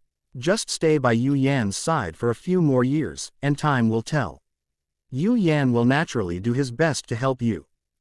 Upon hearing the 2 choices Yu Yan presented, Zhu Zuqing was at a loss as to which one to choose. No rush, you can think about it slow. WLY and make a decision when you get to the Beast Academy. Consider this a deposit, you can try it out first. Yu Yan wasn't in a hurry for Zhu Zuqing to make a decision. He took out a small bottle of pills, placed it on the table, and handed it to Zhu Zuqing. These pills are made from extremely aged medicinal herbs from the yin-yang well of ice and fire. They have a remarkable effect on soul power cultivation, and this bottle of pills is enough for Zhu Zuqing to successfully cultivate to the soul venerable level. After leaving the pills behind, Yu Yan pulled Xiao Wu away from the private room, leaving Zhu Zuqing to think things over on her own. After putting away the pills, Zhu Zuqing got up and left the private room. She planned to investigate the information in the document herself. Some things she had to see with her own eyes to be convinced of. More than 10 minutes later, the waiter brought the prepared food into the private room, only to find it empty. A guest. You've paid, aren't you going to eat? Dot dot dot. Yu Yan, we missed out just now because we didn't get to try the local specialties. After leaving the hotel where Zhu Zuqing was staying, and walking quite a distance, Xiao suddenly remembered the meal she had paid for but hadn't tasted. We're just looking for a relatively secluded place to talk business. The main purpose isn't to eat. If you really want to eat, we can find some time to go out and have a meal together. Hearing Xiao Wu's rambling, Yu Yan offered a solution. No need, no need. I was just mentioning it casually. What do we do next? Xiao Wu waved her hands repeatedly to refuse. Over the years, she had traveled all over the country with Yu Yan and eaten a lot of delicious food. She was not craving this meal, it was just something she mentioned casually later. Go hunt down Biyula, Qian and Yi Kao. Their whereabouts have been tracked down, and they should be in Chonglilu at this point. Zhu Zuqing has already given his answer. So the only purpose of coming to Soto City is to hunt down Biyula and his two companions. Once he has dealt with these three menaces, he will return to the Beast Academy in Ice Soul City to continue his secluded training. As for Tang San, the original protagonist destined for greatness, Yu Yan didn't even bother to check on his current situation. It would be too beneath him for a 1-2-year-old level 66 Soul Emperor to compete with a 12-year-old level 29 Great Soul Master. In this era, the only young geniuses who can rival Yu Yan are the level 65 Soul Emperor Xiao Wu and the innate level 20 Soul Power Qian Runshui. Everyone else is just a foil to highlight how powerful the three of them are. Okay, let's go back as soon as possible. After nodding in agreement, Xiao Wu remembered something else. This time we brought back a 12-year-old genius who was at level 27. Vice Dean Zhang Jing should have no reason to nag us anymore, right? Absolutely none left. Maybe we can get 2 more Ice Soul flowers to plant in the Ice and Fire Yin Yang Eye. When this topic came up, Yu Yan immediately thought of the Ice Soul flower, the greatest treasure of the Beast Academy. With the Ice and Fire Yin Yang Eye, a natural medicinal garden that grows 10 times faster, collecting rare herb seeds from various places to enrich the variety of herbs within the Ice and Fire Yin Yang Eye has become a major interest for Yu Yan. That's fine. I'll fully support it. The fruit trees planted in the yin-yang well of Ice and Fire a few years ago now produce a lot of delicious fruit every year. And Xiao Wu has a lot of them in her storage soul tool. Standing by the window, watching Yu Yan and Xiao Wu walk away, Zhu Zuqing took the information containing Dai Mubai's details and left the hotel.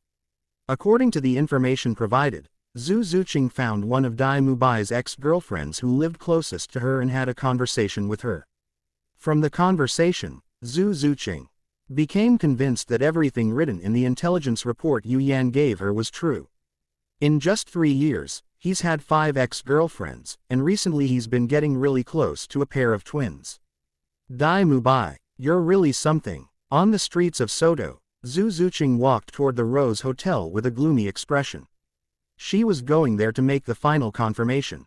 In the tea house next to the Rose Hotel, at the window seat where Yu Yan and Xiao Wu used to sit, Zhu Zuqing ordered some tea and snacks, ignoring the storyteller's exciting tale on stage, her eyes fixed on the street outside. Her mind flashing through her experiences over the years. Time passed slowly, and the sky was dyed red by the setting sun. Just when Zhu Zuqing thought she would wait in vain all afternoon, a flamboyant blonde man in white clothes with twins in his arms appeared in her sight. Their destination was the Rose Hotel, a love hotel. As Dai Mubai's nominal fiancé, Zhu Zuqing naturally recognized Dai Mubai, whom she hadn't seen for 3 years, at a glance. Seeing the happy smile on Dai Mubai's face as he talked with the twins, and thinking about what he had done over the years, Zhu Zuqing did not rush up to question him about why. She simply cut off the last bit of expectation she had for Dai Mubai. Since Dai Mubai has already chosen his own path and is hiding in this place to give up on himself, she must also make a choice and fight against this tragic fate. Back at the inn, Zhu Zuqing took out the pills given to her by Yu Yan and swallowed them, beginning her daily cultivation practice. Chapter 186 Effortless Control, Unwavering Loyalty. In Soto City, in front of Chonglilu, Yu Yan looked at this Douluo continent version of a brothel with a hint of curiosity in his eyes. But he had no intention of going in. He found a spot in front of the main entrance of Chonglilu and waited for Biyula, Tianya, and Ikao to come out of Chonglilu. Some people like to go to such places. But Yu Yan is not one of them, because he has a certain degree of mental fastidiousness. Just as Yu Yan was admiring the fiery clouds on the horizon, Xiao nudged his arm, gesturing for him to look at the entrance of Chonglilu. Yu Yan looked towards the entrance of Chonglilu and saw Tianya and Ikao walking out arm in arm, with lewd smiles on their faces, seemingly discussing some lewd topics. I'll go and capture them both. You wait here for a moment. After saying a few words to Xiao Wu, Yu Yan leapt down from the second floor and quickly came to Tianya and Ikao's back. He placed his hands on their shoulders, and a special chill entered their bodies through the point of contact, restricting the flow of their soul power. When Tianya and Aka realized something was wrong, the cold air that had entered their bodies had already begun to affect the circulation of their soul power. Tianya and Ekao are both high-level soul kings who are close to soul emperors. The cold air that Yu Yan injected into their bodies could only hinder the circulation of their soul power, but could not completely seal it off. With the remaining soul power within their bodies, Tianya and Ekao instantly activated their martial souls and soul rings, preparing to forcefully break free from the clutches of the person behind them before making further plans. When Passé, RSBY saw the 5 spirit rings, 1 white, 2 yellow, and 2 purple, on Tianya and Ekao, they were immediately terrified and scattered. The disputes between spirit masters were not something ordinary people like them could get involved in. Friend, we probably don't know each other. Tianya turned his head and saw Yu Yan's appearance. He tried hard to search his memory and, after confirming that he did not recognize this powerful young man, asked Yu Yan a question. Friend, we can discuss your purpose calmly. There's no need to start a fight in the street. From Tianya's question, it was learned that Tianya did not know this person either. Ekao quickly communicated with Yu Yan, trying to avoid the fight as much as possible, or to buy some more time until the two of them broke free from the strange obstruction in their bodies. We really don't know each other. I just accepted the bounty on you 3 brothers. What's wrong with that? As Tianya and Buell fiercely resisted, Yu Yan also activated his martial spirit, revealing his spirit ring and summoning Xuanbing chains to wrap around Tianya and Buell, continuously releasing cold air to oppress them. The Xuanbing chains, formed by viscous liquid soul power, are 3 times colder and 50% harder than before. Tianya and Ekao, who were bound by the Xuanbing chains, could feel the speed at which their soul power was circulating within their bodies slowing down at a visible rate. What's a paltry bounty worth? If you're willing to give up now, the 3 of us brothers are willing to pay 3 times, no, 5 times the price. While begging for mercy, Goose Cow increased his resistance. Goose Cow, who was now completely possessed by a martial spirit, looked particularly strange. His neck inexplicably grew longer. His beak turned into a duck's pointed beak, feathers grew on his arms, and his belly became fat. The green kitchen knife in Tianya's hand burst forth with a dazzling green light, and 2 rings landed on the knife one after another, making his aura continuously stronger, and the strength of his struggle also began to increase. Do you think I would risk coming here to hunt down the 3 of you for such a small bounty? The ice dragon, one of the ice and fire twin dragons, appeared, and the mystic ice chains were activated to their maximum potential. The Xuanbing chains, which had loosened slightly due to the outbursts of Tianya and Ekao, tightened again due to Yu Yan's slight exertion, completely suppressing the 2. The chill released unintentionally by the ice chains caused the surrounding temperature to drop several degrees, leaving some frost on the ground. The battle is over. Wu Shui, let's go down. After finishing her tea, Xiao Wu left 5 silver soul coins on the table and then jumped out of the second-floor window. The spirit cat Wu Shui called out, meowed and leapt down after Xiao Wu, landing precisely in her arms after Xiao Wu landed. 3 seconds after Xiao Wu landed, the chilling aura surrounding Yu Yan dissipated, revealing Yu Yan, who had already won the victory. With their soul power sealed, Tianya and Ekao slumped to the ground in despair, staring blankly at the sky, wondering why the 2 soul kings had been defeated so quickly. If the 2 of them asked Yu Yan, Yu Yan would tell them that even an ordinary Soul Emperor would be defeated just as quickly. Hey, tell me honestly, where is Biyula? Yu Yan kicked Cao with his foot and asked where the remaining owner of the Tianluo double shield, brought martial soul, Biyula, was now. To be honest, he was quite interested in seeing this martial soul. I'll tell you where Biyula is, senior, can you please let me go?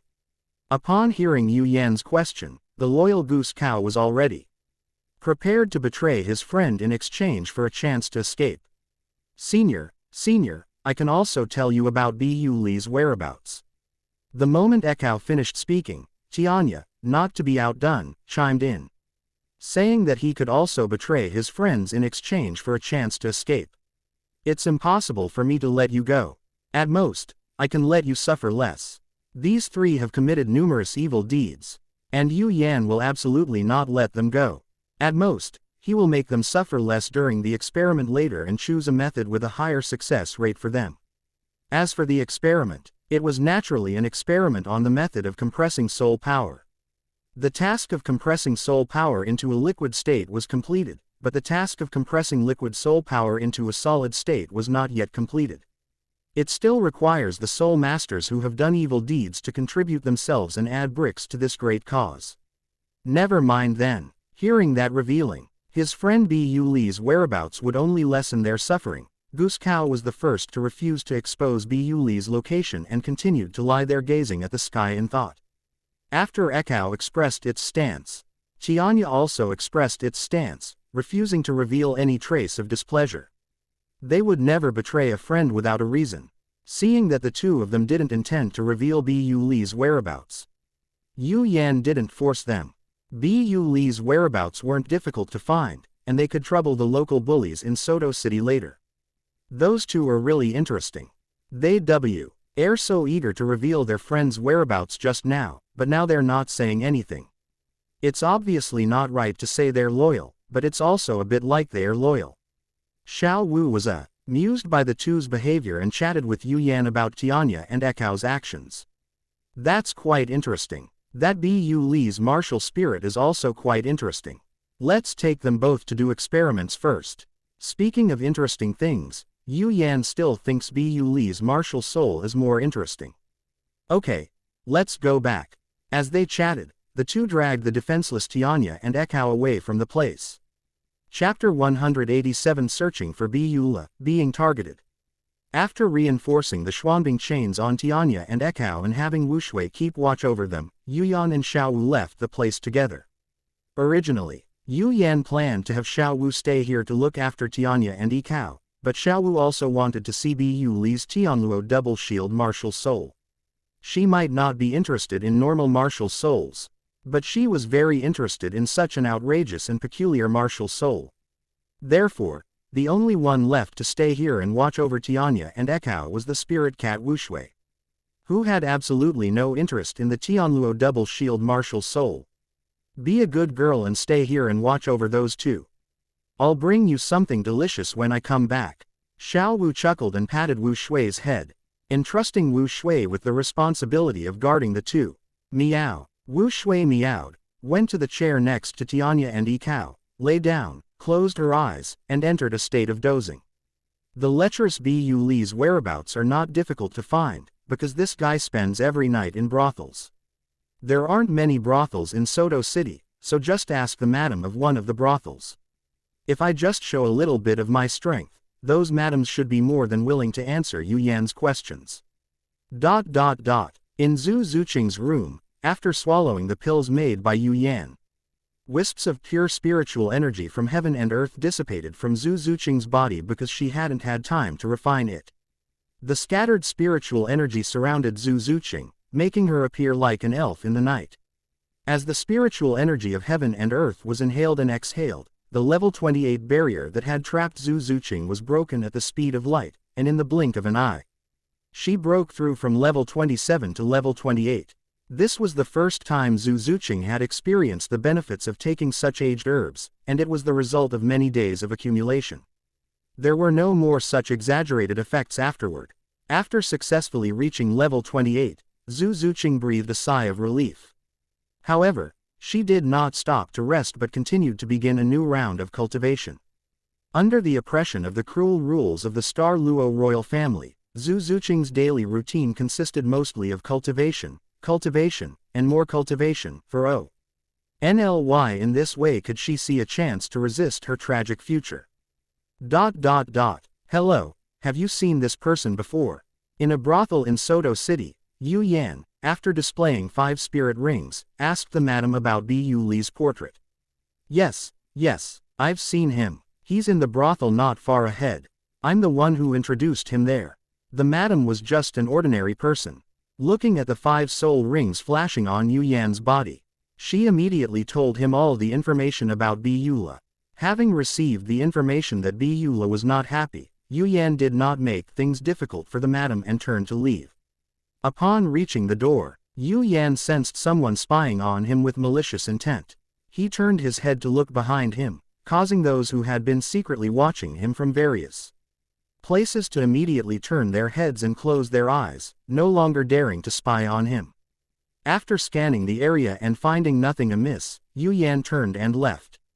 The person who hid didn't even have the courage to look him in the eye. He was clearly just a rat in the gutter, not worth taking seriously. That damned bastard Yu Yan, how dare he come to Soto City? You just wait, I'm going back to get some people to deal with you. Once Yu Yan had walked away, the man who had been staring at him with malicious intent peeked out. He glared at Yu Yan's retreating figure, angrily cursing at him, and prepared to call for help to teach this bastard Yu Yan a lesson. If Yu Yan were here, he would recognize at a glance that this chubby boy is Ma Hongjun, whom he once beat up. Driven by hatred, Ma Hongjun disregarded his anger and left quickly through the back door, channeling his soul power as he ran towards Shrek Academy outside the city. He was going to find teacher Zhao Wuji to help him take revenge. Zhao Wuji, the vice dean of Shrek Academy, is a level 76 soul saint with the mighty Vajra bear martial soul. He is known as the unknown king in the soul master world, and his strength is far greater than that of ordinary soul masters. Yu Yan, I'll make you regret this. Perhaps because he had something to look forward to, Ma Hongjun ran towards Shrek Academy outside the city 3 points faster than usual. So, did you find any trace of Bu Li? Because of her gender, Xiao felt uncomfortable entering such places, so upon seeing Yu Yan emerge, she immediately inquired about the progress of the Yu Yan incident. We found out. It's in the next brothel we're going to. This guy can really run. He actually ran this far. After informing Xiao of the investigation results, Yu Yan couldn't help but complain and felt unhappy. So, if we follow the timeline without his own, not long after, Bu Li should be in this area, having a breakthrough with Ma Hongjun because of a top courtesan in a brothel, and teaching Ma Hongjun a lesson, only to be taught a lesson by the people Ma Hongjun called. Now that I'm here, that kind of thing shouldn't happen anymore.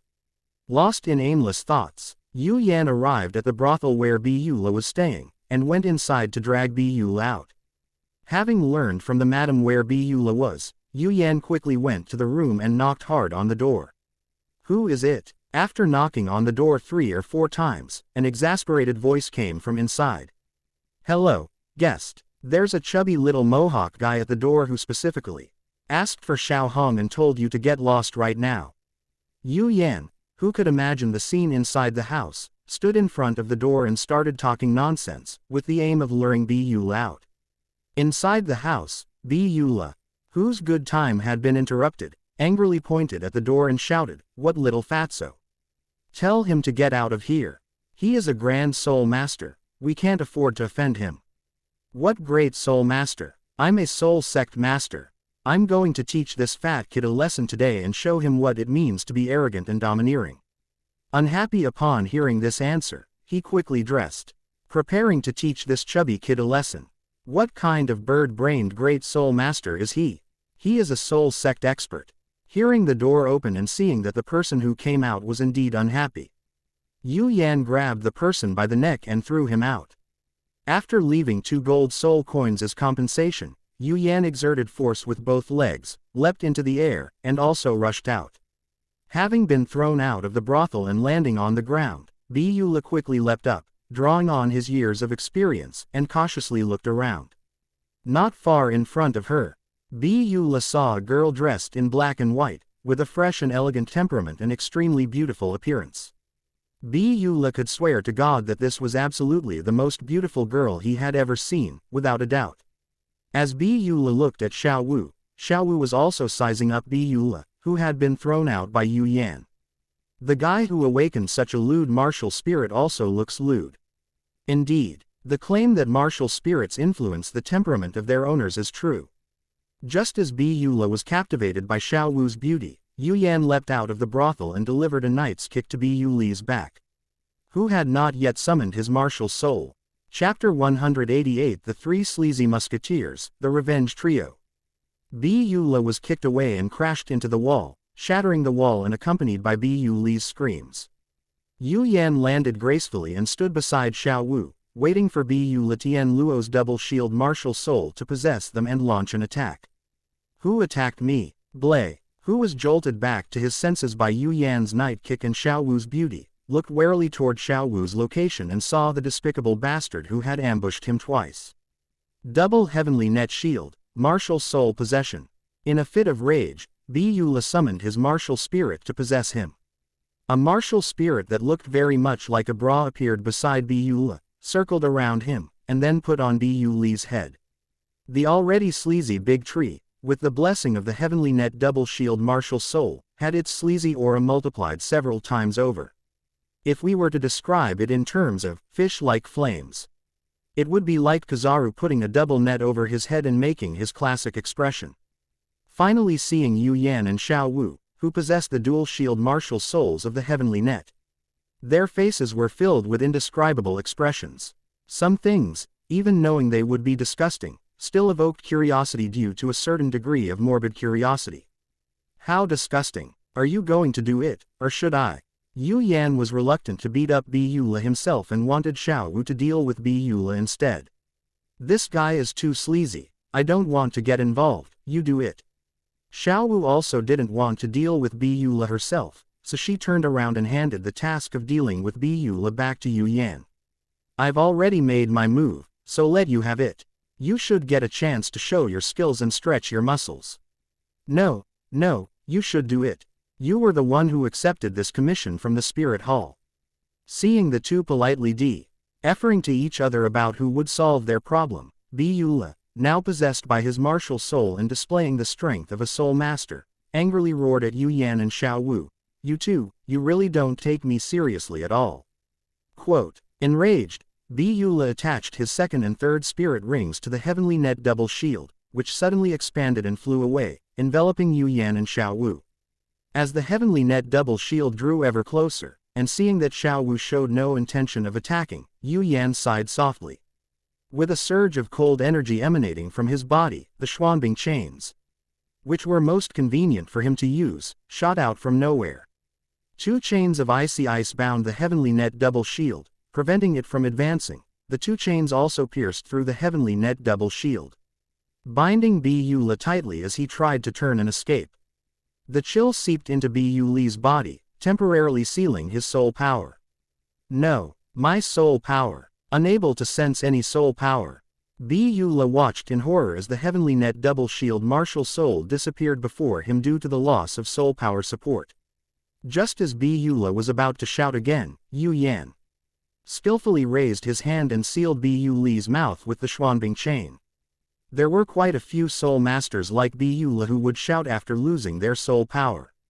He had seen many of them over the years, so he was naturally very skilled at dealing with them. With his mouth gagged, Douluo stared at Yan in terror, as if he were seeing a demon. After tossing out 2 gold soul coins and betting them into the damaged wall as compensation, Yan dragged the despairing Douluo away from the place. Back at their lodgings, Yan used some tricks to force Douluo, Qian and Yichao to cooperate with his experiments. And naturally, they all died. Teacher Zhao, I need your help. Ma Hongjun, eager for revenge, rushed back to Shrek Academy and barged into Zhao Wuji's room. Under Zhao Wuji's puzzled gaze, he loudly announced his purpose. Tell me what's wrong. Zhao Wuji watched Ma Hongjun grow up, and given Ma Hongjun's exceptional talent, Zhao Wuji, as the academy's teacher, naturally doted on him. Teacher Zhao, do you remember those two bastards who tied me and Xiao up 3 years ago? I saw them in Soto City today. Teacher Zhao, you have to help me teach them a lesson. After asking Zhao Wuji a question, Ma Hongjun, without waiting for Zhao Wuji to think it over, began to recount what he had seen and heard in Soto City that day. It's been 3 years. Are you sure you're not mistaken? Upon hearing teacher Zhao Wuji's inquiry, Ma Hongjun, who had been paying close attention to Yu Yan's situation, immediately told him all the information. He knew. I can confirm that he is Yu Yan, who bullied me and Xiao 3 years ago. I have been keeping an eye on him all these years. I heard that he broke through to the Soul Master level last year. I am no match for him. So I would like to ask you to teach him a lesson. I see. Let's get going without delay. After receiving an affirmative answer, Zhao Wuji immediately got up and followed Ma Hongjun to Soto City to avenge Ma Hongjun.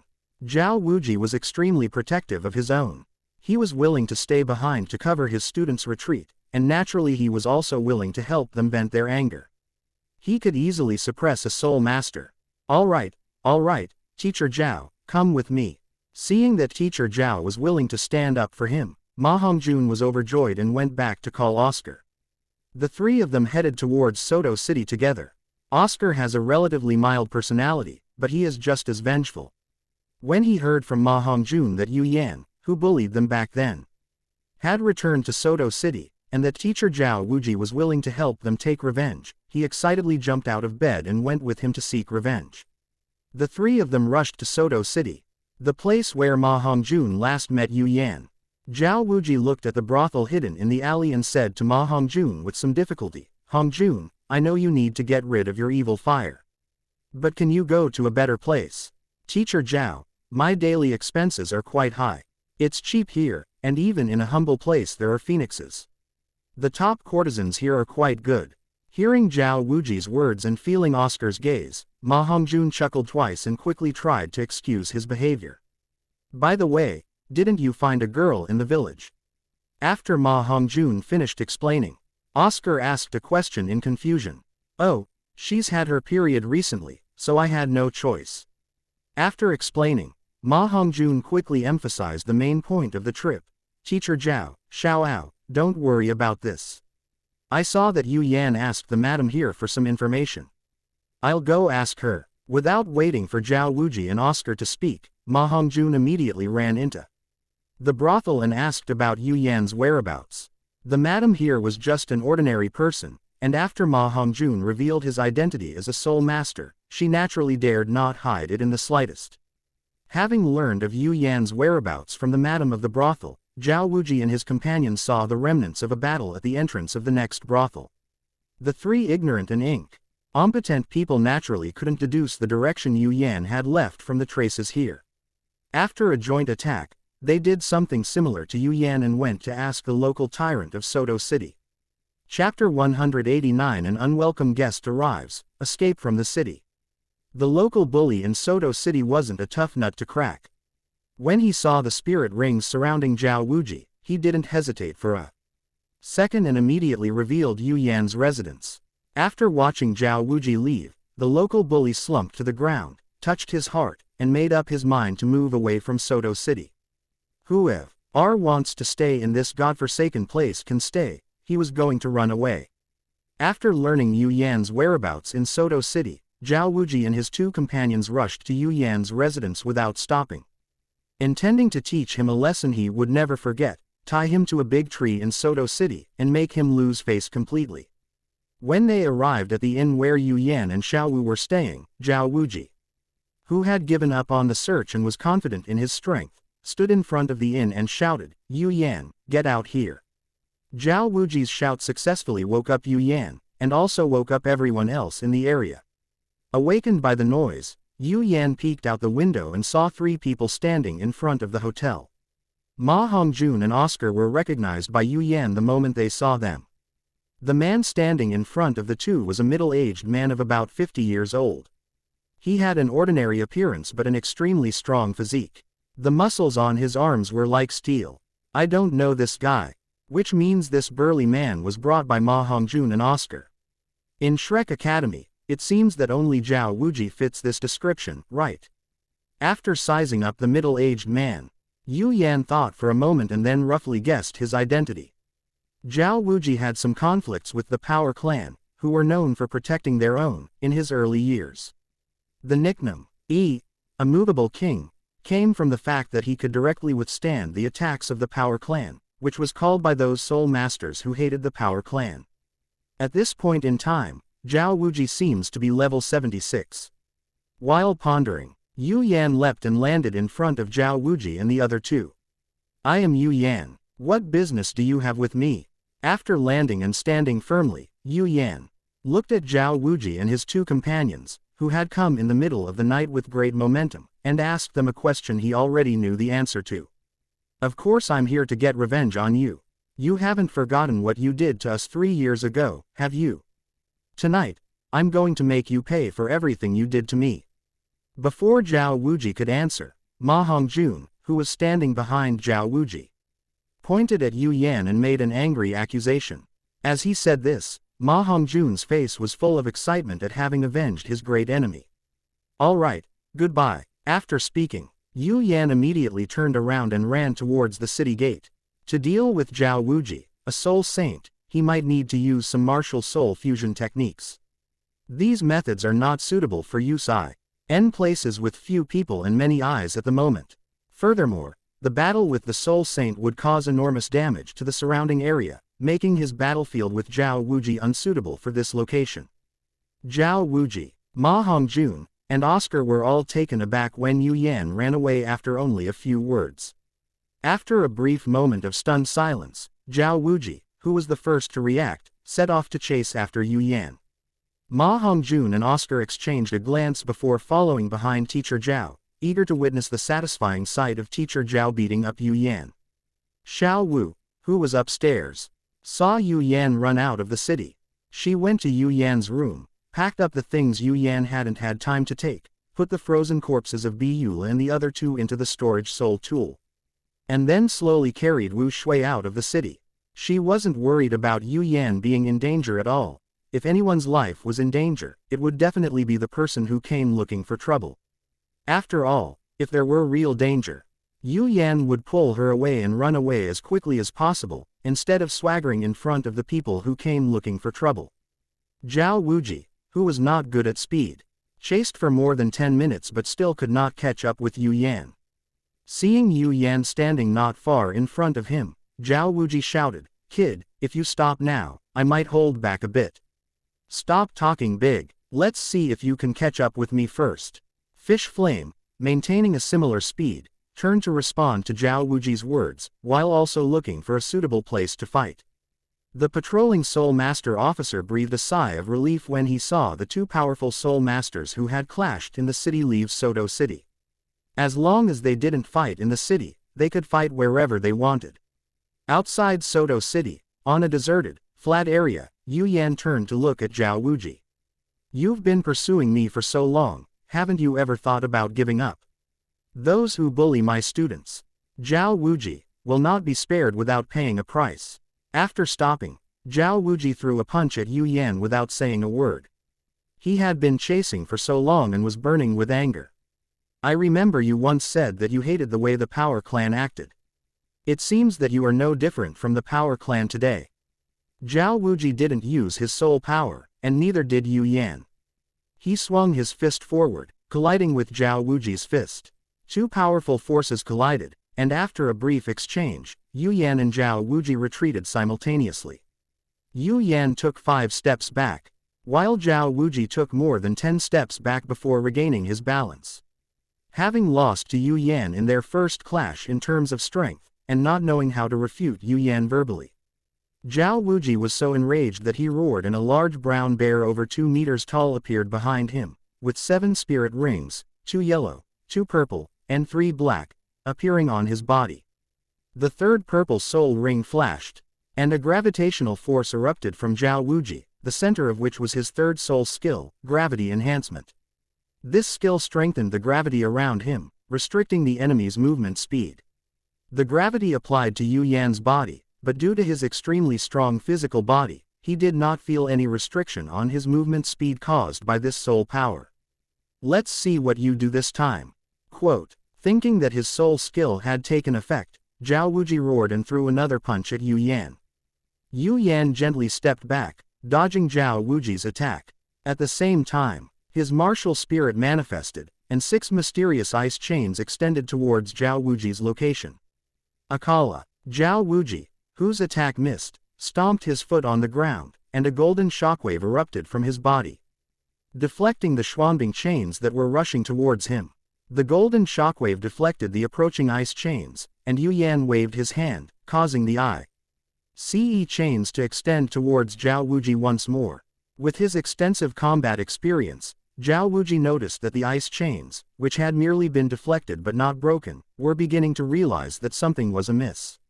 Faced with the approaching ice chains, Zhao Wuji once again activated his first soul skill, a movable king body, unleashing a golden shockwave in an attempt to shatter the ice chains. Under the shockwaves of wave after wave of golden energy, obvious cracks appeared on the ice chains. Chapter 190 Fierce Battle, Big Bear suffers a setback. After another shockwave from the immovable king's body, the Xuanbing chains shattered and dissipated. The fact that the Xuanbing chains could withstand the attack of a soul saint for so long was quite impressive, and Yu Yan was extremely satisfied with their performance. As Zhao Wuji looked at the ice chains that had finally shattered, he breathed a sigh of relief, but at the same time, his sense of unease grew stronger. His right eyelid began to twitch uncontrollably. Raising his arm, Zhao Wuji rubbed his twitching right eyelid, and his 4th and 5th spirit rings lit up simultaneously. Zhao Wuji's 5th soul skill is called Gravity Squeeze, which can control gravity to squeeze the opponent, thereby binding and controlling the opponent's movement space. Zhao Wuji manipulated gravity, surrounding Yu Yan from all directions, intending to keep him in place. The gravitational pressure generated by the 10,000-year soul ring did indeed have a significant impact on Yu Yan. Being in this gravity, he felt as if he were in mud. Although he could move, it was difficult for him to move. As the gravitational compression took effect, Zhao Wuji's 4th spirit ring detached from his body and flew towards Yu Yan, who was struggling to move. This is Zhao Wuji's 4th soul skill, called positioning and tracking. Once caught in this soul ring, he can instantly close the distance within 100 meters by using his jumping power. The combination of the 4th and 5th spirit rings is Zhao Wuji's usual method of dealing with agile spirit masters. With these two combined spirit skills, he has Suchi's fully defeated many agility-type spirit masters. Yu Yan didn't know the specific effects of Zhao Wuji's soul skill, but he understood that he couldn't let the flying purple soul ring trap him. The powerful soul force erupted from his body, forcibly breaking free from the control of gravity. 6 soul rings appeared on his body one after another. The 3rd ice dragon technique, lunar eclipse, 1,000 frosts return to silence. The 1st fire dragon technique, blazing breath. The ice dragon transformed into the moon and occupied the high sky. Fine frost patterns drifted down from the moon, and Zhao Wuji, who was within the range of the frost patterns, could clearly feel his condition slowly declining. The phantom of the fire dragon appeared to the right of Yu Yan.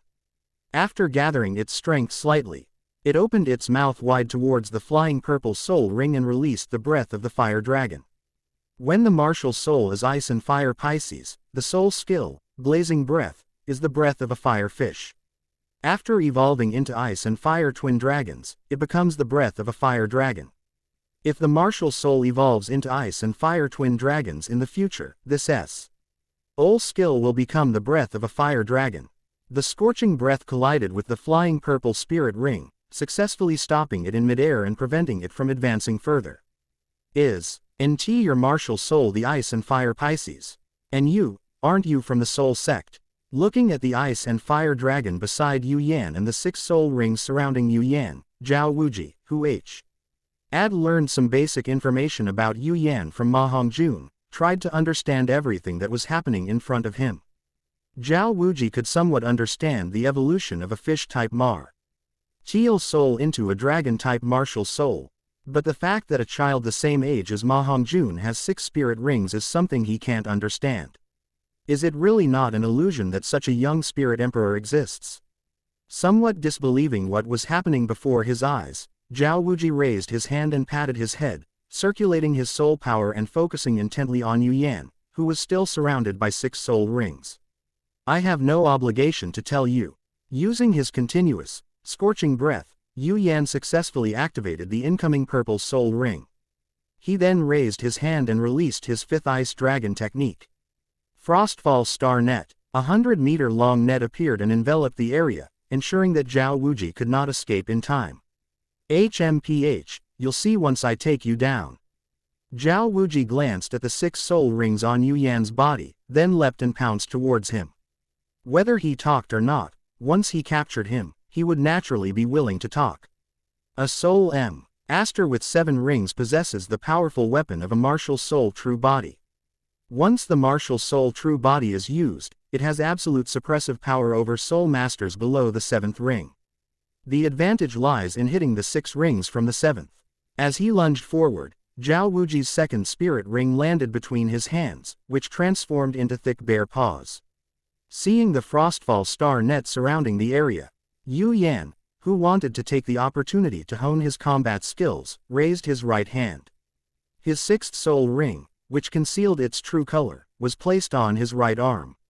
And a long spear transformed from an ice dragon slowly appeared in his hand. This is Yu Yan's 6th ice dragon technique, Abyss Extreme Cold Vortex Spear. The spear is indestructible and carries a chilling aura when swung. Combined with the ice dragon's other soul skills, it can maximize its impact on enemies and quickly reduce their condition to the minimum. The spear tip can be launched during battle to launch a surprise attack, and after launching the spear tip, soul power can be used to recondense the spear tip. The only drawback is that, because the lifespan of the spirit ring is extremely close to 100,000 years. With Yu Yan's current spirit power, he can only recondense the spear tip 4 times, which means he can use the spear tip 5 times for a sneak attack. Yu Yan brandished his ice spear, meeting Zhao Wuji's attack with both palms. With a clever deflection maneuver, he successfully sent Zhao Wuji flying to the side. After pushing Zhao Wuji aside, Yu Yan exerted force with his waist, turned his hand and swung his spear, the tip of the spear pointing directly at Zhao Wuji's face. Zhao Wuji, who had been pushed aside, hadn't even regained his footing and he caught a glimpse of the ice spear aimed at his face out of the corner of his eye. In a panic, Zhao Wuji quickly activated the immovable king body, attempting to deflect the ice spear with a golden shockwave. As Yu Yan thrust forward with his spear, he felt a distinct resistance from the tip. Holding the spear with both hands, he took a deep breath and thrust forward with even greater force. This battle is to hone our frontal combat skills. There is absolutely no possibility of retreat. After slightly delaying the ice spear aimed at him, Zhao Wuji shouted and swung his bear paw to smash the ice spear with great force. The spear tip and the bear paw collided again, and both sides could feel the terrifying force coming from the other side. Taking 2 steps back, Yu Yan once again swung his spear forward. Relying on the spear's length to its advantage, constantly thrusting at various parts of Zhao Wuji's body as he advanced and retreated. The chilling aura of the ice spear surged towards Zhao Wuji's area with each thrust, while the cold moon and the frost-covered star net in the sky also affected Zhao Wuji's condition.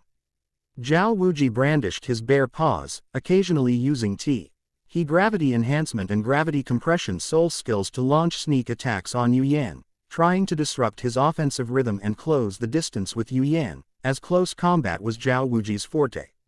Faced with the 2 gravity-based soul skills released by Zhao Wuji, Yu Yan would always use his powerful soul force to forcefully break free from the control of gravity when the 2 soul skills took effect.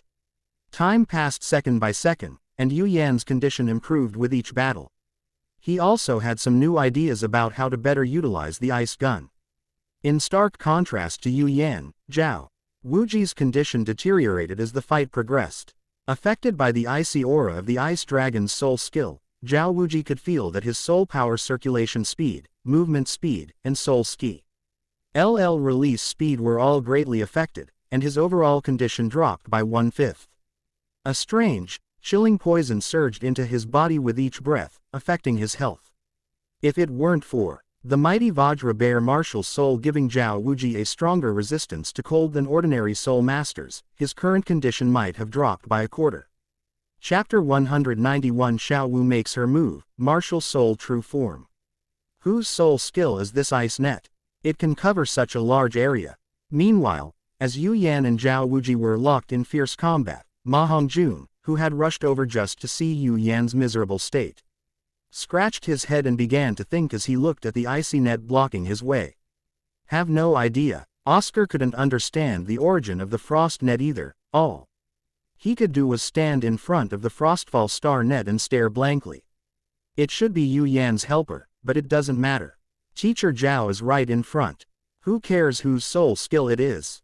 I'll just unleash a phoenix fire line and it'll melt away obediently. Unable to understand and too lazy to think about it, Ma Hongjun immediately activated his martial soul. As his soul rings flashed, a dark red flame ray shot out from Ma Hongjun's mouth and landed on the frostfall star net. The high-temperature flames of the evil phoenix clung to the frostfall star net and burned fiercely. Ma Hongjun's flames were not weak. But unfortunately, Ma Hongjun was too weak. The phoenix fire line burned for a short while on the sky-frost falling star net before it went out due to lack of follow-up power. Seeing his flames extinguished, Ma Hongjun gave a soft hum, and then used his second soul skill, Phoenix Rebirth, to enhance his flames by 30%. He then unleashed his first soul skill, Phoenix Fire Line, at the frostfall star net once again. This time, in order to prevent his flames from going out, Ma Hongjun continuously released Phoenix Fire Lines at the frostfall star net, intending to open a passage to find teacher Zhao Wuji, who was beating up Yu Yan. Just as Ma Hongjun had finally opened a small opening in the frostfall star network and saw the dawn of victory, a cold beam of moonlight energy struck him from the side, sending him flying more than 10 meters away. Oscar, seeing Ma Hongjun fly away, quickly turned his head and saw Xiao Wu carrying a small black cat slowly walking in this direction. Xiao Wu was surrounded by 4 soul rings, 2 yellow and 2 purple, which was what she and Yu Yan told others. You were the ones who called in to deal with that burly man, Yu Yan. After casually dealing with the chubby boy who was destroying the fish flame sky frost falling star net soul skill, Xiao Wu asked Oscar, who was staring at her, in a calm tone. Oh. Scar was about to retort when Ma Hongjun, who had been knocked down, immediately stood up. Yes, that's right. Teacher Zhao is a 7-ring soul saint. Neither you nor that Yu Yan can escape. Being woken up in the middle of the night already put Xiao Wu in a slightly bad mood, especially since Ma Hongjun had spoken rudely to her years ago. Therefore, as soon as Ma Hongjun finished speaking, a giant hammer formed from moonlight energy fell from the sky and mercilessly smashed into Ma Hongjun, denting him into the ground, leaving him in a state of unknown life or death. I'm sorry, I was wrong. This has nothing to do with me. I was called here in the middle of the night. Oscar, who prioritizes his own life, witnessed Ma Hongjun's miserable state and immediately knelt down to beg for mercy, loudly recounting what had happened that night. Upon hearing Oscar's description, Xiao Wu frowned and pondered for a moment. She raised her hand and conjured 6 moonlight energy spikes, inserting 4 spikes into Ma Hongjun's body and 2 spikes into Oscar's shoulder blades. The giant moonlight energy hammer at the front was revenge for Ma Hongjun calling his teacher for retribution, while the 4 energy spikes that followed were the last blows after the truth was revealed. As for Oscar, tonight's events really had little to do with him. The 2 moonlight energy spikes piercing his holder blades were a punishment for his malice. Every wrong has its perpetrator, and every debt its debtor. The grudges from 3 years ago have been settled on the spot. Today's grudges are not enough to justify Xiao Wu killing Oscar. If she were to exterminate him simply because he followed her, it would go against her principles. Even if Oscar comes seeking revenge in the future because of what happened today, Xiao Wu will accept it all and will never regret what happened today. Take care of yourself in the future. After giving Oscar a warning, Xiao Wu, having confirmed that Ma Hongjun had stopped breathing, used a teleportation skill to carry Wu Shui into the frostfall star net that was blocking Ma Hongjun and Oscar. I have a big sausage, and I have a small sausage. Watching the evil star walk away, Oscar quickly summoned his sausage spirit, chanted a soul incantation to create tree roots to restore the large sausage and detoxify the small sausage, which he then consumed. The recovery sausage has comprehensive healing abilities, capable of healing injuries in the fastest way, while the detoxifying sausage can remove abnormal statuses, ensuring that the opponent's soul skills will not poison him. After eating the sausage and feeling a little better, Oscar rushed to Ma Hongjun, whose life was in danger. When he realized that Ma Hongjun had stopped breathing, Oscar collapsed to the ground, tears streaming down his face. Wiping away his tears, Oscar carried the lifeless Ma Hongjun on his back and headed towards Shrek Academy, where he was to seek help. However, on his way back to the academy, Oscar suddenly felt a burning sensation of flames on his back. In a flash, Oscar put Ma Hongjun on the ground and saw that dark red flames were burning on Ma Hongjun's body. And Ma Hongjun began to breathe faintly. Within the Frostfall star net, Zhao Wuji, growing increasingly panicked as the fight progressed, suddenly unleashed his power, repelling Yu Yan. The deepest black seventh soul ring landed on him, and his body rapidly grew larger. Soon, a 5-meter-tall mighty Vajra bear appeared before Yu Yan. The martial soul true body allows Zhao Wuji to unleash soul skills without any pre-cast delay, and the power is increased to 150% of the original, while the defense is increased by 200%. As a powerful weapon capable of deciding the outcome of a battle. Zhao Wuji did not use it immediately upon his appearance because the martial soul true body has drawbacks. The downside is that there will be a 7-day period of weakness after using the martial soul true form, during which all attributes will decrease by 50%. Normally, Zhao Wuji wouldn't use his martial soul true body as a fighting method, but he couldn't worry about that right now. Wait until he defeated this troublesome kid before him. It's truly enormous. I wonder what the true form of my ice and fire twin flood dragon martial soul will look like, whether it's a single ice and fire flood dragon, or two separate ice and fire flood dragons. Looking up at the 5-meter-tall brown bear, Yu Yan took dozens of steps back while thinking. After regaining his footing, he used all his strength to throw the ice spear at Zhao Wuji in the posture of throwing a javelin. Zhao Wuji, transformed into the mighty Vajra bear, unleashed a golden shockwave that successfully deflected the ice spear to the side. The ice spear that fell to the ground dissipated, and a large portion of the soul power flew towards the blue moon formed by the ice dragon in the sky. Because of the same origin, this soul power easily merged into the blue moon. Yu Yan pointed his finger at the moon, and the scattered soul power absorbed by the blue moon during the battle transformed into 10 sturdy chains of mysterious ice that extended toward Zhao Wuji. Chapter 192 Fire Dragon Soul Skill, Zhao Wuji dies. After Zhao Wuji's size increased dozens of times, his attack and defense became stronger, but he also became easier to target. 10 chains of mysterious ice extended out and wrapped around the mighty Vajra bear, temporarily controlling its form. Feeling the binding sensation on his body, Zhao Wuji activated the immovable king body again, releasing a golden shockwave in an attempt to break free of the mysterious ice chains binding him and quickly deal with the troublesome brat in front of him.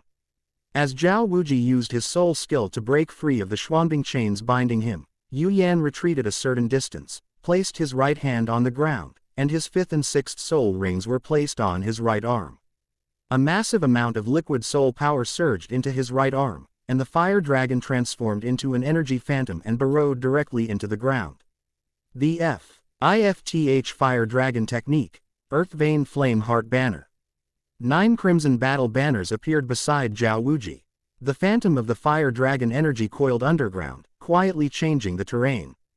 The ground next to each banner turned into rolling, flowing magma, and the flame energy became more intense. The 9 battle flags were interconnected, spewing fiery magma at Zhao Wuji.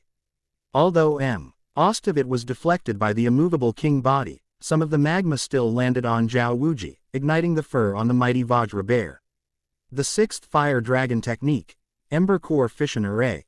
A red 6-pointed star fire array appeared beneath Zhao Wuji's feet. The 6-pointed star fire array began to absorb the surrounding fire energy, and 12 unstable fire energy crystals emerged from the 6-pointed star array. When the 12 unstable flame energy crystals appeared, Zhao Wuji's sixth sense began to issue frantic warnings, and a sense of foreboding arose in his heart. This feeling was something Zhao Wuji had experienced when he faced Titan, the patriarch of the Power Clan. Realizing the danger, Zhao Wuji no longer cared about the consumption of his soul power. He unleashed wave after wave of his immovable king body and lunged towards Yu Yan, who was standing outside the magic array and battle flag. As long as the user Yu Yan can be defeated, these unstable flame energy Y crystals will naturally break down on their own. Having used 2 high-level, 10,000-year soul skills in succession, Yu Yan instantly consumed 2/3 of his soul power. Seeing Zhao Wuji rushing towards him, he manipulated an unstable flame energy crystal to teleport in front of Zhao Wuji within the magic array. Unable to stop in time, Zhao Wuji punched the unstable flame energy crystal. A burst of flame swept over Zhao Wuji's body and engulfed the 6-pointed star fire array, detonating the other unstable flame crystals in the process. Under normal circumstances, the soul skills produced by a soul ring that has lasted for more than 99,900 years should be the 9th soul ring of a small number of powerful soul masters, and the power of the soul skills produced by it is naturally not weak.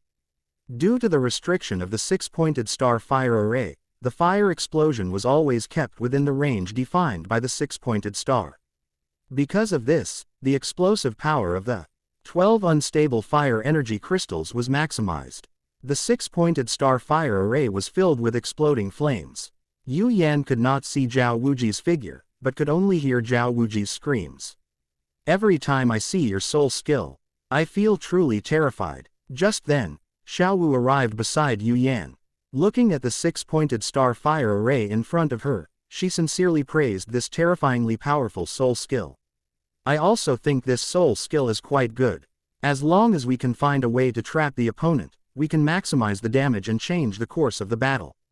Yu Yan was quite satisfied with his soul skill. He had used it to kill a soul saint of unknown origin who wanted him and Xiao dead.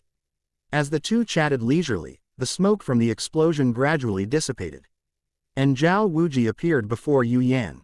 Yu Yan was not surprised that Zhao Wuji was able to survive the soul skill, Ember Core Fission Array.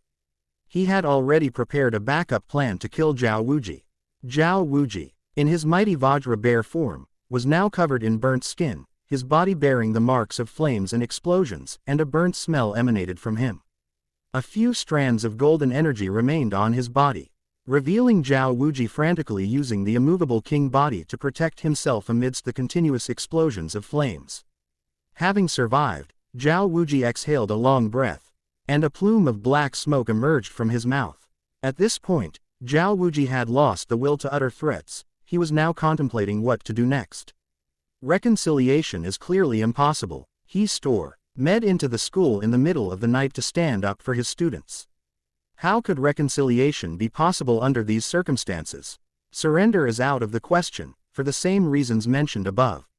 If he were in that situation, he would definitely tear that person in half. Escape is clearly out of the question, and victory is absolutely impossible. In this situation, it seems that only death remains. It seems there's only one road left. Then let me make a lasting impression on you. After thinking it over, Zhao Wuji took a deep breath, straightened his chest, and concentrate. All the remaining soul power in his body into his mouth. A dazzling golden energy wave was emitted from his chest, aimed at Xiao Wu, who was standing next to Yu Yan. Zhao Wuji's idea was simple.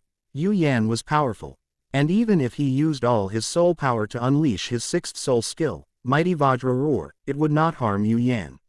Since that's the case, why not use all the remaining soul power to attack the girl standing next to Yu Yan? If she's weaker, we might be able to kill her outright. A 1-for-1 trade wouldn't be too bad. Having exhausted his soul power, Zhao Wuji withdrew from his martial soul true body form and saw the 6 soul rings flashing on the girl beside Yu Yan. He saw a golden light appear beside her, easily blocking his last gamble. His attack couldn't even leave the slightest ripple on that golden light. Knowing that Xiao Wu would be alright, Yu Yan summoned magma to attack Zhao Wuji the moment he withdrew from his martial soul true body, engulfing him in the magma. Xiao Wu dispelled her invincible golden body soul skill, which could perfectly defend against attacks below the god level. It was incredibly easy for her to stop Zhao Wuji's desperate gamble. Having lost his soul power, Zhao Wuji was completely unable to resist the magma created by the Earth Vein Flame Heart banner, and his body gradually turned into white ash in the magma. After dealing with Zhao Wuji, Yu Yan dispersed the Frostfall Star Net and the Earth Vein Flame Heart banner. In his plan, if Zhao Wuji still had the strength to struggle, he would use his fifth martial soul fusion skill to suppress and kill him. Go back to the inn and sleep. Looking at Zhao Wuji, who had turned into a pile of white ash, Xiao Wu asked Yu Yan what to do next without any emotion. Let's forget it. If we go back now, we might get disturbed by the people from Shrek Academy who are coming later. Let's just wander around Soto City for a bit and ask Zhu Zuqing if she wants to go back to Beast Academy together when it gets light. Yu Yan picked up Zhao Wuji's soul tool, which wasn't too badly damaged, and asked Xiao Wu if she wanted to wander around the Soto City area. Since you've invited me, I have no reason to refuse. Yu Yan showed no pride in killing a level 76 soul saint, and Xiao Wu didn't find anything unusual about it either. Everything seemed perfectly natural.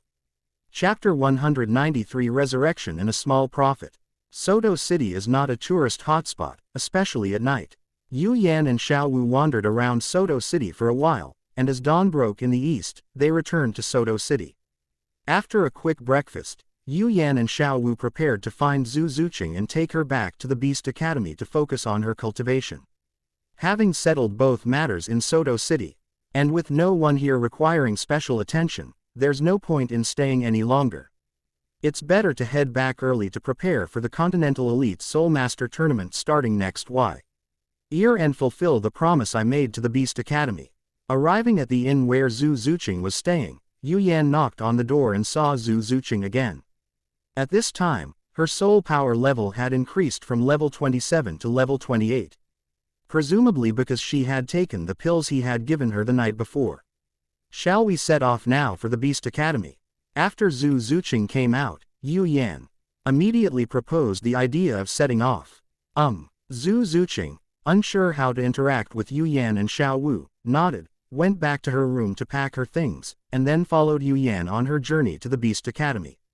To save themselves some trouble by hitching a ride, Yu Yan and Xiao Wu, as usual, accepted a mission to go to Haagen-Dazs City from the Soul Master Guild in Soto City and boarded a caravan's carriage.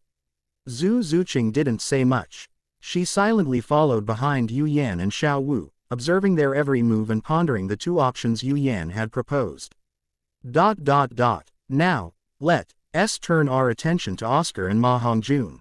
As dawn broke in the east, the flames that rose from Ma Hongjun flickered one last time before dissipating due to exhaustion of energy for various reasons. Oscar, who had been observing Ma Hongjun's physical changes, rushed to Ma Hongjun's side after the flames died down, placed his hand on Ma Hongjun's body, and checked Ma Hongjun's condition.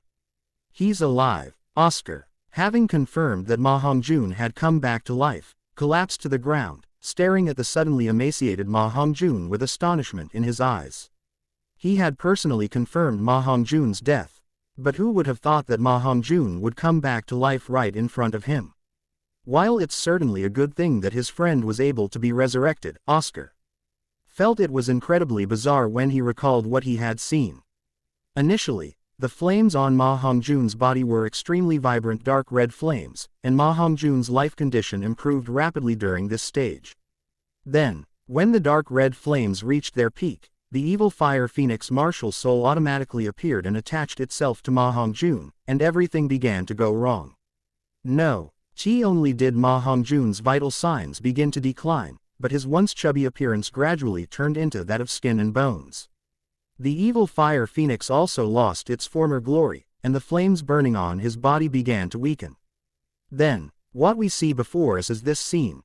Ma Hongjun has survived, but his overall condition is not good. Slumped to the ground, Oscar composed himself and carefully carried Ma Hongjun on his back, running towards the village where Shrek Academy was stationed. These were things he couldn't handle. He had to go back to his teacher. As Oscar ran toward Shrek Academy, he was still worried about Zhao Wuji's situation. Back at Shrek Academy, Oscar quickly found the three teachers still at the academy and briefly told them what had happened the night before. After some discussion, Xiao Xin, a food-type soul master, stayed at Shrek Academy to take care of the seriously injured Ma Hongjun, while Lu Qibing and Li Yusong, who possessed considerable combat power, went to the place Oscar had mentioned to search for Zhao Wuji's whereabouts. Zhao Wuji turned into ashes and vanished into the world. The scene was also briefly cleaned up by Yu Yan. Lu Qibing and Li Yusong, who were at the site of the battle, naturally couldn't see anything. Left with no other choice, Lu Qibing returned to Shrek Academy to guard against any unforeseen circumstances, while Li Yusong went to Soto City to find Dean Flander. Upon learning of his disciple's tragic condition, Flander immediately returned to Shrek Academy to personally examine Ma Hongjun's condition. However, Flander was not a particularly knowledgeable person. He circled around Ma Hongjun, who was still seriously injured but in much better condition, several times, but still couldn't figure out what had happened to him. Unable to find a solution, Flander decided to write to his friend, Master Yu Shaogang, for help. A little over a week later, Yu Yan, Xiao Wu, and the spirit cat Wu Shui brought Zhu Zuqing back to the Beast Academy. After Xiao Wu went back to tidy up her accommodations, Yu Yan took Zhu Zuqing to find Vice Dean Zhongjing and asked her to arrange for Zhu Zuqing to enroll. Dean Zhongjing, I'm here to report back from leave. After pushing open the door to Zhongjing's office, Yu Yan sat down opposite her with a grin and told her that he was back. I only came back 13 days late this time, which is still quite timely. Having gotten used to Yu Yan and Xiao Wu coming home late, Zhongjing cancelled their vacation without even looking up. Hey, you don't need to bring this up every time I come back.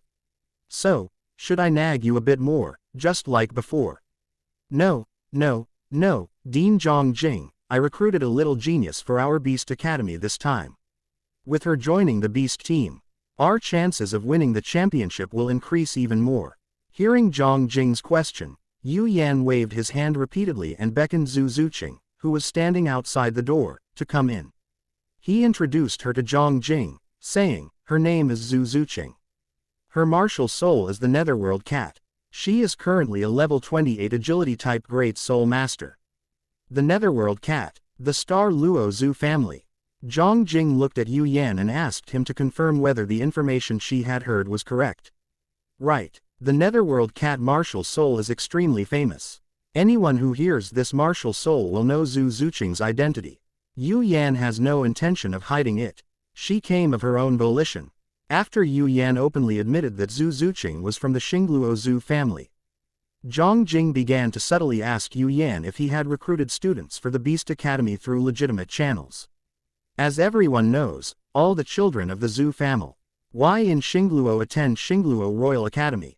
Assuming Yu Yan wasn't lying, Zhongjing was genuinely curious about how he had managed to lure a girl with exceptional talent from the Xingluo Zhu family to a less than top-tier Beast Academy.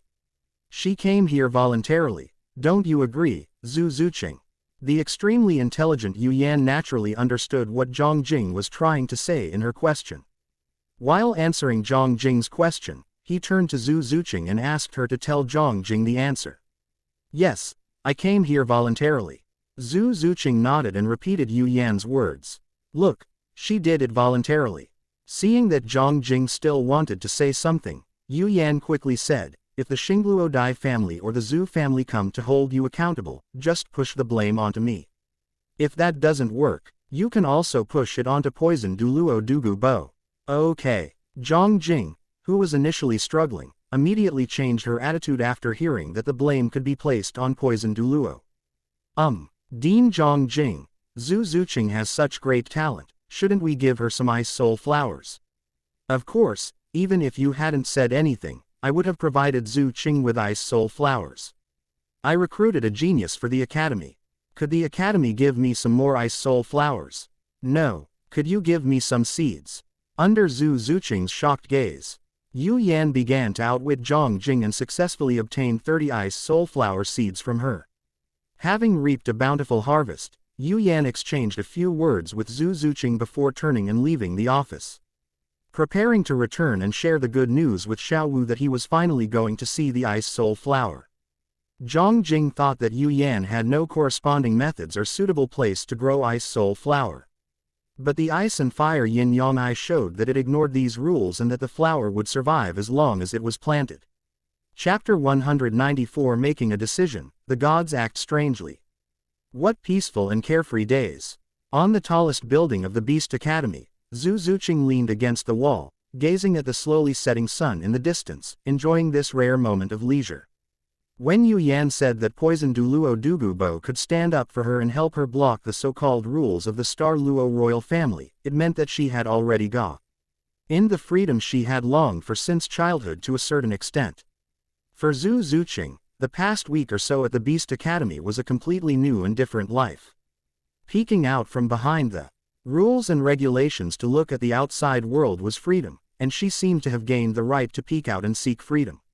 Lying leisurely here, watching the sunset slowly descend until night falls and stars twinkle in the sky, Zhu Zuqing finally stood up and walked towards her residence.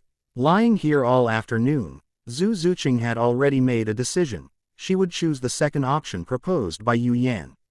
Either don't do it at all, or do it to the best of your ability. Since she has already come to the Beast Academy with Yu Yan, why not choose a way to make herself stronger? Based on her conversations with Yi Lingling, it seems that after Yi Lingling made the divine oath, she was hardly subjected to any coercive constraints. When encountering problems, she would discuss them with others and would not forcefully demand that you do anything. The only constraint might be that you can't leak some confidential information to the outside world, and you can't betray Yu Yan and Xiao Wu. This constraint was nothing to Zhu Zuqing. She had seen far more brutal rules and methods in the Star Luo Empire. The following morning, Zhu Zuqing arrived at Yu Yan's residence, took a deep breath, and then raised her hand to knock on the door. Yu Yan, I have made up my mind. I choose the second option, to swear an oath to the gods. Seeing Yu Yan emerge, Zhu Zuqing, who was not good at expressing herself, briefly stated her purpose. Okay, come with me. Having anticipated this scene, Yu Yan was not too surprised by Zhu Zuqing's arrival. He stepped aside and invited Zhu Zuqing in for a chat. Zhu Zuqing followed Yu Yan into the house and sat down.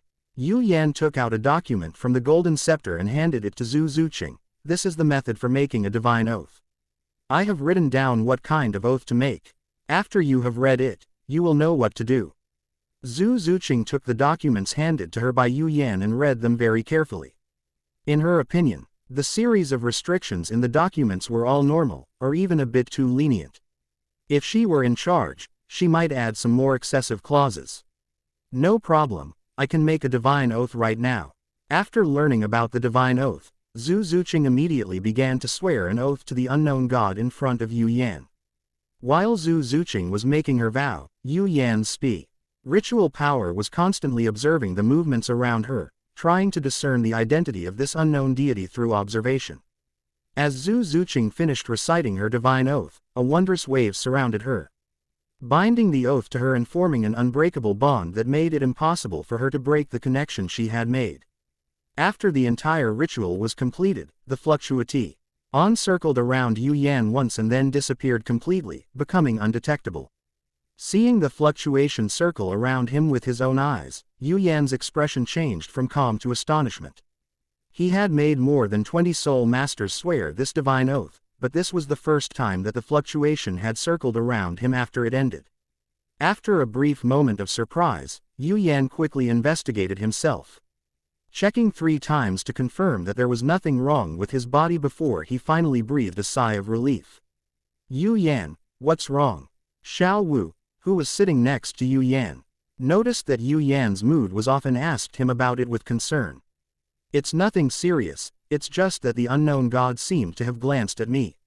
While answering Xiao Wu's question, Yu Yan was also pondering whether this unknown god's glance at him was intended to make him inherit his divine position, or if he had some other purpose. What, you call this nothing serious? Did he do anything to you? Upon hearing Yu Yan's answer, Xiao Wu frowned and looked at Yu Yan, asking him the question he had been concerned about earlier. I just checked, he didn't do anything to me. After answering Xiao Wu's question, Yu Yan took out 7 packets of herbs from the golden scepter and placed them in front of Zhu Zuqing, explaining how to use them. I suppose you've already heard about the immortal herbs from Yi Lingling. The 2 immortal herbs I'm going to give you have certain requirements for your body. You should soak in these herbs to cultivate and try to refine their medicinal properties. Use 1 packet for 3 days, with a 1-day break between each packet for digestion and absorption. Come back to me to take the immortal herbs after you've finished. As a high-level soul master specializing in agility and attack, Zhu Zuqing's physical strength is quite average. She may not be able to withstand the medicinal power of the 2 immortal herbs, Qirong Tong Tianju and Shui Xian Uggu. Therefore, before letting her use the 2 immortal herbs, her physical body must be strengthened first to ensure that the medicinal power of the 2 immortal herbs is not wasted.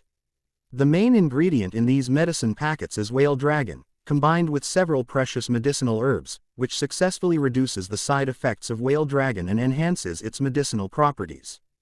Okay, no problem, I'll head back now. It was clear that Yu Yan and Xiao Wu still had things to discuss. After putting away the medicine bag, Zhu Zuqing stood up and said goodbye. Just absorb these medicine packets for now. Don't use the pills and ice soul flower yet. You should be level 30 by the time you finish absorbing the medicine packets. Don't rush to absorb the 3rd soul ring. Wait until you consume the immortal herb before absorbing the soul ring. At that time, you should be able to absorb soul rings of 7,000 years or more. Seeing that Zhu Zuqing was very sensible and ready to leave, Yu Yan did not try to stop her.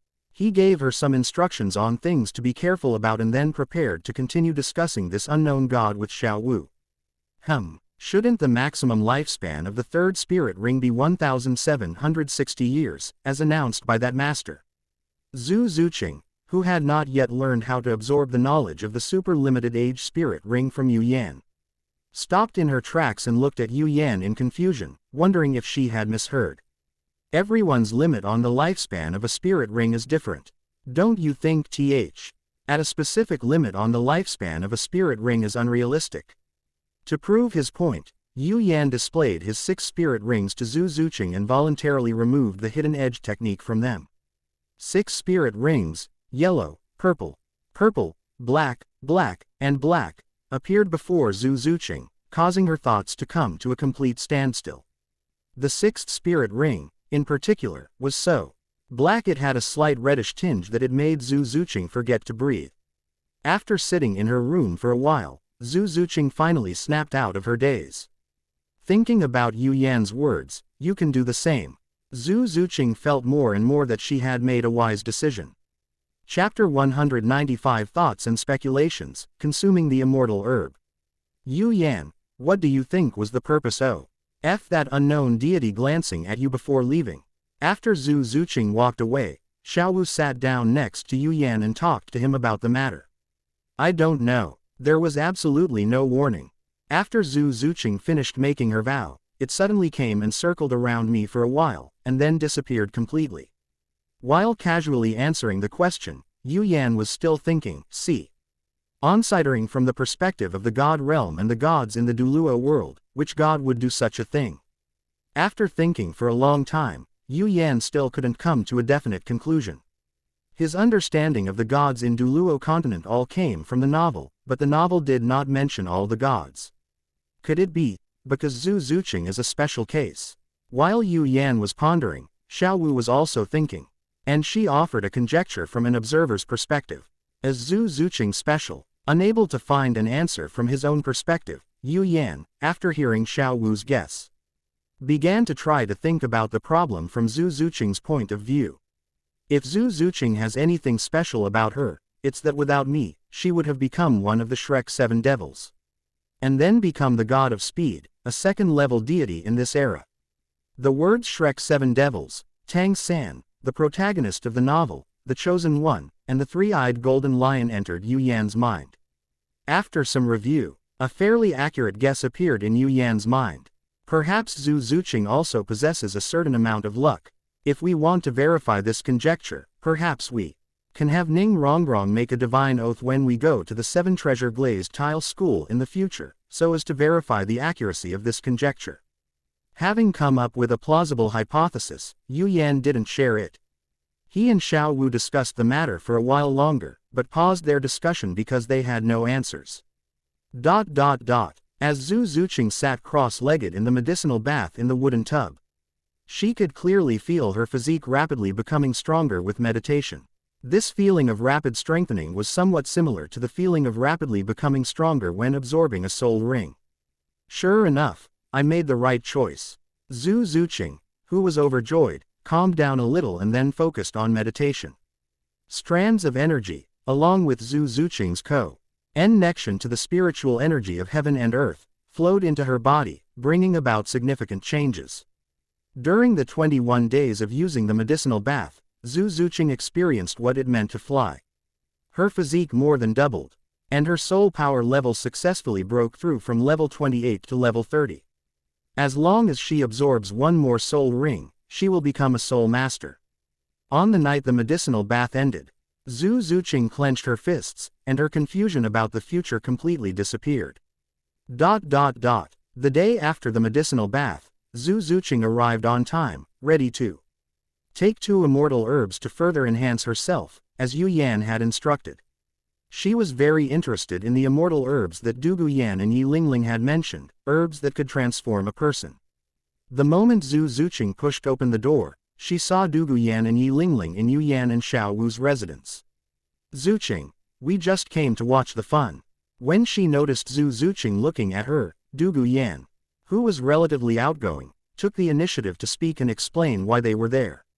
Yi Lingling nodded, indicating that it was indeed the case. Daily cultivation was too boring. And they were simply there to watch the excitement. It's okay, feel free to look around.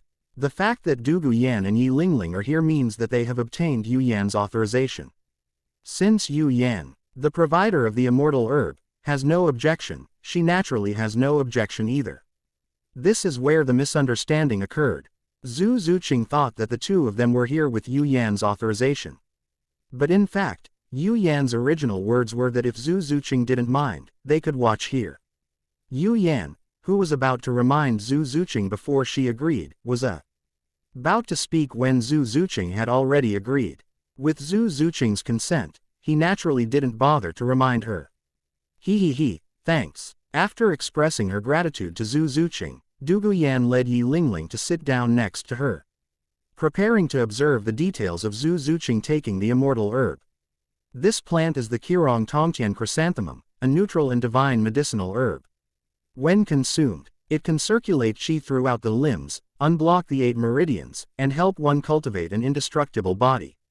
This plant is called Narcissus Jade Bone and Muscle, which is also a neutral immortal herb. This herb has the core effects of nourishing tendons and bones and opening up the 8 extraordinary meridians, which can significantly improve the speed of a soul master's soul power cultivation. I have already processed these 2 immortal herbs. Eat them as quickly as possible and use meditation to digest them. You may feel a little uncomfortable during the process, so try not to stop circulating your soul power. As Zhu Zuqing approached, Yu Yan took out 2 pre-processed medicinal herbs from his Rui 100 treasures pouch, placed them in front of Zhu Zuqing, and explained to him how to consume them. The 2 neutral medicinal herbs do not conflict in their medicinal properties. Then, the 2 herbs are soaked in a pre-prepared medicinal solution, WH. It allows their qi to gradually connect, so that they can be taken together. Thank you very much. Looking at the 2 immortal herbs in front of her, Zhu Zuqing, unsure how to thank Yu Yan, rose and expressed her gratitude to Yu Yan with a noble gesture. Then, she picked up the 2 immortal herbs and consumed them as quickly as possible, using meditation to digest them. The Qirong Tongtian chrysanthemum took effect first, its yellow light enveloping Zhu Zuqing's body. In her meditative state, she saw the petals of the Qirong Tongtian chrysanthemum peeling off one by one, spreading along her 8 extraordinary meridians. As the meridians were opened, the medicinal power spread, strengthening her physical body. A faint golden light emanated from it, a sign that she was about to cultivate an indestructible body. Following closely behind the Qirong Tong Tianju, the Narcissus Jade Muscle and Bone Meridian took effect, its white light beginning to shine. It floated in Zhu Zuqing's body, spreading its medicinal power. Wherever the medicinal power passed, the meridians opened up by the Qirong Tong Tianju were all nourished and became more resilient. The two magical herbs brought not only benefits, but also the pain of drastic changes to the body. This process is like having a giant hammer forging steel. The two immortal herbs are the giant hammer, and Zhu Zuqing herself is the iron block being hammered. The improvement is obvious, but so is the pain. In her past cultivation, Zhu Zuqing had not been without hardship, but the pain she was currently enduring was the most painful she had ever experienced. To the point that she even had a slight thought of giving up. This thought came quickly and went quickly. After thinking about her goal, Zhu Zuqing reaffirmed her determination. Time passed slowly, and more than an hour later, the yellow and white light on Zhu Zuqing's body dissipated, and a completely different feeling appeared on her, combining strength and gentleness, strength and agility. A faint fragrance wafted out, and an aura of confidence emanated from her. Chapter 196 Martial Soul Transformation, Strength and Speed both A rank. It seems that Zhu Qing's martial soul hasn't evolved.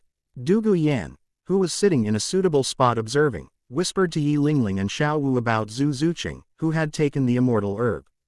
After consuming the immortal herb, her martial soul successfully evolved into the top-tier dragon-type martial soul, the Emerald Blood Jade Dragon, possessing top-tier vitality and attack power. With the curse gone, Lingling's martial spirit became even more beautiful, and its healing abilities became even stronger. Xiao Wu's martial soul also evolved into the Tianzan rabbit. Although Douluo Yan didn't understand this martial soul, she was certain that it was definitely stronger than her Emerald Blood Jade Dragon. Zhu Zuqing's martial soul hasn't changed at all since she consumed the two immortal herbs. Which makes Douluo Yan very curious about where the effects of the two immortal herbs went. I heard from Yu Yan that the two immortal herbs Zhu Zuqing took mainly improved her physical fitness and cultivation speed. Of course, we'll have to wait until Zhu Zuqing wakes up to ask her about the specific effects. Xiao Wu, who was also sitting here watching the commotion, held back the spirit cat Wu Shui, who wanted to get close to Zhu Zuqing, and then whispered to Douluo Yan about the topic. Not only were they whispering about this issue, but Yu Yan was also pondering it. According to his calculations, Zhu Zuqing's martial soul shouldn't have remained unchanged at all.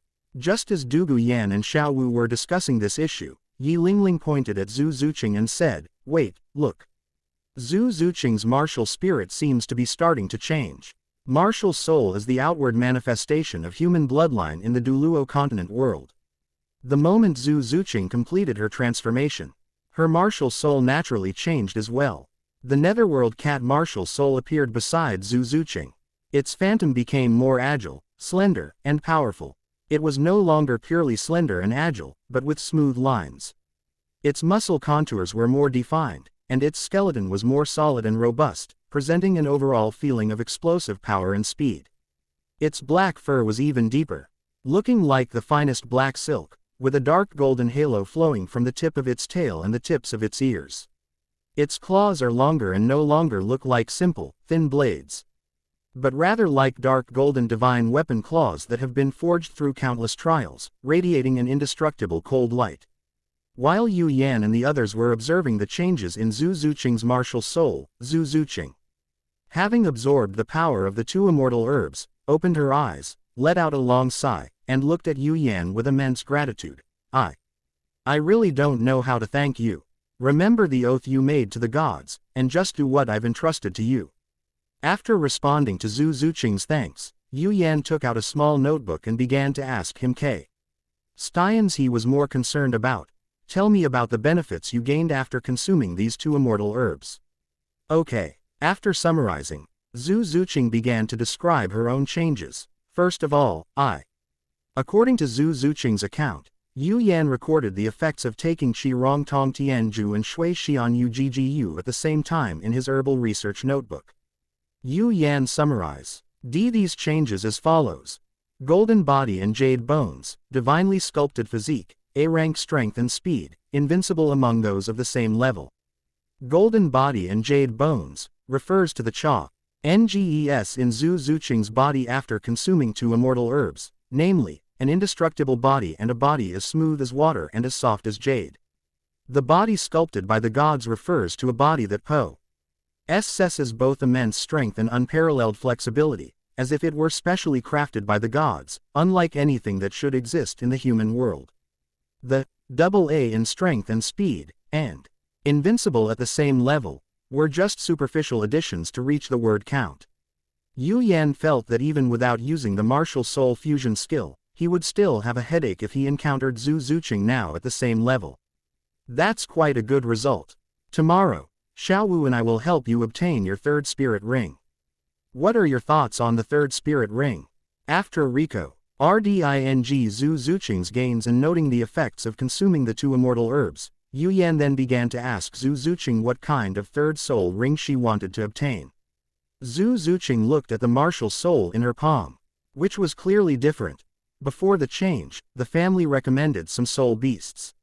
Now that the martial soul has changed, I'm not sure if those soul beasts are still suitable. Don't worry, Zhu Qing. You may not know this, but Yu Yan is quite knowledgeable about soul beasts. He helped arrange the soul rings for me, Ling Ling, and Xiao Wu. You can just recommend him to him. Dugu Yan took over the topic directly and then passed it on to Yu Yan. Okay, then we'll see what I say. Even if Dugu Yan didn't offer Zhu Zuqing any advice, Yu Yan would still recommend a few suitable soul beasts for her to choose from. This was something that was done incidentally during Zhu Zuqing's medicinal bath. This is troublesome. Zhu Zuqing, who no longer knew how to thank Yu Yan, was determined to follow Yu Yan and never betray him. No need to trouble yourself, we'll go to Sunset Forest tomorrow to get you a spirit ring. Going to Sunset Forest to obtain a soul ring and also taking the opportunity to visit the Ice and Fire Yin Yang Well Herb Garden is a perfect way to kill two birds with one stone. When Yu Yan mentioned going to Sunset Forest, Xiao Wu guessed Yu Yan's purpose. If we go to the Ice and Fire Yin Yang Well, I can also replenish my snack collection. This is a perfect plan. He. Zhu Qing, do you want to try out your transformation? Let's go fight. Don't worry, I won't bully you, I'll only use the first two soul skills. Since her martial soul evolved from a control-type soul master to a power attack-type soul master, Dugu Yan, who has developed a love for soul master battles to some extent, has witnessed Zhu Zuqing's martial soul change and has issued a battle invitation to Zhu Zuqing. She is eager to see what the inventory BLE of the same level described by Yu Yan looks like. Dugu Yan is currently a level 46 soul master, and at full strength, she can go toe-to-toe with a 5-ring soul king. After witnessing the changes in Dugu Yan, Dugu Bo entrusted his granddaughter to Yu Yan with peace of mind and spent his days running around. Recently, it seems he has gone to the sea area west of Hanhai City to search for the Sea God Island. When Yu Yan learned that Dugu Bo had gone to Sea God Island, he silently prayed for Dugu Bo, hoping that he wouldn't be beaten up by the titled Douluo of Sea God Island. Sure, Javi Ing just experienced a major upheaval and eager to see her current strength, Zhu Zuqing accepted Dugu Yan's challenge without hesitation. Yu Yan, who was planning to ask Vice Dean Zhongjing for leave, heard that Zhu Zuqing and Dugu Yan were going to have a soul master battle, so he decided to watch their battle first before asking for leave. The group of 5 arrived at the Beast Academy's battlefield. Yu Yan used the privileges granted by Zhongjing to open a private battlefield that was not open to outsiders, allowing Dugu Yan and Zhu Zuqing to perform to their full potential. With Yi Lingling there, even if the two of them fought to the death, Yi Lingling could successfully rescue them. Zhu Zuqing, Martial Soul Nether Cat, Level 30 Agility Attack Type Battle Soul Master. Dugu Yan, Martial Soul, Emerald Blood Jade Dragon, Level 46 Power Attack Type Battle Soul Master. According to the rules of the soul battle, after exchanging their soul levels, the two summoned their souls and began the battle. Chapter 197 Back and Forth, Victory and Defeat gradually emerge. After being possessed by her martial soul, Zhu Zuqing, who had always been a mindset of an agility-based soul master, took the initiative to attack, adhering to the principle of gaining the first strike advantage. With the Netherworld Cat martial soul attached to her, Zhu Zuqing transformed into a fan Tom and charged towards Dugu Yan in a Z-shaped pattern without using any soul skills. Wow, so fast. This speed is even faster than when I used my first soul skill, Nether Thrust. While marveling at this, Zhu Zuqing had already arrived beside Du Guyan, raised her hand with sharp claws, and grabbed Du Guyan's arm. Zhu Zuqing already knew about the quiet girl's martial soul, the nine-hearted begonia, which had terrifying healing abilities. With someone backing her up, she didn't hold back in this attack. Such speed, even faster than the speed of white agarwood from the second ring road. In response to the speed Zhu Zuqing was displaying, he found a reference point in his mind. Bai Chenxiang, a soul master with the ultimate speed. Even now, Bai Chenxiang still doesn't dare to disobey her family's wishes. Her spirit rings are still all acceleration enhancing. Yu Yan, out of consideration for their years of friendship, has provided her with some help, making her the #1 Amen. Ji the younger generation of the Min clan, but he has no intention of finding immortal herbs for her. As Du Guyan raised her arm to meet Zhu Zuqing's grabbing motion, emerald-colored soul power surrounded her right arm, providing a simple layer of soul power protection. Zhu Zuqing landed a hit and immediately retreated to create distance, maintaining a relatively safe distance from which she could react in time. Du Guyan took a few steps back and looked at the 5 scratch marks left on her arm, gaining a general understanding of Zhu Zuqing's attack power. Its attack power has increased at least threefold compared to before. Those who are family know their own situation. Through this encounter with Du Guyan, Zhu Zuqing roughly determined her current attack power. In the past, she would not have been able to leave such obvious marks on a soul master who was on guard. You're a pretty good opponent. I'm not going to stand here like a punching bag from now on. Du Guyan shook her arm, and the wound, which was covered by emerald-colored soul power, healed at a speed visible to the naked eye. The Jade Blood Dragon's life attribute, besides being able to damage opponents, can also heal its own minor wounds. This is a simple application of its martial soul ability. Good. Zhu Zuqing nodded. After briefly testing her own abilities, she realized that she did indeed need a thorough and exhilarating battle to gain a clear and profound understanding of herself. After exchanging words with Zhu Zuqing, Du Guyan activated her first soul skill, Blood Jade Erosion Claw. AP.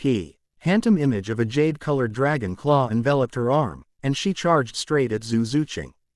Not quite understanding why Du Guyan would rush towards her without any warning, Zhu Zuqing drew and chose to observe Du Guyan's purpose first. Despite missing her target head-on, Du Guyan was not discouraged. She continued to pursue Zhu Zuqing methodically, intentionally forcing her into a corner. Restricting the movement space of agility-type soul masters is a common tactic for non-agility-type soul masters when dealing with them. Knowing Du Guyan's soul skills, Yu Yan, Xiao Wu, and Yi Lingling all knew what she was going to do next. Without any information, Zhu Zuqing observed for more than a minute before choosing to launch an attack on Du Guyan. This battle was to test her combat strength. If she only dodged with agility, it would be impossible to measure her true combat strength. After slightly adjusting her posture, Zhu Zuqing moved forward, and her first soul ring landed on her. The Netherworld Thrust soul skill made her speed 70% faster than it already was. Once the speed reaches a certain level, it will bring considerable power. In less than the blink of an eye, Zhu Zuqing arrived in front of Du Guyan and extended her sharp claws to stab at Du Guyan. When Zhu Zuqing's attack reached Du Guyan, she raised her hand in time and used her Jade Dragon Claw to block the swift thrust. If Du Guyan were only a great soul master, she would never have been able to accurately track Zhu Zuqing's movements, nor would she have been able to make the most normal moves in time, and would have been injured to some extent. Having fought this far, Du Guyan somewhat understood the meaning of Yu Yan's words about having both strength and speed at A rank and being invincible among his peers. However, I'm not one to be trifled with either. Using the Jade Dragon Claw, he grabbed Zhu Zuqing, who was trying to leave. His second soul ring landed on Du Guyan's body, and 4 blood jade energy chains with jade dragon patterns extended from Du Guyan's back, grabbing towards Zhu Zuqing. Du Guyan's second soul skill was specially chosen after witnessing the verse applications of the Fish Flame Ice chain. The soul skill is called Blood Jade Dragon Bind. After binding an opponent, the Blood Jade Dragon Bind can forcibly absorb the opponent's soul power and life force. If it is absorbed for a long time, it will completely drain the opponent's soul power and life force. The consequences of exhausting the soul power will lead to exhaustion, and the consequences of exhausting the life force are self-evident. After the blood jade dragon binding chains are retrieved, the absorbed soul power and life force can provide a certain degree of support to Douluo Yan. This is a soul skill that combines control, debuffs, and recovery. If I had to point out a drawback, it would be that the rate at which it absorbs life force is very slow. Seeing the blood jade chains extending towards her, Zhu Zuqing unleashed her full power. As her dark soul power circulated, pale golden light emanated from her body. Her strength suddenly exploded, instantly breaking free from Douluo Yan's dragon claws. Using the acceleration of the netherworld thrust, she rushed to the side. With her rich experience, Douluo Yan immediately manipulated two blood jade chains to extend to both sides of her body as Zhu Zuqing forcibly broke free, attempting to block Zhu Zuqing in the corner of this private battle arena and restrict her movement within this area. Zhu Zuqing, who wanted to take the opportunity to rush out, leapt across the air as the blood jade chains extended and blocked her way. Douluo Yan smiled crookedly, and another blood jade chain suddenly shot out, piercing towards Zhu Zuqing, who was unable to move in the air. She was extremely experienced in dealing with agility-type soul masters. Unable to dodge in midair, Zhu Zuqing could only take emergency measures to minimize the damage she suffered from the attack. The blood jade chains collided with Zhu Zuqing's body, and a faint golden light appeared at the point where the chains made contact with Zhu Zuqing, absorbing most of the damage for her. Because of the golden light, the blood jade chain did not penetrate into Zhu Zuqing's body, but only left a very obvious bruise on her body. Such strong defense. This idea appeared in the minds of both Douluo Yan and Zhu Zuqing at the same time. Douluo Yan quickly regained her senses and, while manipulating the blood jade chains to attack Zhu Zuqing, also wielded the blood jade corrosion claws to rush towards Zhu Zuqing, hoping to seize the opportunity when Zhu Zuqing was distracted and win the battle. Even if she suppresses her soul power, Douluo Yan is still a soul master. If she loses to Zhu Zuqing in front of Yu Yan and the other two, she will lose face. As danger approached, Zhu Zuqing, who was shocked and stunned by her own formidable defense, regained her senses and once again engaged in direct combat with Douluo Yan. In the fierce battle, although the two have not yet determined a winner, both Yu Yan and Xiao can tell that Douluo Yan has won this battle. Zhu Zuqing is lacking in terms of soul power quality, total soul power, and combat experience. Chapter 198 Taking leave again to renovate the herb garden. Is this the indestructible body cultivated by the Qirong Tongtian chrysanthemum? Xiao, who was watching the match from the audience, asked Yu Yan a question after the outcome between Douluo Yan and Zhu Zuqing was decided.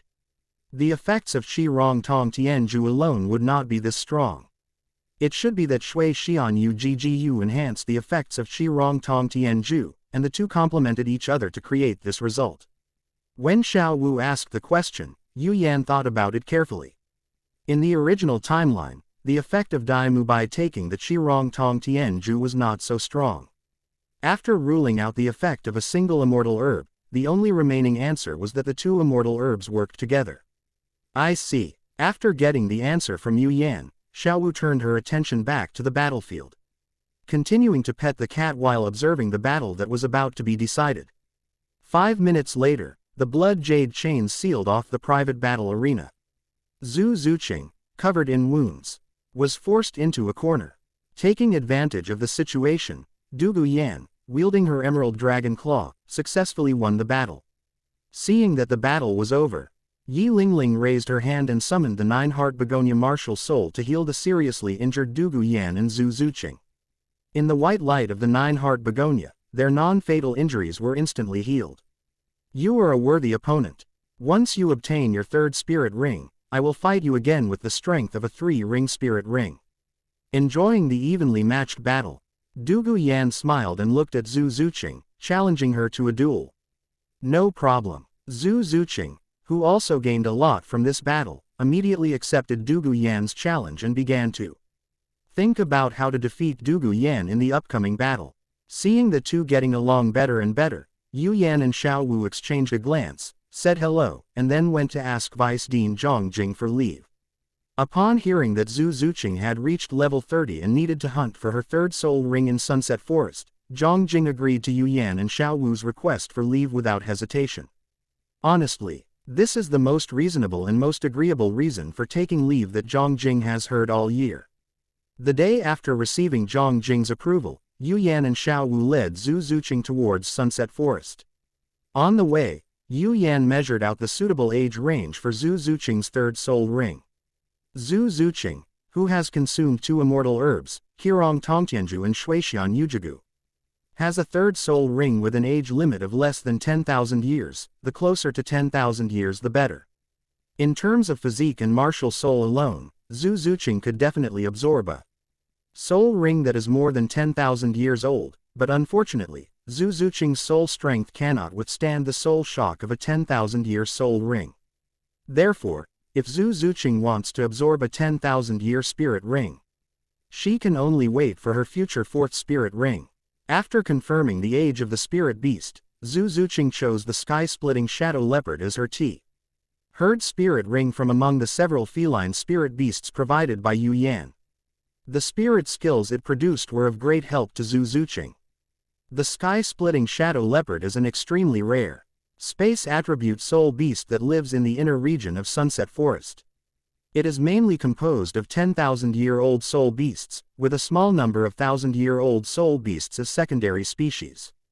As long as you are patient, it is not difficult to find a sky-splitting shadow leopard of the right age. In the yin-yang well of Sunset Forest, Yu Yan held up the fragrant Qiluo immortal item, which could form a poison-resistant field, and led Xiao Wu and Zhu Zuqing into the yin-yang well. Lingmao Wushui was assigned by Yu Yan to find the rift shadow leopard. Firstly, Wushui is idle all day, so it's good to find something for it to do. Secondly, the black mist that conceals Wushui allows it to move freely in the middle layer of Sunset Forest, as long as it doesn't go to the core area of Sunset Forest. Basically no soul beast can detect it. Thirdly, Wushui seems to possess a mysterious kind of luck. When given certain tasks, Wushui can always find exactly what Yu Yan needs through various coincidences. Zhu Zuqing, the spiritual energy here is abundant. Find any spot on the outskirts to cultivate. We will notify you once we find the sky-splitting shadow leopard. After entering the yin-yang well of ice and fire and giving Zhu Zuqing a brief instruction, Yu Yan and Xiao Wu headed deeper into the yin-yang well of ice and fire. It wasn't that Yu Yan didn't want Zhu Zuqing to enter the ice and fire yin-yang well. The main reason was that she was too weak and couldn't adapt to the special environment created by the collision of the ice and fire yin-yang well. Okay, sure. Having already decided to follow Yu Yan, Zhu Zuqing didn't ask why, and simply nodded in acceptance.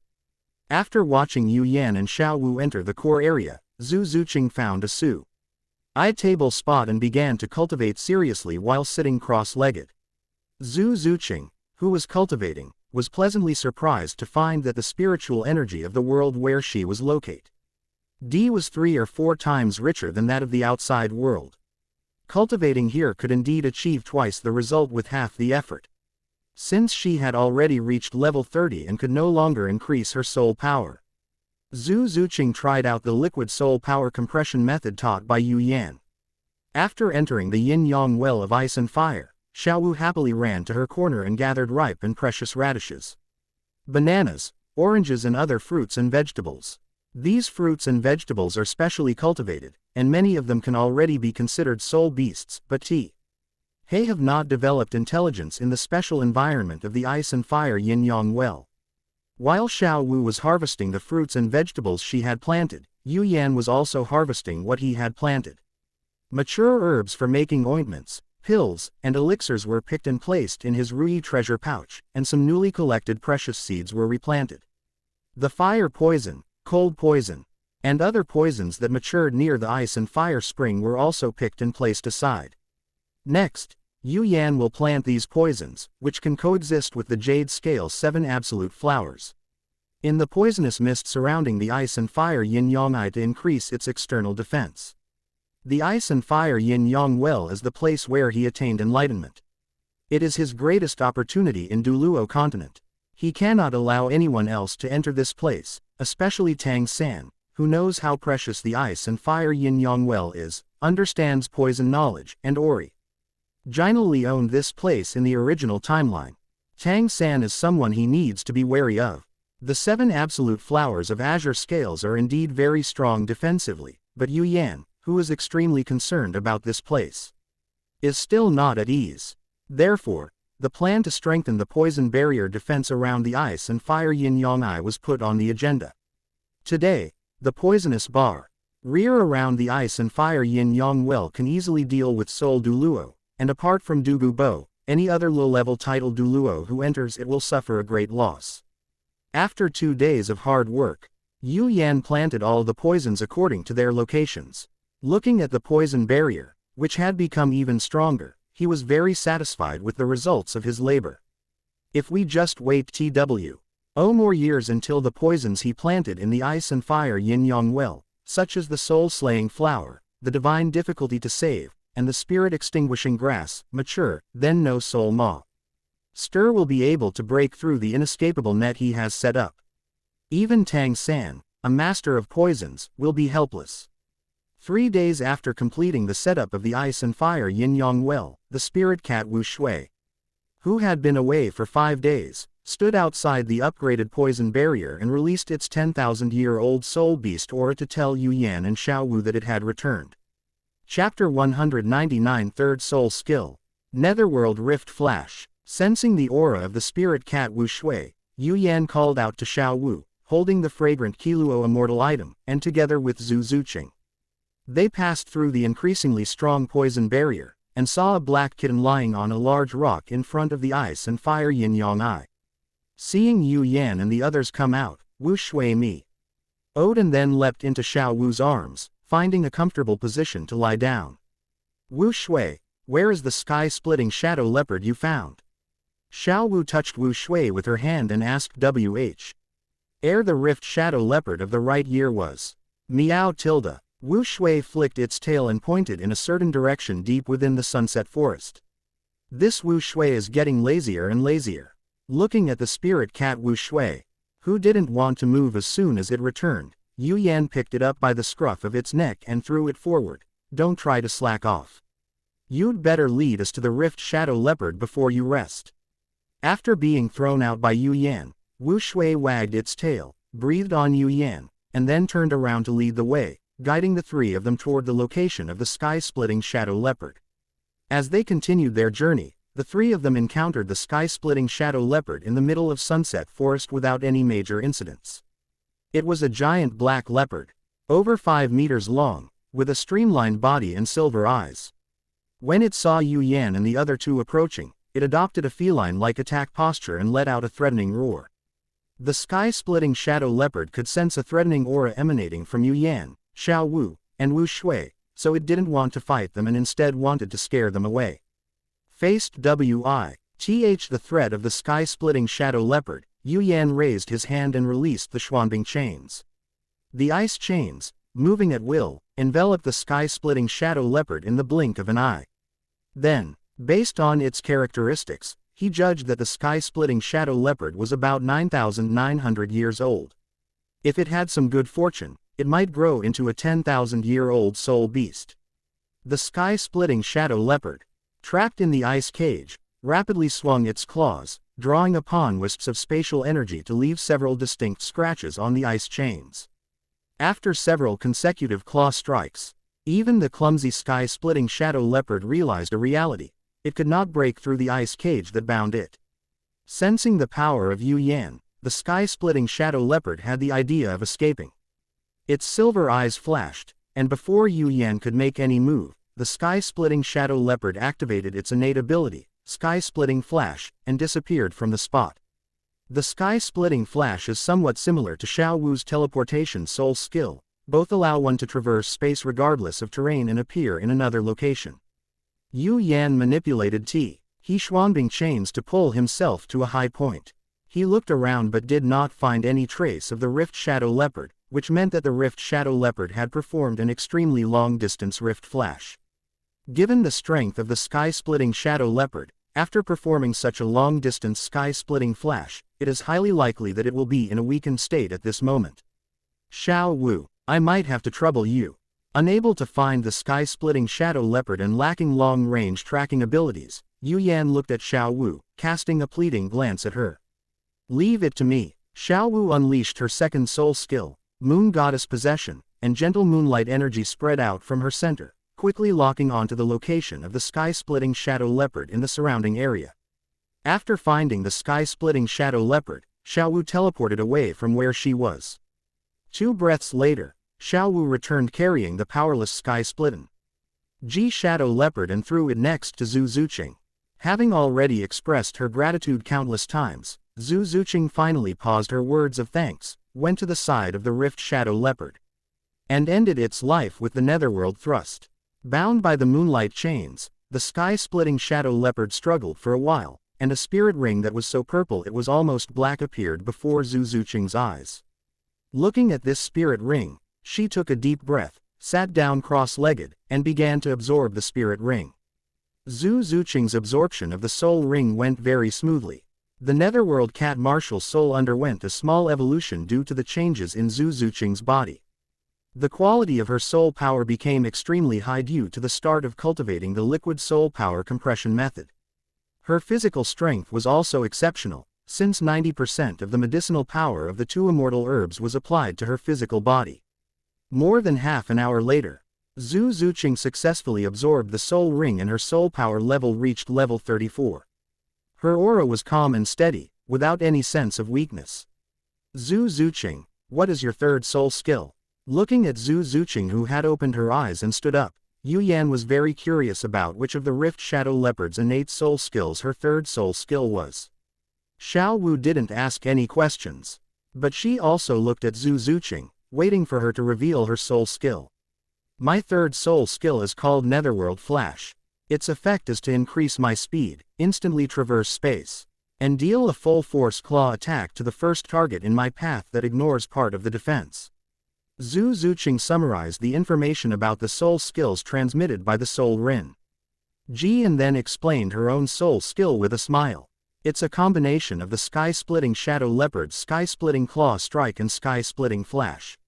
This soul skill is pretty good. Can you demonstrate it? After hearing about the effects of this soul skill, Yu Yan understood why Zhu Zuqing was happy.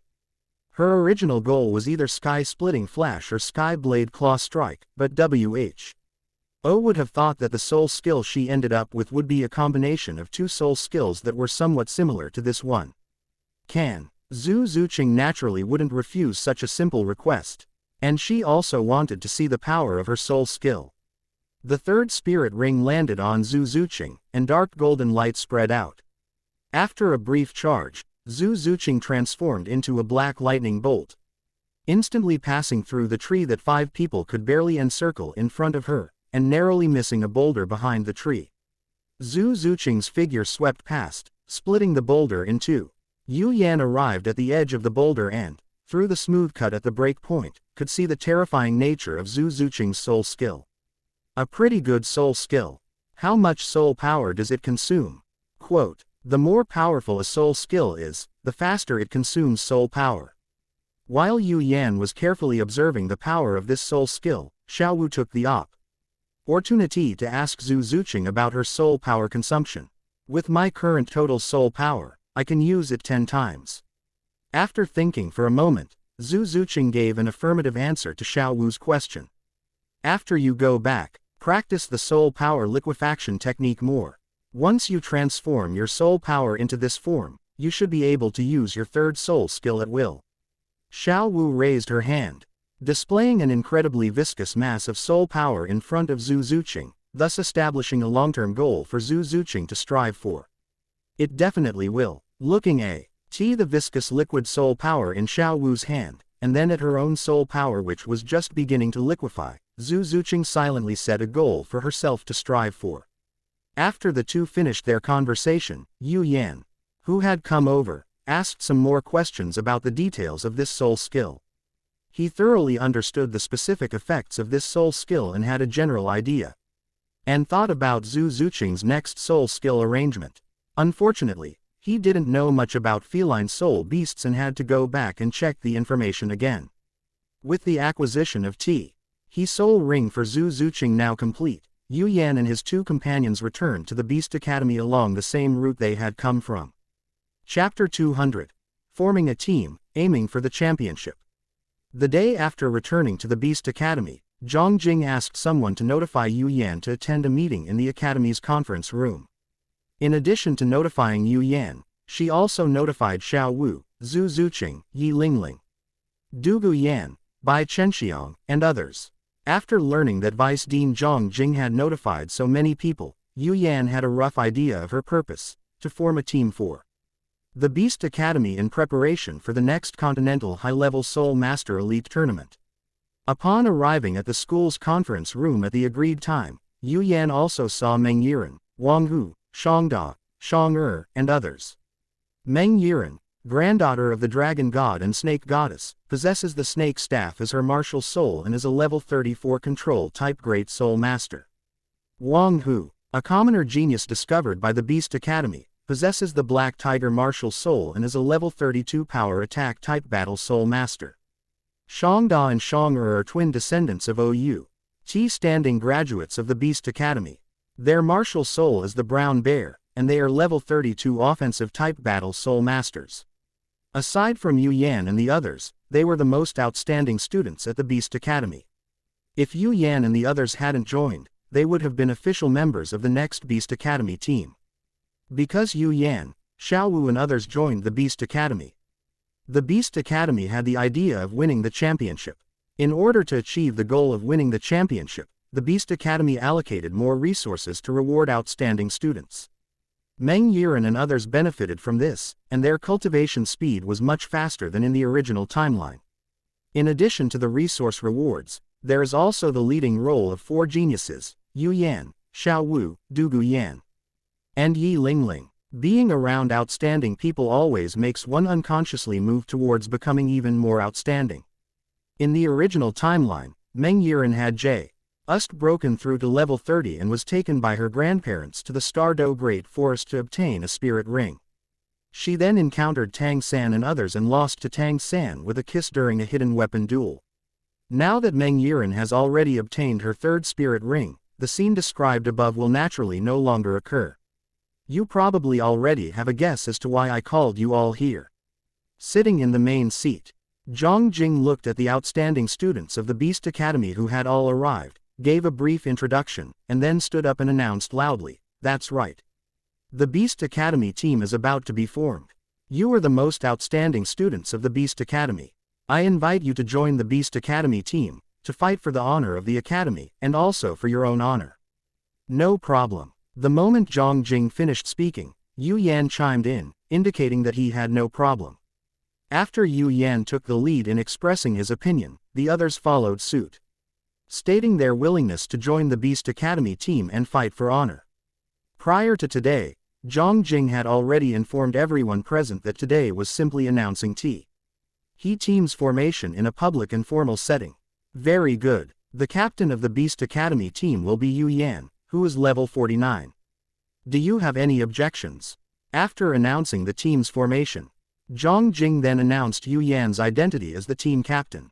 They already knew of Yu Yan's genius, a 12-year-old level 49 soul master with a mutated martial soul and 2 soul skills in one ring. They were all older than Yu Yan and had lower soul power, so why would they have any objections? Furthermore, as long as they cling to the coattails of Yu Yan, Xiao Wu, Douluo Yan, Yi Lingling, and others, they can successfully win the championship and make a name for themselves in the history of the Beast Academy. Why would they object to such a good thing? Knowing that Yu Yan was a level 67 Soul Emperor, Zhu Zuqing couldn't help but look around when she heard the statement from a level 49 Soul Master, only to find that everyone's expression was very calm. When Xiao Wu saw Zhu Zuqing observing the others with some surprise, she winked at her and then secretly made a gesture, signaling her not to say anything. Upon receiving Xiao Wu's signal, Zhu Zuqing composed herself and listened quietly as Vice Dean Zhang Jing explained the special training plan for the coming period. The training program at the Beast Academy is divided into 2 parts: combat training and cultivation training. The practical training specifically involves fighting in the Soul Arena of Ice Soul City, as well as regular practical guidance from academy teachers. For their special cultivation training, the academy's simulated cultivation grounds are open to them at any time, and precious cultivation resources such as ice soul flowers are also provided to them on a regular basis. These special training sessions were of great help to everyone except Yu Yan and Xiao Wu. Of course, Yu Yan and Xiao Wu did not raise any objections or make any special requests. After announcing the training schedule and plan, Zhang Jing began to explain the rules of the Continental High-Level Soul Master Elite Competition.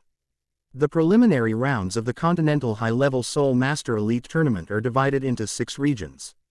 Within the Heaven Do Empire, there are 4 kingdoms and 1 duchy. The high-level Soul Master Academies directly managed by each kingdom and duchy compete within their respective territories, while the other academies compete in Heaven Do City. Because the Tiando City division encompasses 5 provinces and numerous academies, this division has 5 qualifying slots, while the other divisions have 2 qualifying slots each. The Beast Academy is located within the Kingdom of Haagen-Dazs, and the preliminary rounds will naturally be held in the Kingdom of Haagen-Dazs' sub-slot. The competition in this segment is relatively less intense, which is why the Beast Academy is always able to reach the finals of the Continental High-Level Soul Master Elite Competition. The preliminary rounds are a piece of cake for the current Beast Academy, and Zhang Jing has already set her sights on the tough teams in the finals. Yu Yan, Xiao Wu, you two need to priorities your cultivation and strive to break through to the Soul King level before the finals. According to reliable intelligence, there are 3 people in the Spirit Hall's Golden Generation who are biggest obstacles to your championship: Spirit Hall's Holy Maiden Huliena's brother Xiao, and Yan, the owner of the Fire Lord, a mutated spirit with both fire and earth attributes. They are all level 49 Soul Masters. Take a close look at this intelligence. Zhang Jing took out the intelligence she had gathered and placed it in front of Yu Yan and Xiao Wu, indicating that they carefully examined this hard-won intelligence so that they would have a clear understanding of their biggest opponent in the finals. After glancing at the superficial information, Yu Yan placed it on the table. Don't worry. Xiao Wu and I will definitely break through to the Soul King level before the finals. Yes, Vice Dean Zhang, you can rest assured. Yu Yan and Xiao Wu, who were already Soul Emperors, assured Zhang Jing that they would definitely be able to break through to Soul King. That would be best. After stating her requirements for Yu Yan and Xiao Wu, Zhang Jing looked at the other trainees and said, "You should also work hard and strive to make a breakthrough before the finals, and show your style on the field." Okay. Douluo Yan and the others agreed one after another. They had the opportunity to improve their strength and to show themselves in front of countless people, and they were naturally not going to give it up because they were young and proud. In the days that followed, the Beast Academy team began special training under Zhang Jing's leadership. After personally testing Yu Yan and Xiao Wu's astonishing combat abilities, Zhang Jing focused her attention on the remaining 8 members.